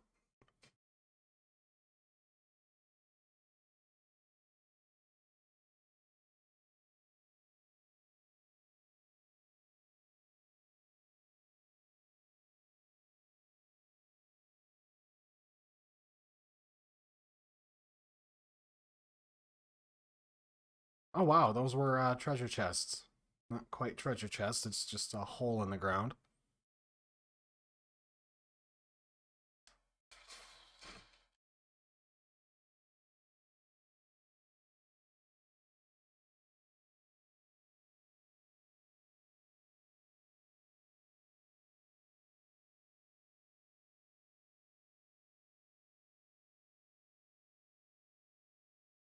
Yeah, I'll be honest, between putting on this freaking shield that gave me extra dex and then leveling up as well, like, I think I've got like 80 dex right now.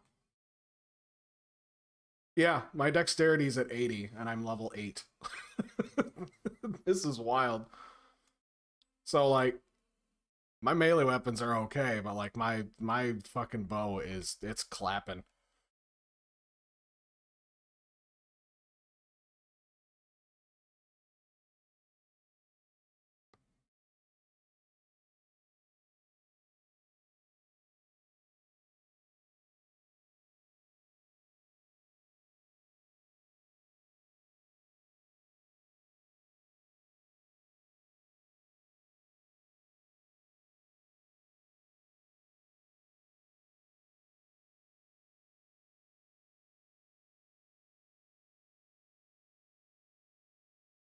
I do a decent amount of damage, but I have got no survivability beyond that.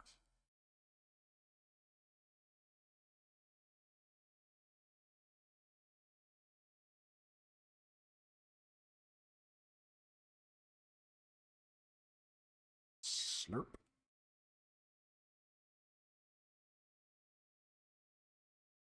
Potions. That was blue, whatever it was.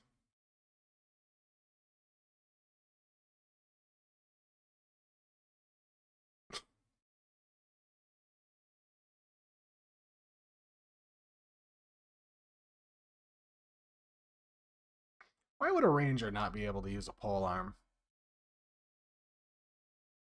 That I don't understand. I mean, it's literally the whole thing is to keep them away from you, so you think a ranger would be good with a spear. I guess.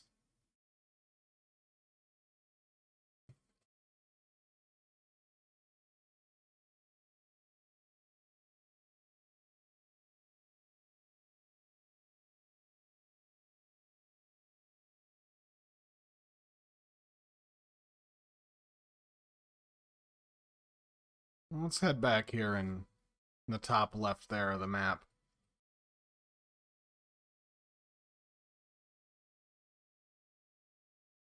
So I didn't realize this was going to be a long stretch. This looked like a nice path. Ow.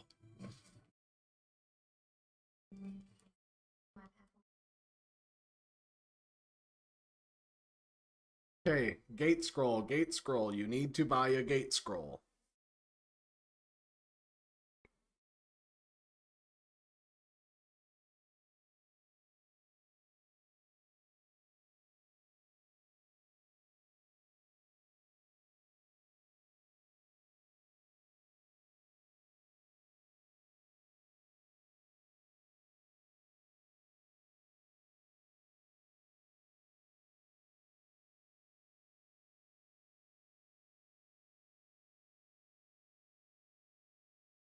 Four of those, 7 of those. Okay, I still need earrings. How many arrows do I got? 73. Let's stock up on those too. 80, 90, 1 blah.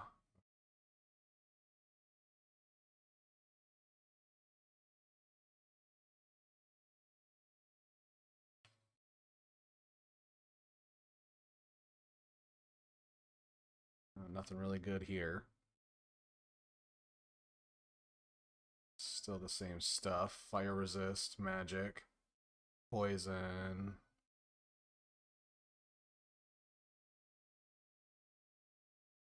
Take 3 of those.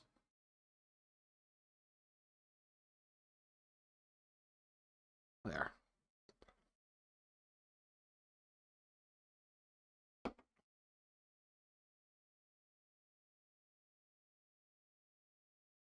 There we go. And sure, there's a gate scroll in the fucking barrel. Yeah. I hate getting tricked by chests.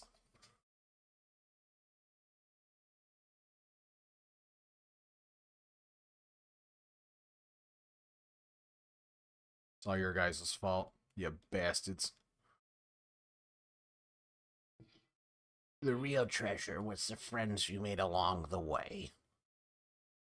While selling your friends for loot is illegal in most places of the world.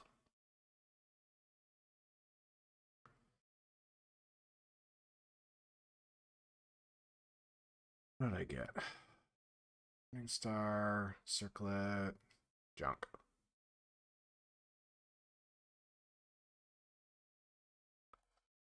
Alright, so both places.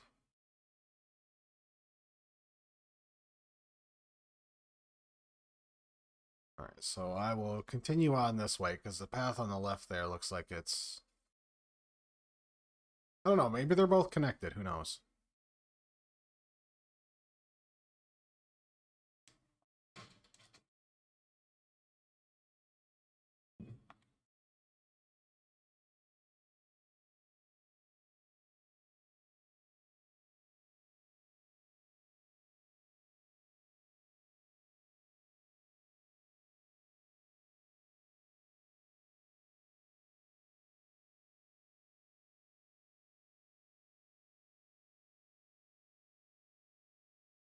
Ooh, you thought.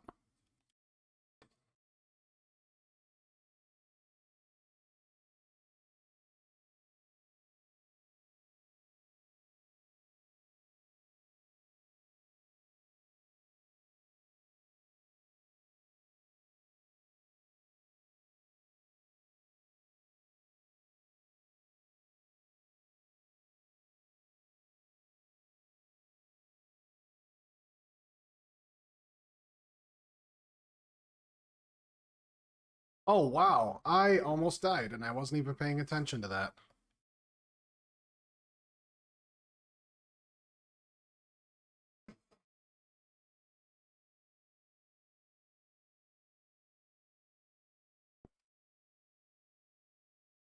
Wrong button.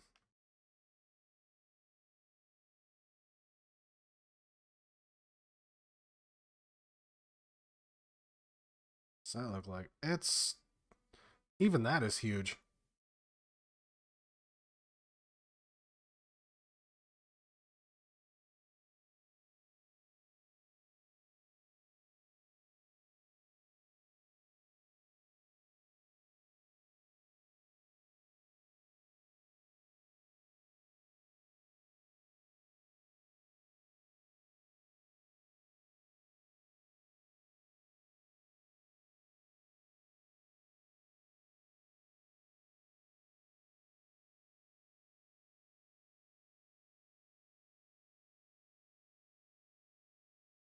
Yeah, it seems like the like the melee weapons and armor, like they've got a flat value associated with them, so it scales better, but like the spells for the most part don't really scale because that's augmented by your intelligence.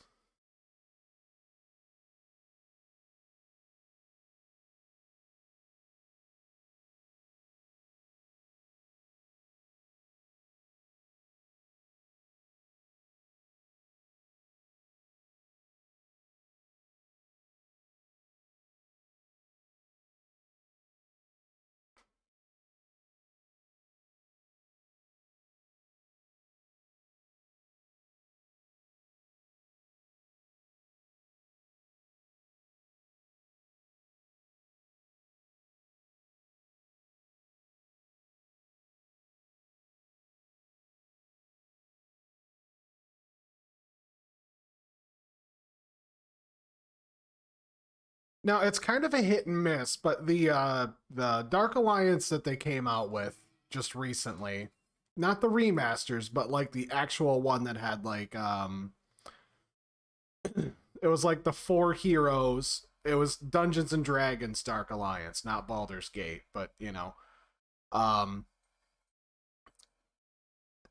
what they did with that game was a level per level. Um they would let you go through and you could loot chests throughout the game, but you couldn't see what the loot was, only that it was like you picked up a helmet that was green, you picked up a shield that was, or a weapon that was purple, and like you could see what quality of the item it was, but you couldn't actually do anything with the loot until you beat the level. And if you failed the level, then you lost the loot. Which, like, in a way, I kind of understood because it allows you to stay in the action rather than, like, having to pause every couple seconds and, you know, where's my loot? What did I get?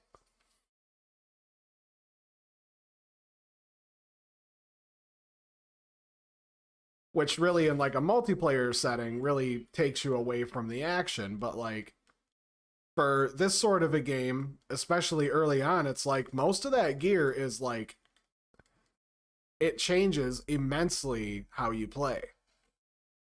And I don't know, I'm just it's if I could change something about this game, I would probably say that like the carry weight itself, I like carry weight. You know, there has to be a limit. There has to be like eventually you need to head back to town. But like I feel like that falls in line with like your potion and your ammo supply because you really can only adventure and travel as long as you have your potions. As long as you have supplies and ammunition, you can keep going. However, the other thing being like if you have carry weight, that's another thing you have to balance. I think I would probably like carry weight needs to remain the same. However, I think lowering, if not uh having like cutting in half worn equipment's value. You know, because if you're walking around with it, I think it's probably easier for you to carry, you know, the clothes on your back. If you're like if you're wearing them, you don't really notice. And like spending more time playing the game, enjoying it, as opposed to like my inventory's full, back to town, back to here, back to town, back to here, back to town.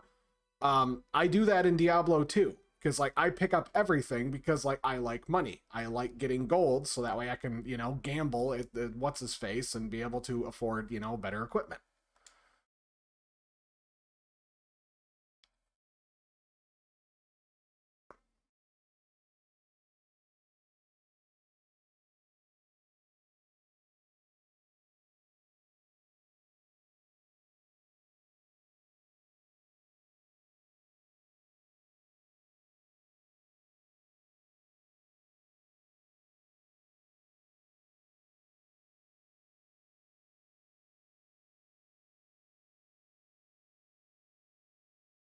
Oh, okay. Well, I will help you out shortly, bud.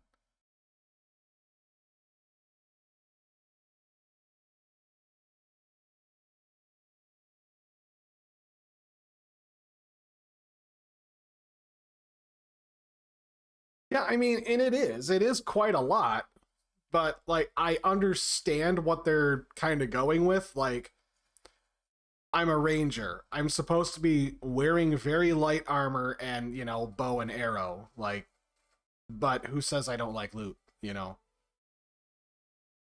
You shouldn't be wearing a shield as a ranger. You should be using a bow and maybe, you know, dual daggers, dual swords, that sort of thing. Oh, fuck.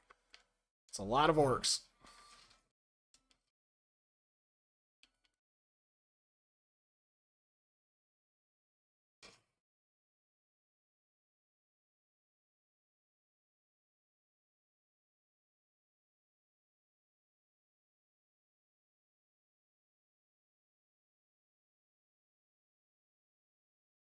Right, so therein lies the problem, you see, because it's like the problem itself exists and is only an issue when you're at lower levels. So it's not necessarily something as a gameplay feature that's like you have to watch out for, essentially like Dark Souls and stamina, you know? Because if you're playing like Dark Souls, Bloodborne, Elden Ring, you don't have a lot of stamina, but you're not very good at the game either. So, you know, essentially you just kind of flail around and flop all over the place, panic rolling, and, you know, it's not really, and smaller bags in WoW. That's also true. But like, it's kind of strange how it's like, it is a problem, but then like, as you level up, it's no longer a problem. Which is like, it has nothing to do with you getting better at the game. It's just like, I played this and leveled up enough times to where like I can have more points. So I put points into it to remove the problem. Whereas I guess in my perspective of it, because like, I went to school, I have my bachelor's in game design. It sucked. It was a long trip. Don't ever waste your money to do that. You can learn everything you want about game design on YouTube. But what I did learn is usually whenever there is a feature in a game that is really just, it just kind of makes you sit there and go, huh. It's because whoever was developing it, there was a hole. There was a hole in this and they had to fluff it with something. And when I'm looking at this as, you know, if I open up here and I go to my skills, for example, endurance, it just lets you carry 15 more pounds. Why is it that this is specifically a skill, and in order to use endurance, you have to talent into it? And then if you want to use any spells down in dual wielding or entangling, I have to have a point in endurance to let me carry 15 more pounds. That itself as a skill, endurance, is a perfectly fine measure.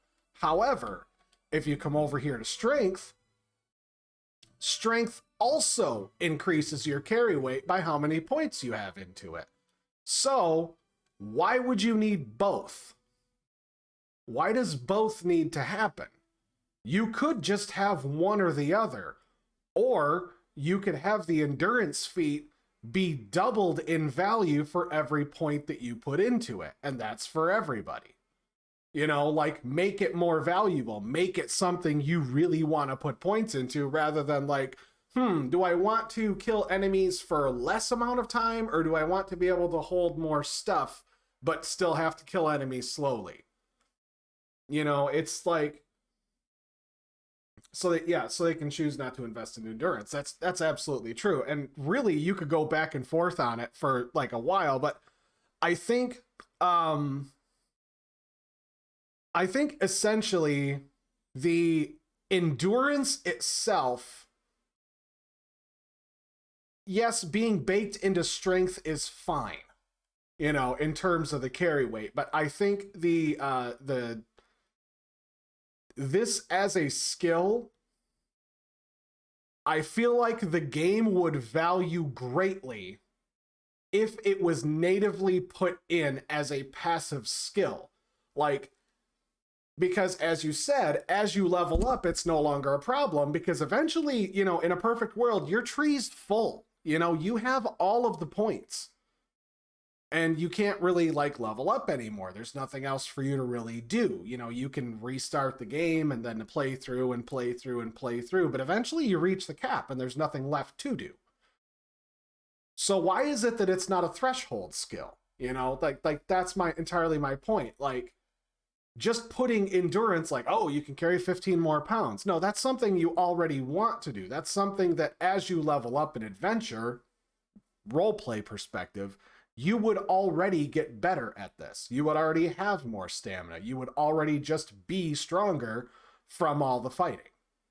So like it feels like a zero sum that they just went, we just need to put something in here to, you know, like you get to do some extra stuff.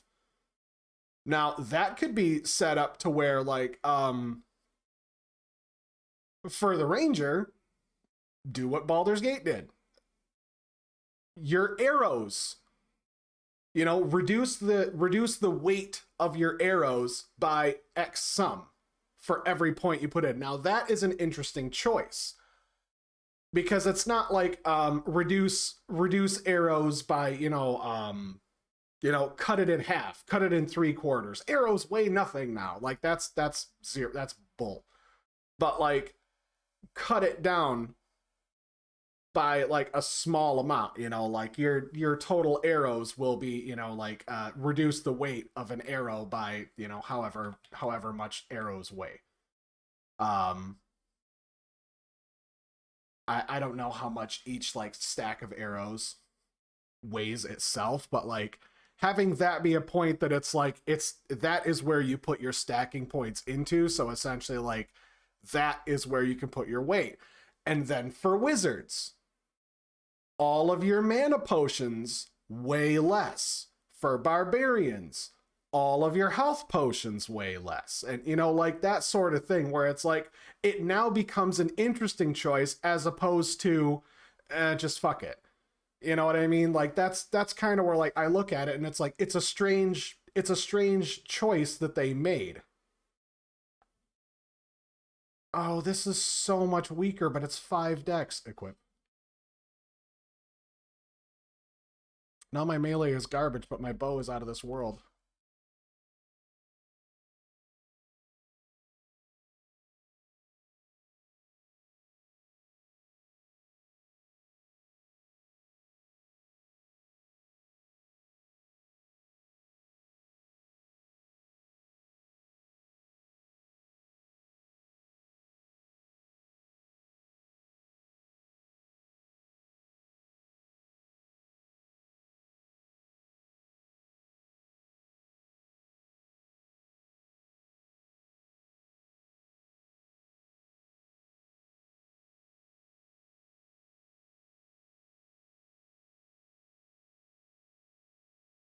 Like, I guess in the way that I look at it, in an RPG, there should never be a skill point that you say, I guess.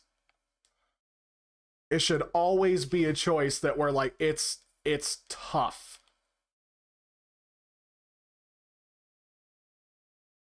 It should always be a, like, this is a difficult choice for me to make. And I think more than anything, like, when I look at those sorts of skill points, it's like, it could be better. And essentially, like, once you reach that point, it's like, if it was like, you carry 15 more pounds, okay, you know, funny enough, it is 3.8 pounds. Now, you could carry that in arrows, or if your arrows as a total get lowered, you know, that could also work. Or your potions could be less. That could also work. But the 15 pounds total is like, now you can just carry more stuff. But that is something everybody uses. Everybody can use that. But you can also just buy a gate scroll and just warp. And it's no longer an issue. Exactly. That's my whole point. Like, I don't know, like, that's where the interesting choices are coming in. I mean, I don't mean to sound like fucking Ian Hazacostas here or anything, but it's like, when I think about an RPG, it's like, there should be a choice. You want to tailor your character to be exactly how you play, and there should be some fun things associated with it. I get this is a video game, and it's supposed to be just a good old-fashioned arcade, you know, swing your sword, get loot. But, like, that is where the craziness comes into it, because it's like, it's something as simple as a single skill tree point of endurance. I can understand the logic of, okay, well, you put a point in endurance, so it's like, I'm stronger now, so now I know how to hit somebody and make them slower. You what? And then 15 or 20 levels past that, I know how to what is that fucking skill? 1 point in endurance. Oh, I can carry 15 more pounds. The next logical step, surely, is now you can snare an enemy. All right. And then after that, it's, oh, you can dual wield now.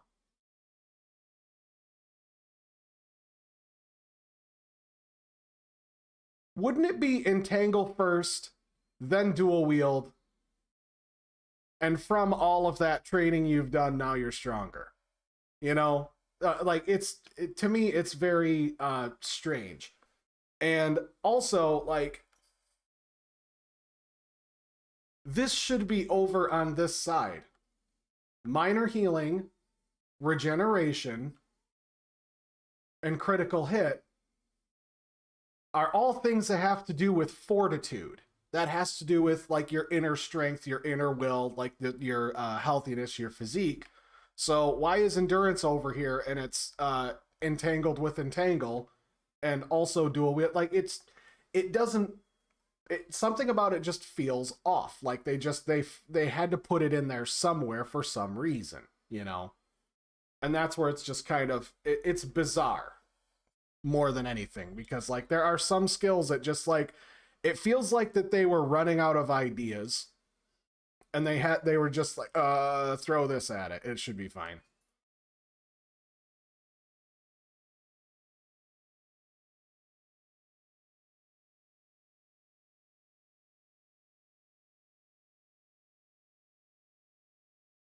You got the spell tree on the left, the middle archer tree, and on the right, miscellaneous.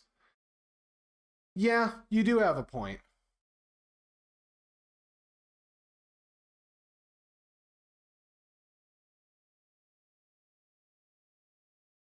Oh shit, those boots were better. Well, I mean, I totally get it. You know, it's like, I talked myself into my own solution, but at the same time, I'm not over it. I'm still thinking it's really stupid, because it could be better, and I get it, you know, it's an old fucking game, like whatever, but it's like, bro, like if this is EverQuest property, this is EverQuest shit, all right? They did not have morons working at that company developing the game. They did that with this IP, with this lore, with all the backstory, and they have predetermined characters and classes. Like, they have everything. They've got the fucking book on the shit right there. And that's just where it kind of baffles me, because it's like, why would you do something so lazy? Why not, as a ranger, give you a couple stats that let you, I don't know, have a falcon that follows you around and automatically picks up loot for you? Or, as you level up your falcon, it carries your fucking arrows for you. So when you hit L1, it's like, boom, that's equipped to your falcon. It just follows you around, and it's an extra thing that just, you know, or it doubles your, or it itself is, but that's, there's so many ways you can do it. But like, that is what I'm talking about. Like, that sort of interesting choice. If we're talking about theme and fantasy, why the fuck would a ranger need to go and get swole so that way it can carry more shit? It doesn't. A ranger necessarily wouldn't do that. Not unless it's Walker Texas Ranger, in which case he's doing Kung Fu. He don't need a bow. He's got a bow flex. He is the bow flex. So, like, there's so much wrong here in so many different areas. I hate getting rid of that because it's Dex, but I don't... It's not that... I want the strong weapon.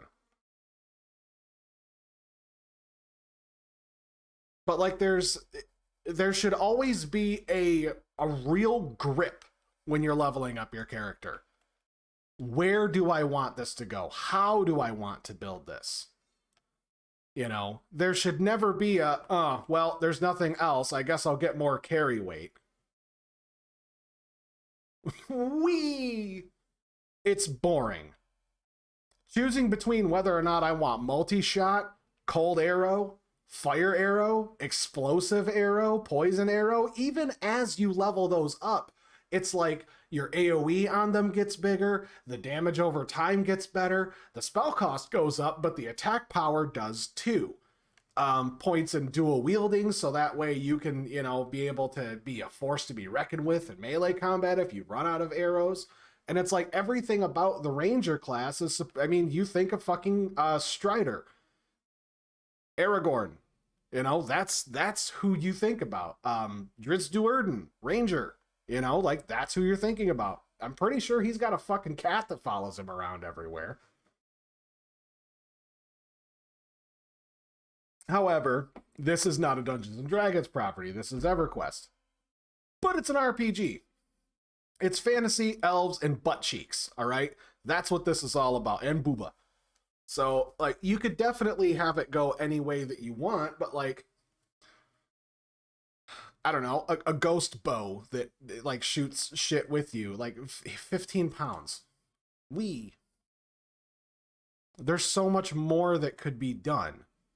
And, like, I know that Return to Arms does a much better job with their skill tree, but it's still got some sloppy shit in there, too. Let's not mince words here. Like, it's got some sloppy crap in there as well. That's just kind of like, that's an odd choice.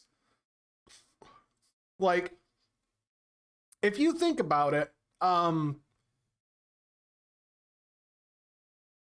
in order for you to dual wield, you should have to have your mastery, essentially, of your blunt and or slashing weapons raised up to a specific level before, like, you have to put 5 points into that before you can move down.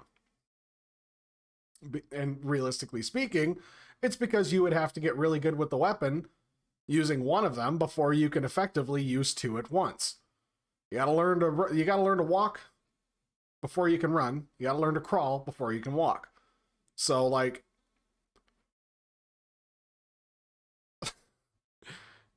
it sounds so silly and stupid, but I'm like, why? why is it that the order of operations in this particular skill tree, and it's so annoying to me. It's very annoying because like now that I'm sitting here like picking it apart, I'm like, this thing is messed up. Because if you're going around,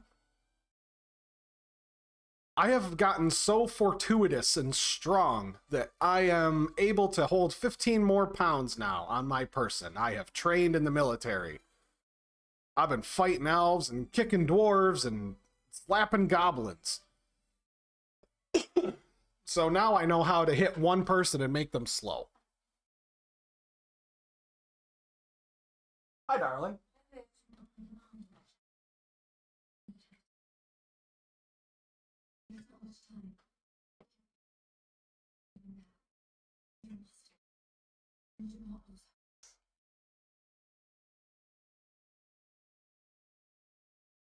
And my boobies will be sad.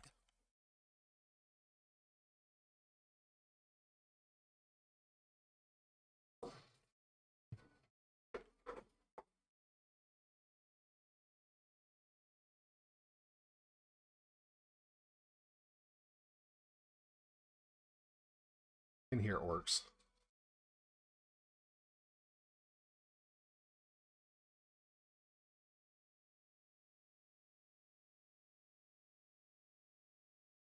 Bye-bye.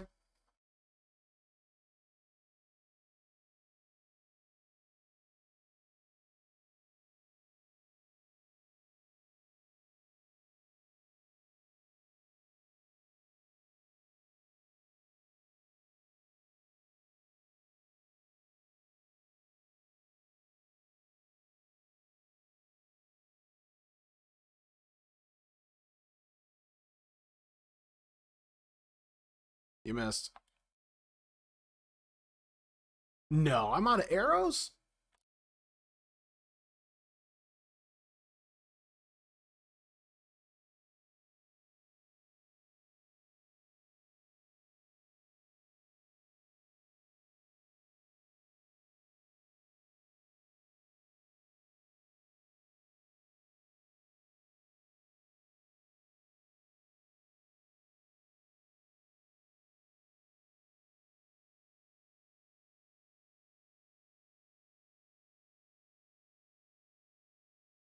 Oof.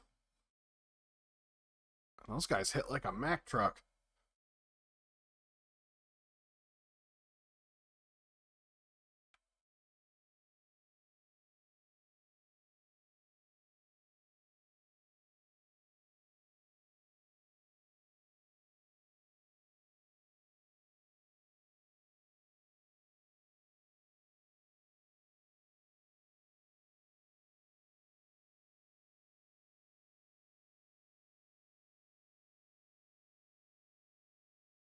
Warn Gladius of the ballet recital. 5% destroy undead. Wow, what a haul. So 10 arrows is 1.9 pounds, so 3 point... No. Bad math. 3.2?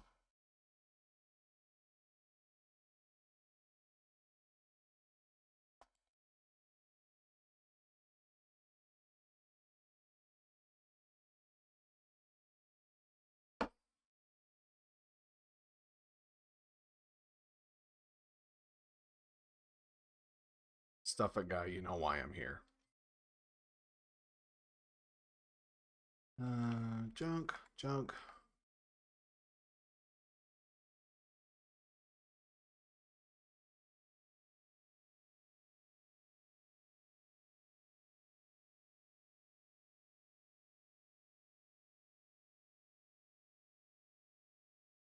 Yeah, 3.8. So, like...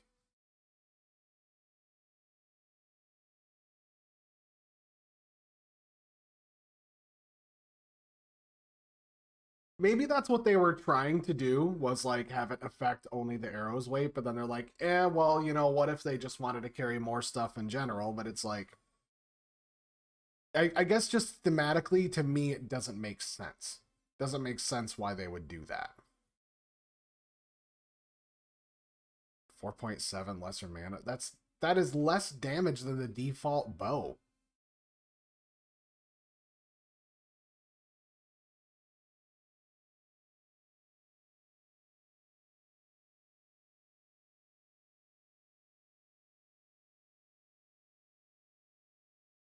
Uh, 5 mana for boots.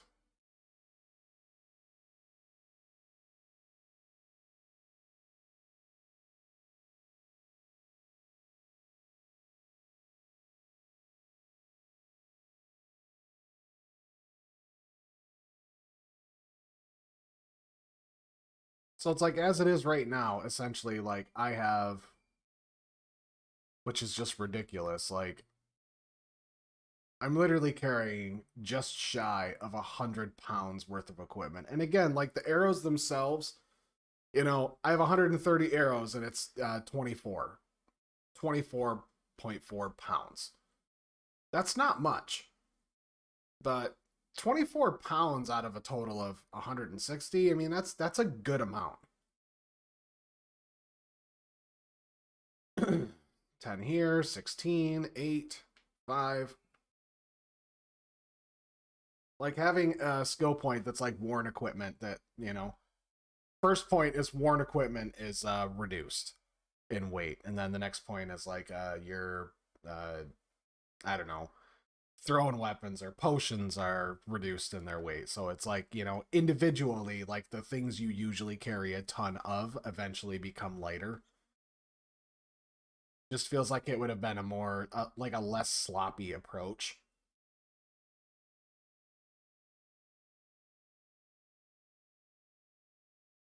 Those are 19. What are my boots? Yeah, I'm still totally fine on gear.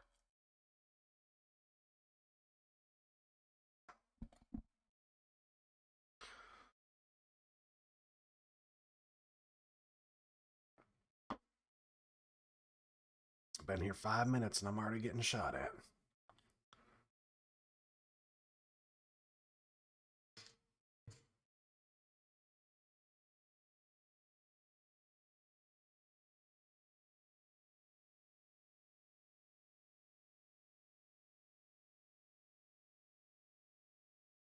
Ooh. That's chugging.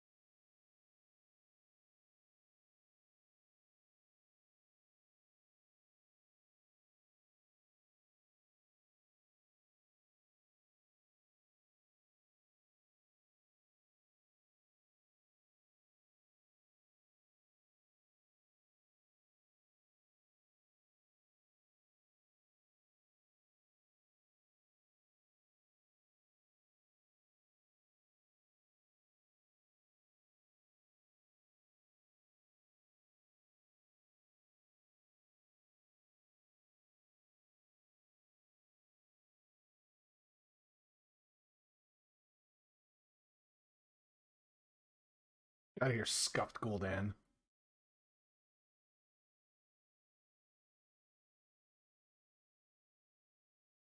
It's in the tent. Work stuff.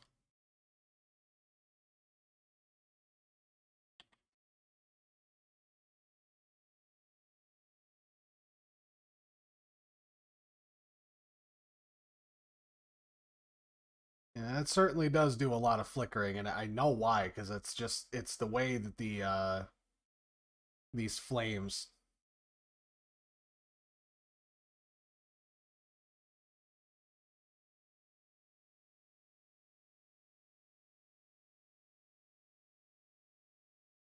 Because it really is like a lot of rendering going on at once.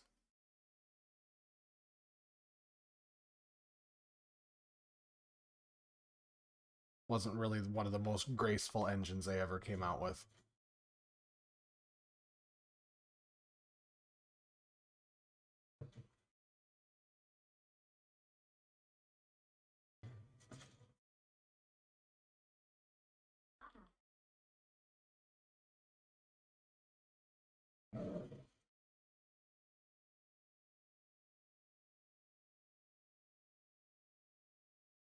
Sure, two shaman that just keep resurrecting each other.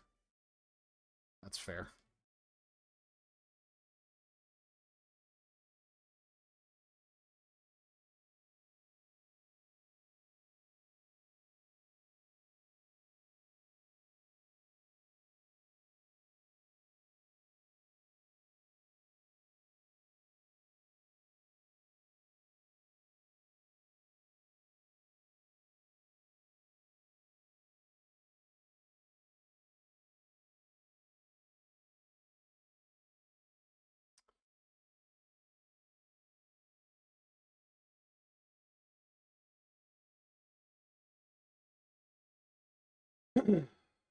Let's hit the save point first.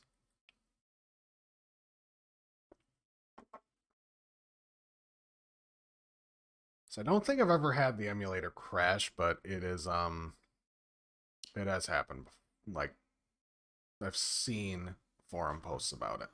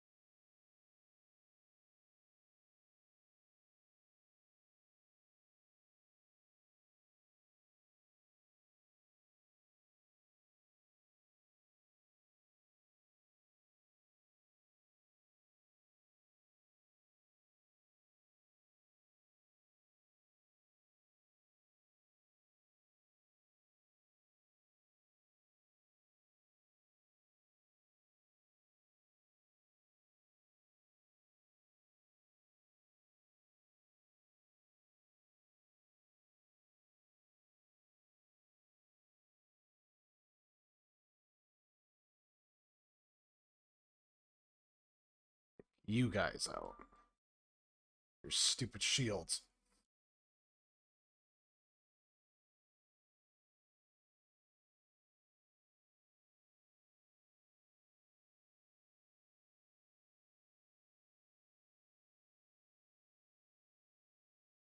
What did that elf dude want? He wanted me to get him a mushroom or something?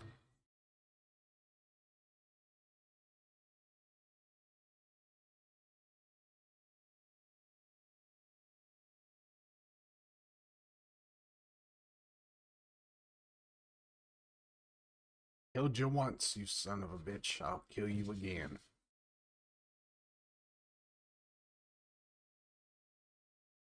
Not even worth my time. No loot even.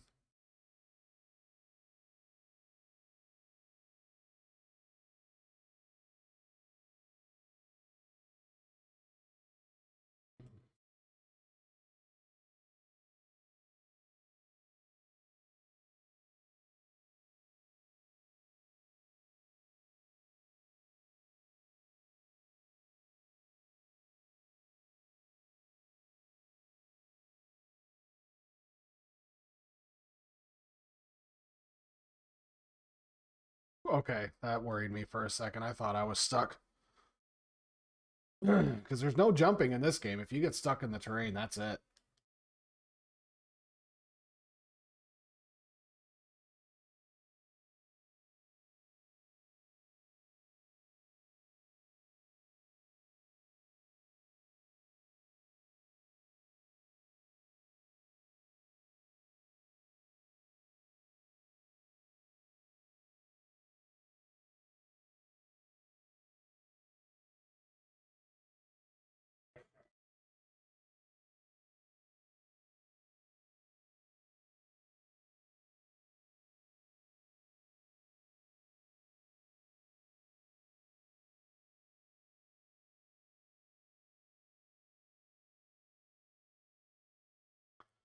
That's what I thought I saw. Freaking box elder bug. Just look down and it's just crawling around like, hey man, how's the stream going? I'm like, oh, okay, good. Boing. Hate those things. Every time it's warm outside, they swarm like a son of a bitch.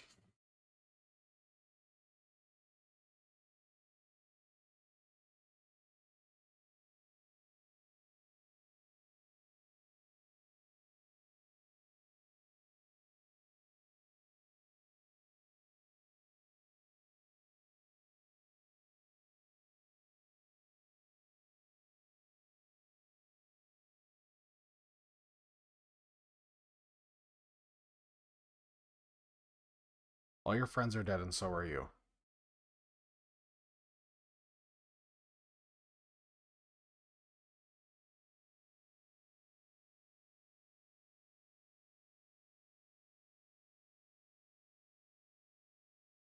Ooh. 32, yes please. 37, oh, that's 2 decks though. 26 and 20. It's a really good helmet, but I'm gonna have to pass. It's not that good. Fitness. Fire resistance. 4 and 2. Alright, well there's no elven bamboozle over here, so I think we're gonna have to go and check down a little farther.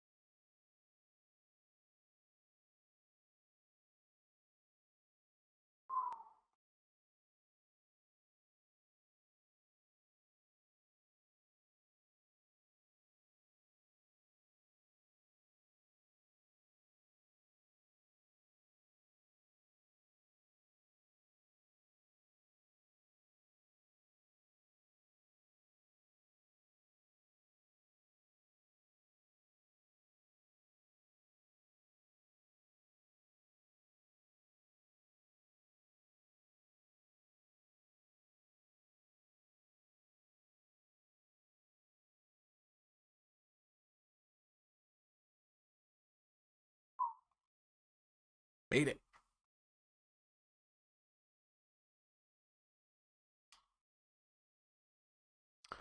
What can I get you? A doctor!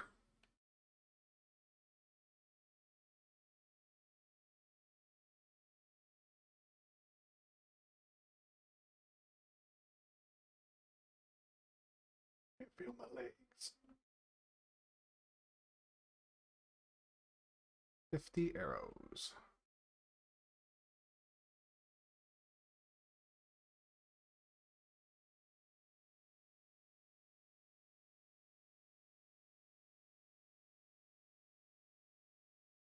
$22.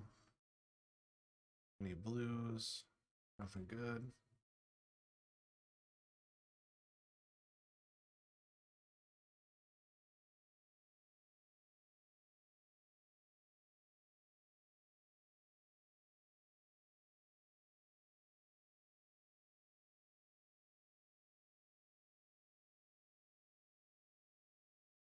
Right on.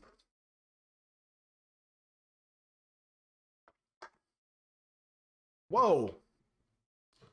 That was almost way too dangerous.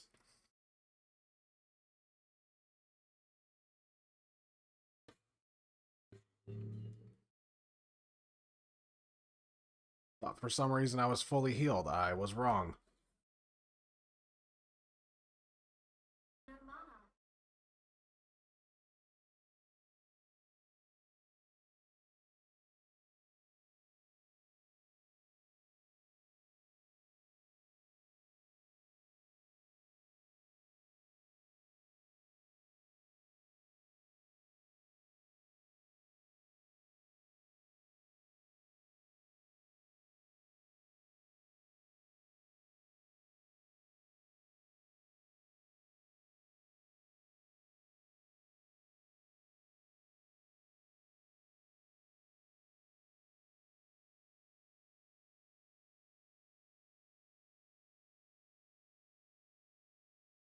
Oh, that's why. Because depending on which side of this map you're on, if you watch, if I walk over here,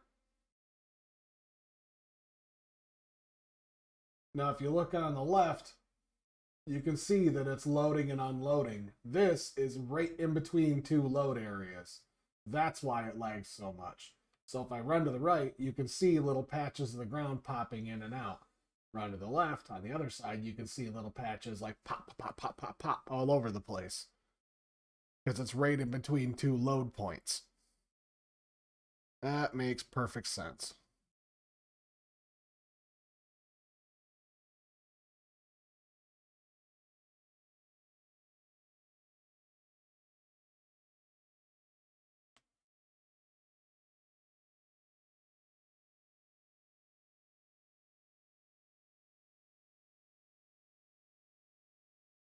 And what they didn't need was to add so many little fun light sources throughout this area. And two save points right next to each other.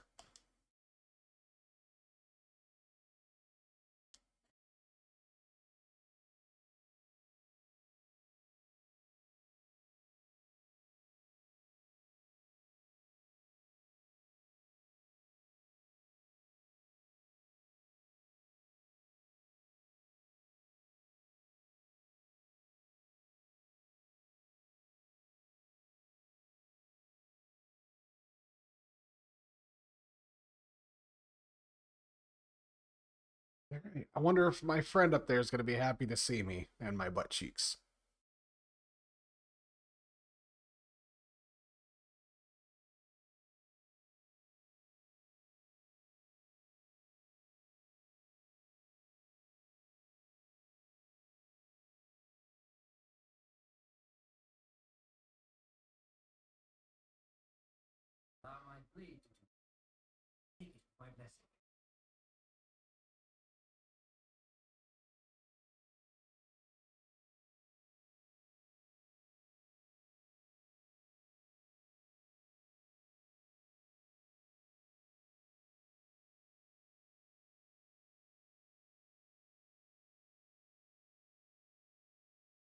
A gift? Oh, very nice. Not as strong as the one I got.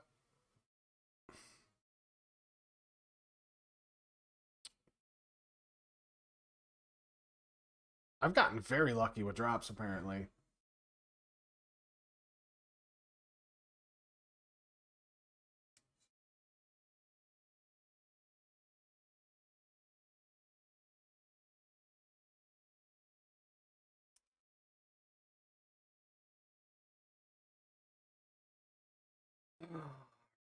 So now I've got to run all the way back.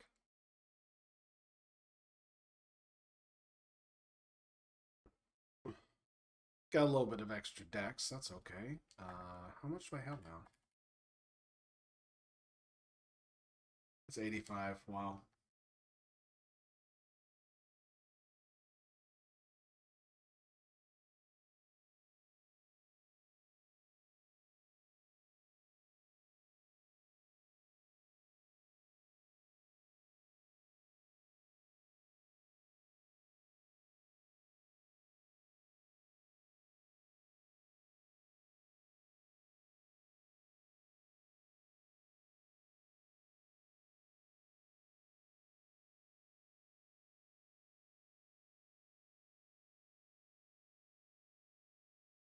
Ow.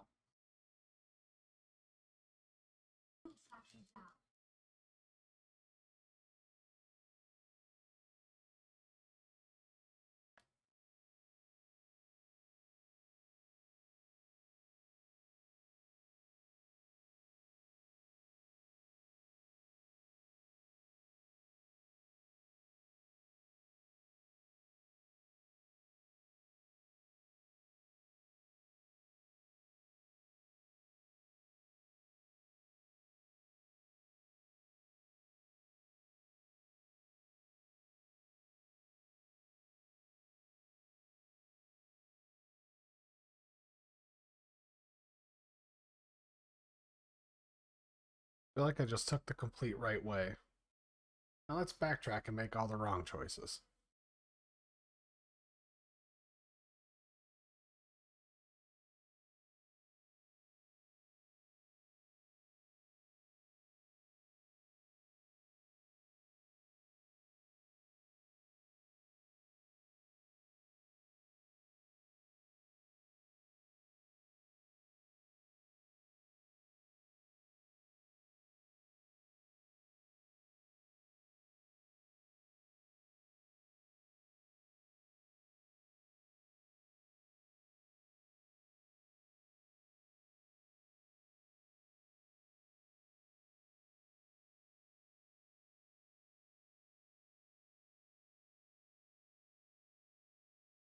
Hmm.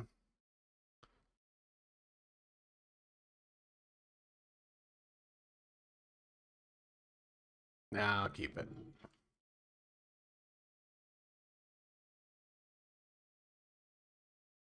What was that? The Choker of Senpai? Choker of Warding. That's exactly what I got.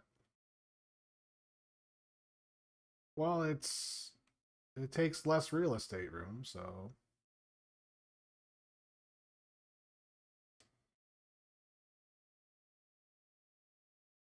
it works for me.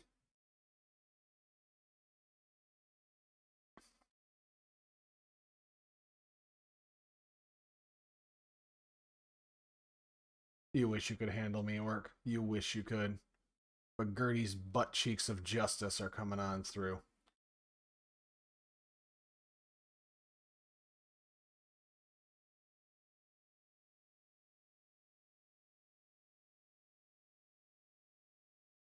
Well, that was lackluster.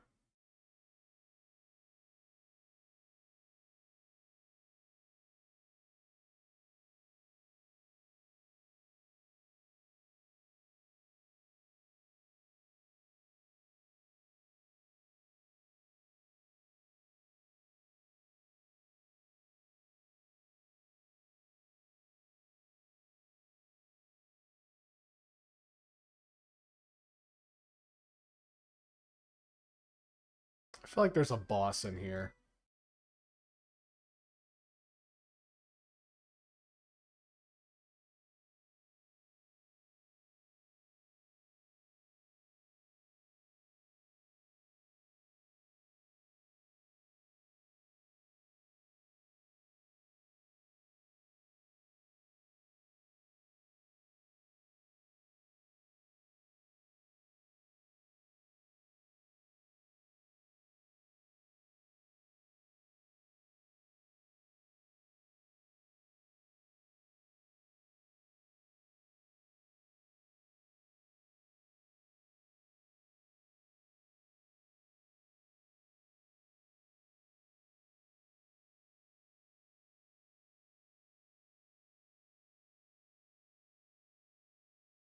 I knew it.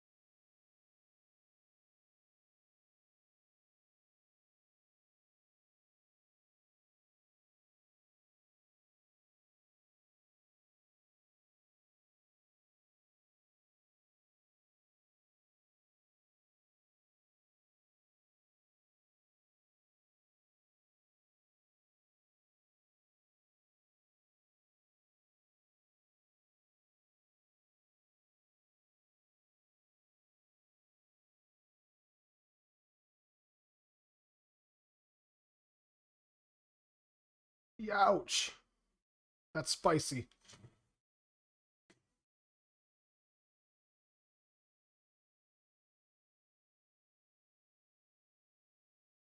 Uh,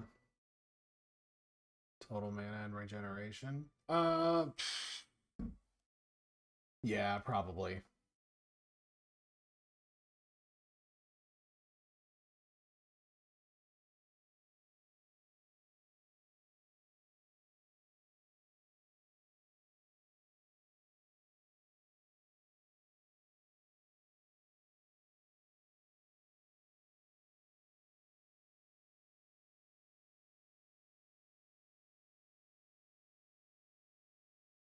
And the first two I'm putting right into endurance.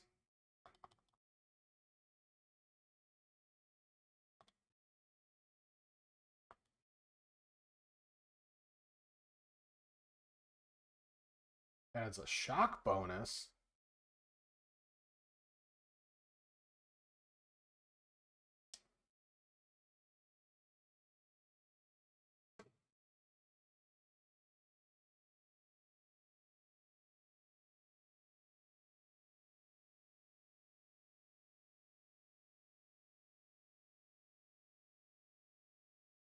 He did! Yeah, I literally just exploded your boss. Ah, Thunderbow.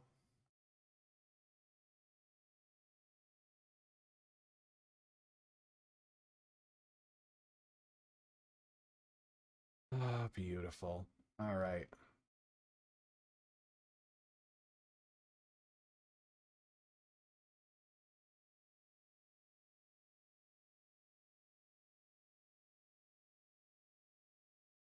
I think the very first time that I played this game, I I wasn't paying attention and I got done beating the boss and then I immediately fell off the side there and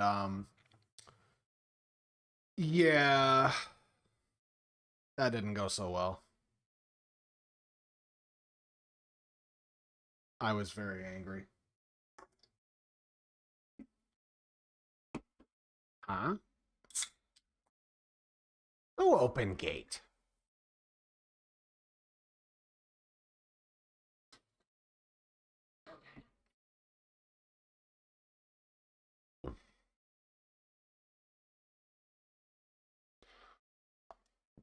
The gates are open.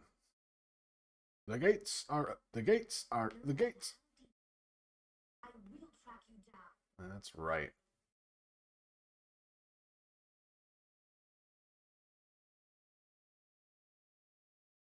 Oh, they respawned him even though he was much better as chunks of ice.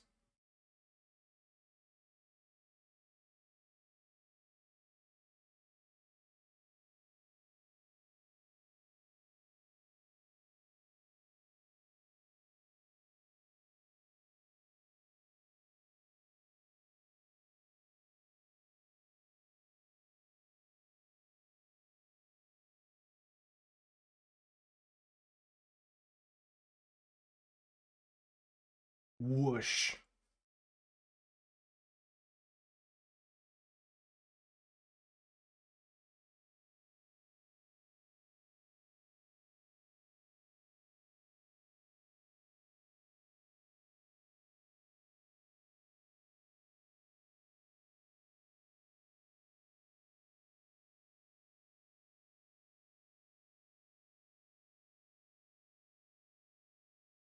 Strength bonus. Excuse me. The hiccups now. Yeah.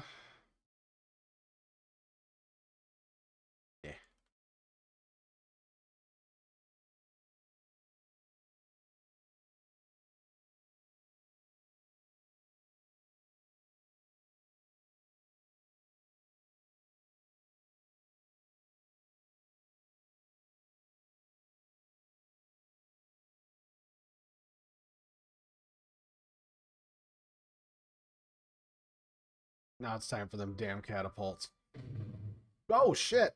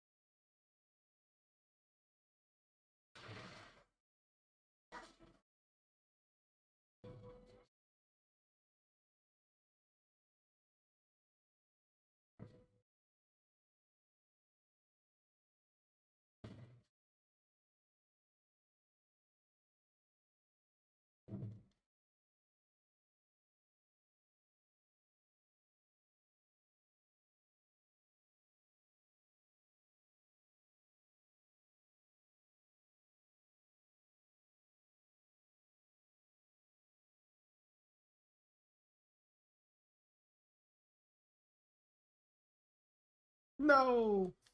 Generic NPC elf number 45! We were so close. He was gonna maybe invite me to his daughter's dance recital one time. Now we'll never know how that dance recital's gonna go.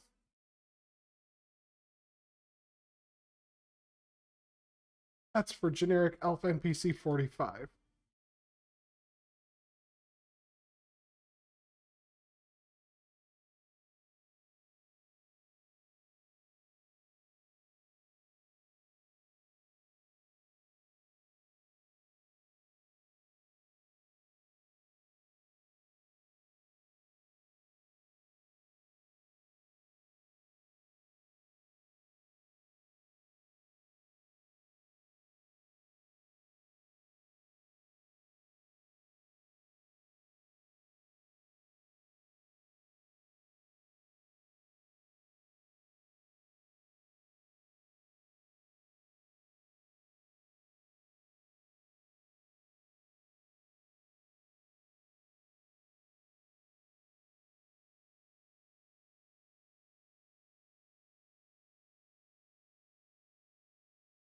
Let's go, you bastards.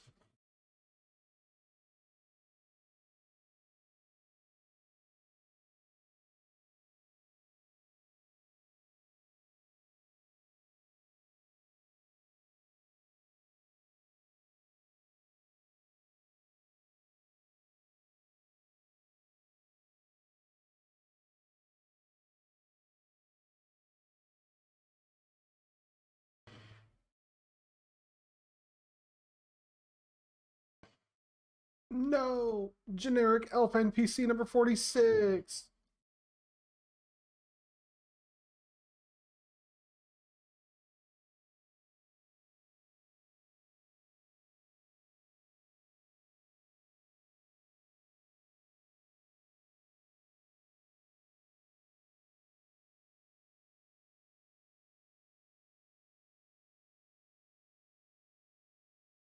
Only somebody could have been stocking up on health potions this whole time.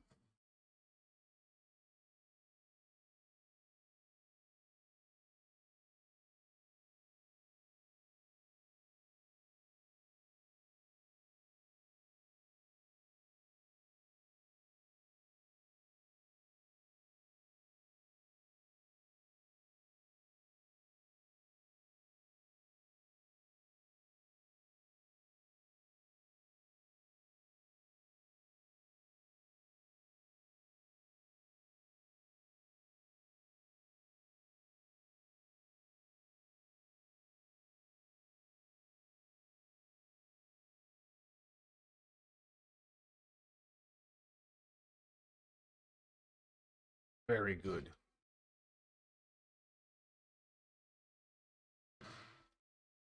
Bullseye. A lot of arrows. Alright. Let me switch to my better weapon.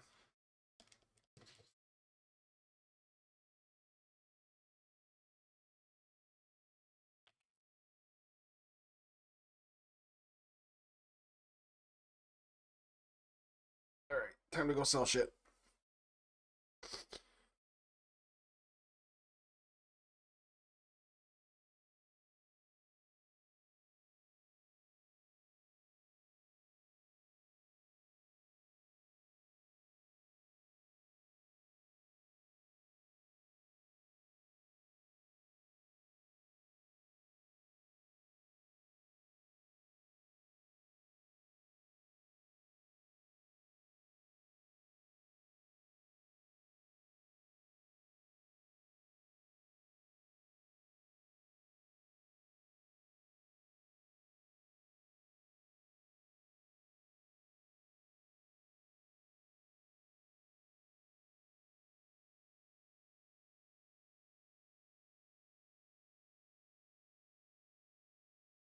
I'll take one of those.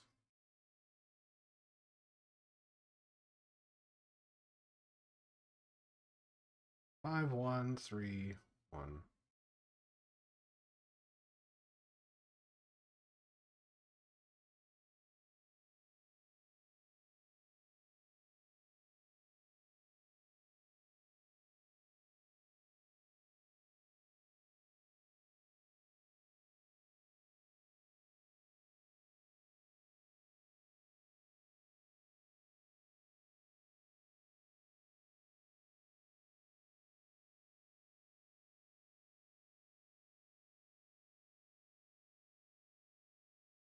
Dexterity gloves, thank you.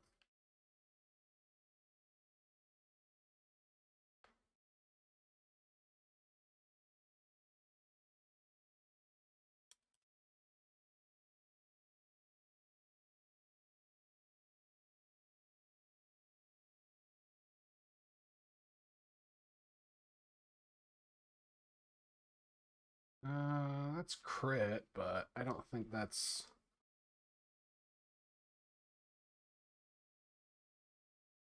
How much is that? 37? Oh, whoops.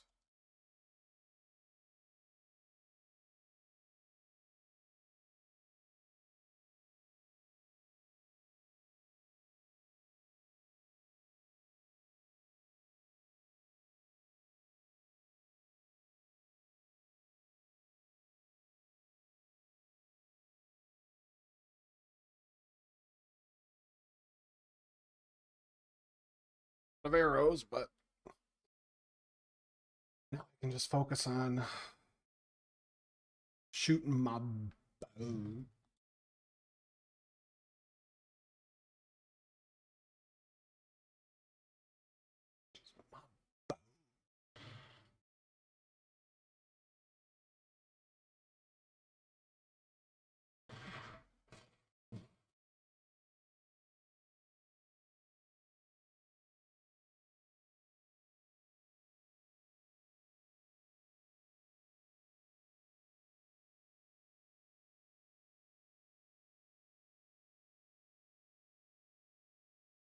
It's feisty.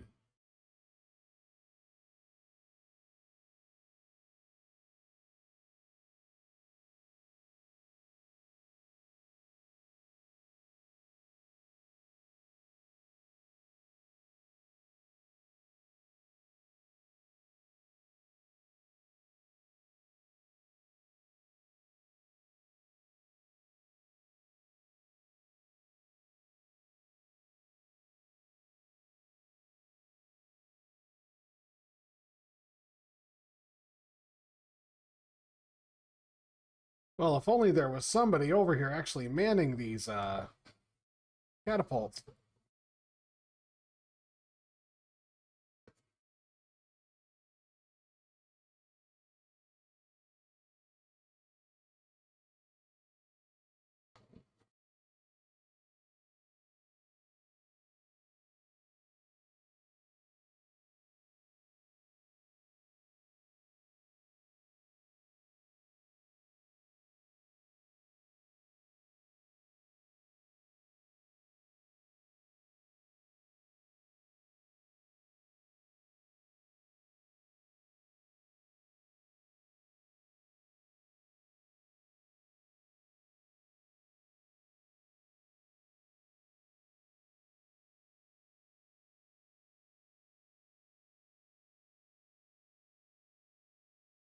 Bro's getting lit up like the 4th of July over here. Boom. Down you go.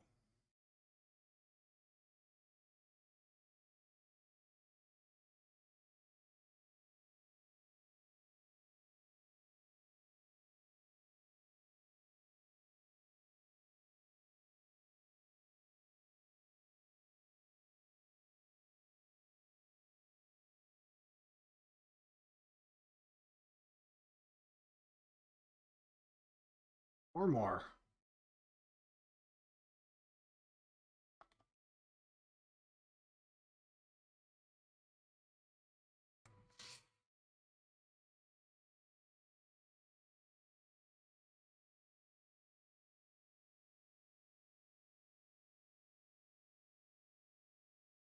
I knocked the shirt off him.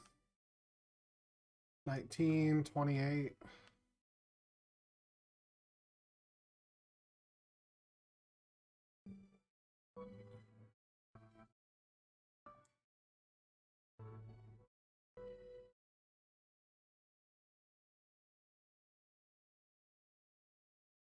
Ah, it's been a minute since I've done a full save. Alright, now it's time to head off to the other side and get rid of the catapults. For some reason, this is the only section that I really remembered. from the last time that I played, probably because it was the most annoying.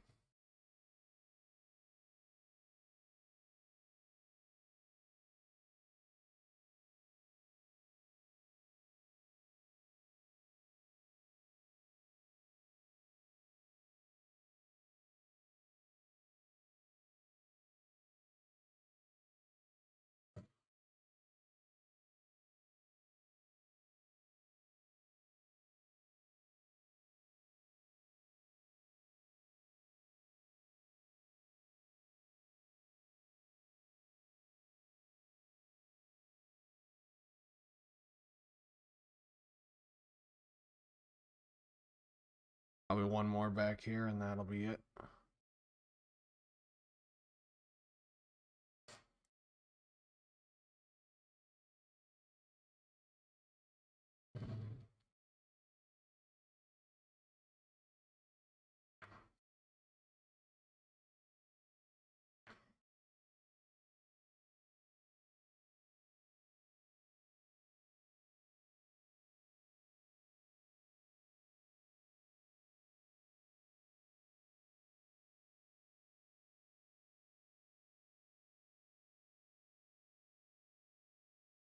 Boom.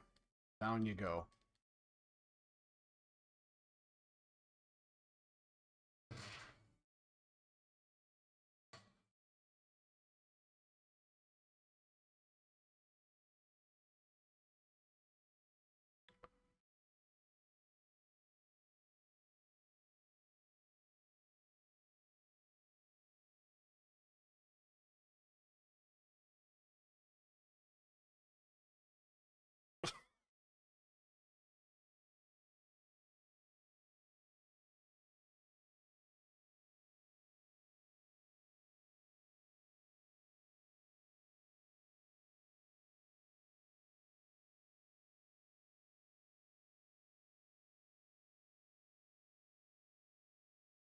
Bro didn't even know what hit him.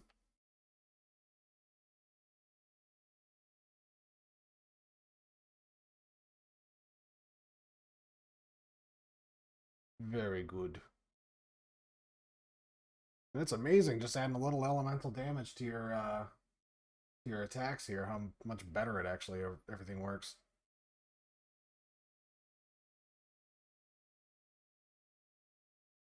What do we got? Strength, intelligence, dex, of course. We'll do another fire arrow, and how about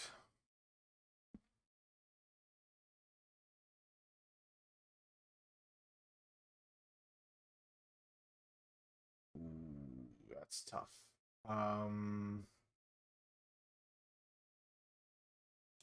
Multi-shot. I wanted to do another point of endurance, but you know, I could have done critical hit as well. So I think next level then, because I did just get fire arrow, so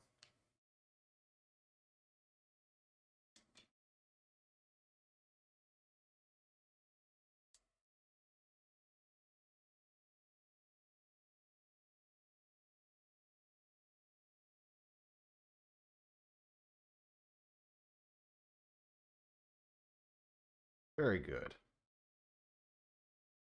Oh, I was about to blast your ass.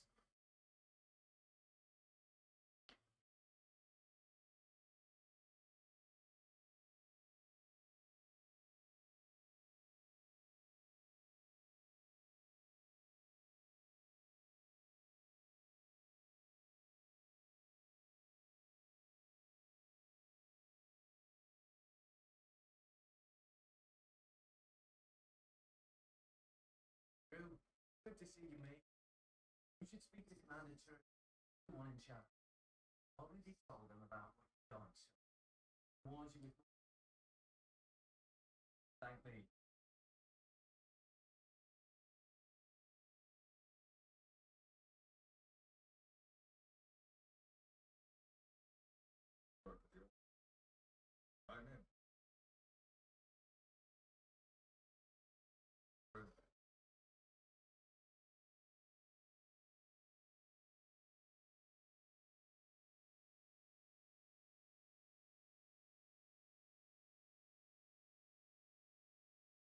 Not Mayong, Mistmore.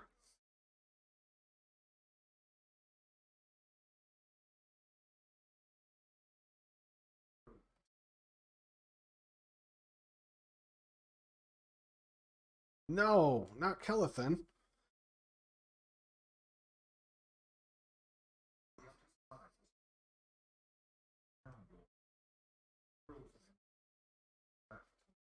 Where's this me? What about you? You're the one that's got the fancy armor.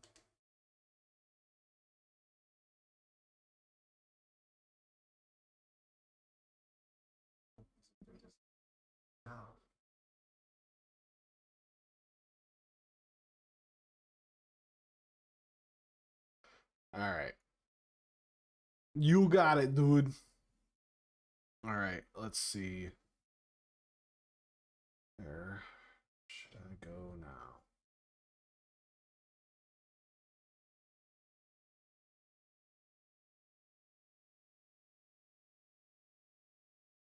Oh, I'm stuck on that.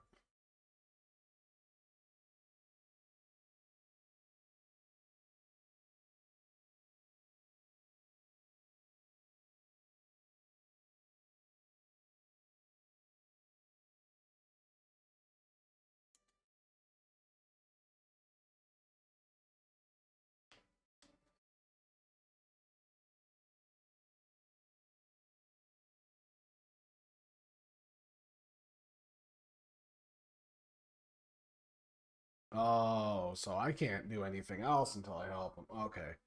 Woo, look at that. 43 to 63, fast speed twin axe. That's a nice axe. But I can't wield it. It's silly. Why would I ever want to? It's still not as good as this fucking Gladius. Pardon me. Just got a case of the yawns.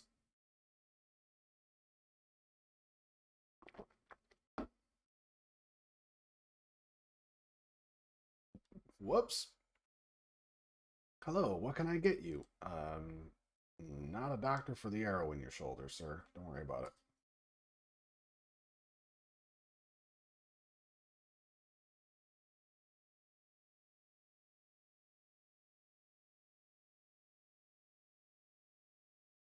That on.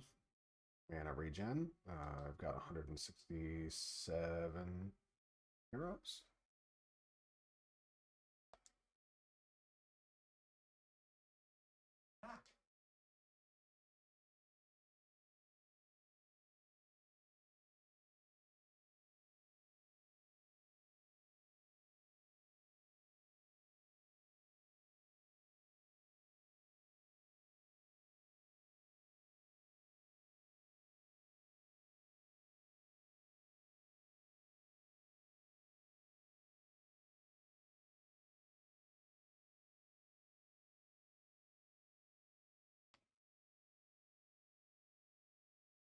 Magic resistance, blah. Boring. All 3-gen, magic, poison, fire, magic, magic. Yep. All of it's boring stuff.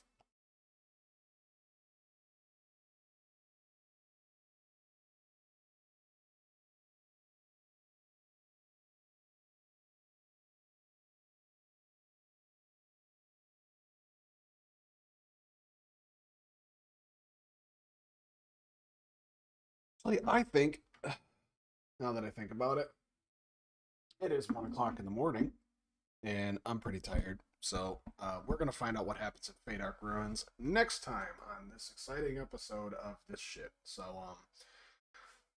good night. Bye-bye. See y'all tomorrow. Scott.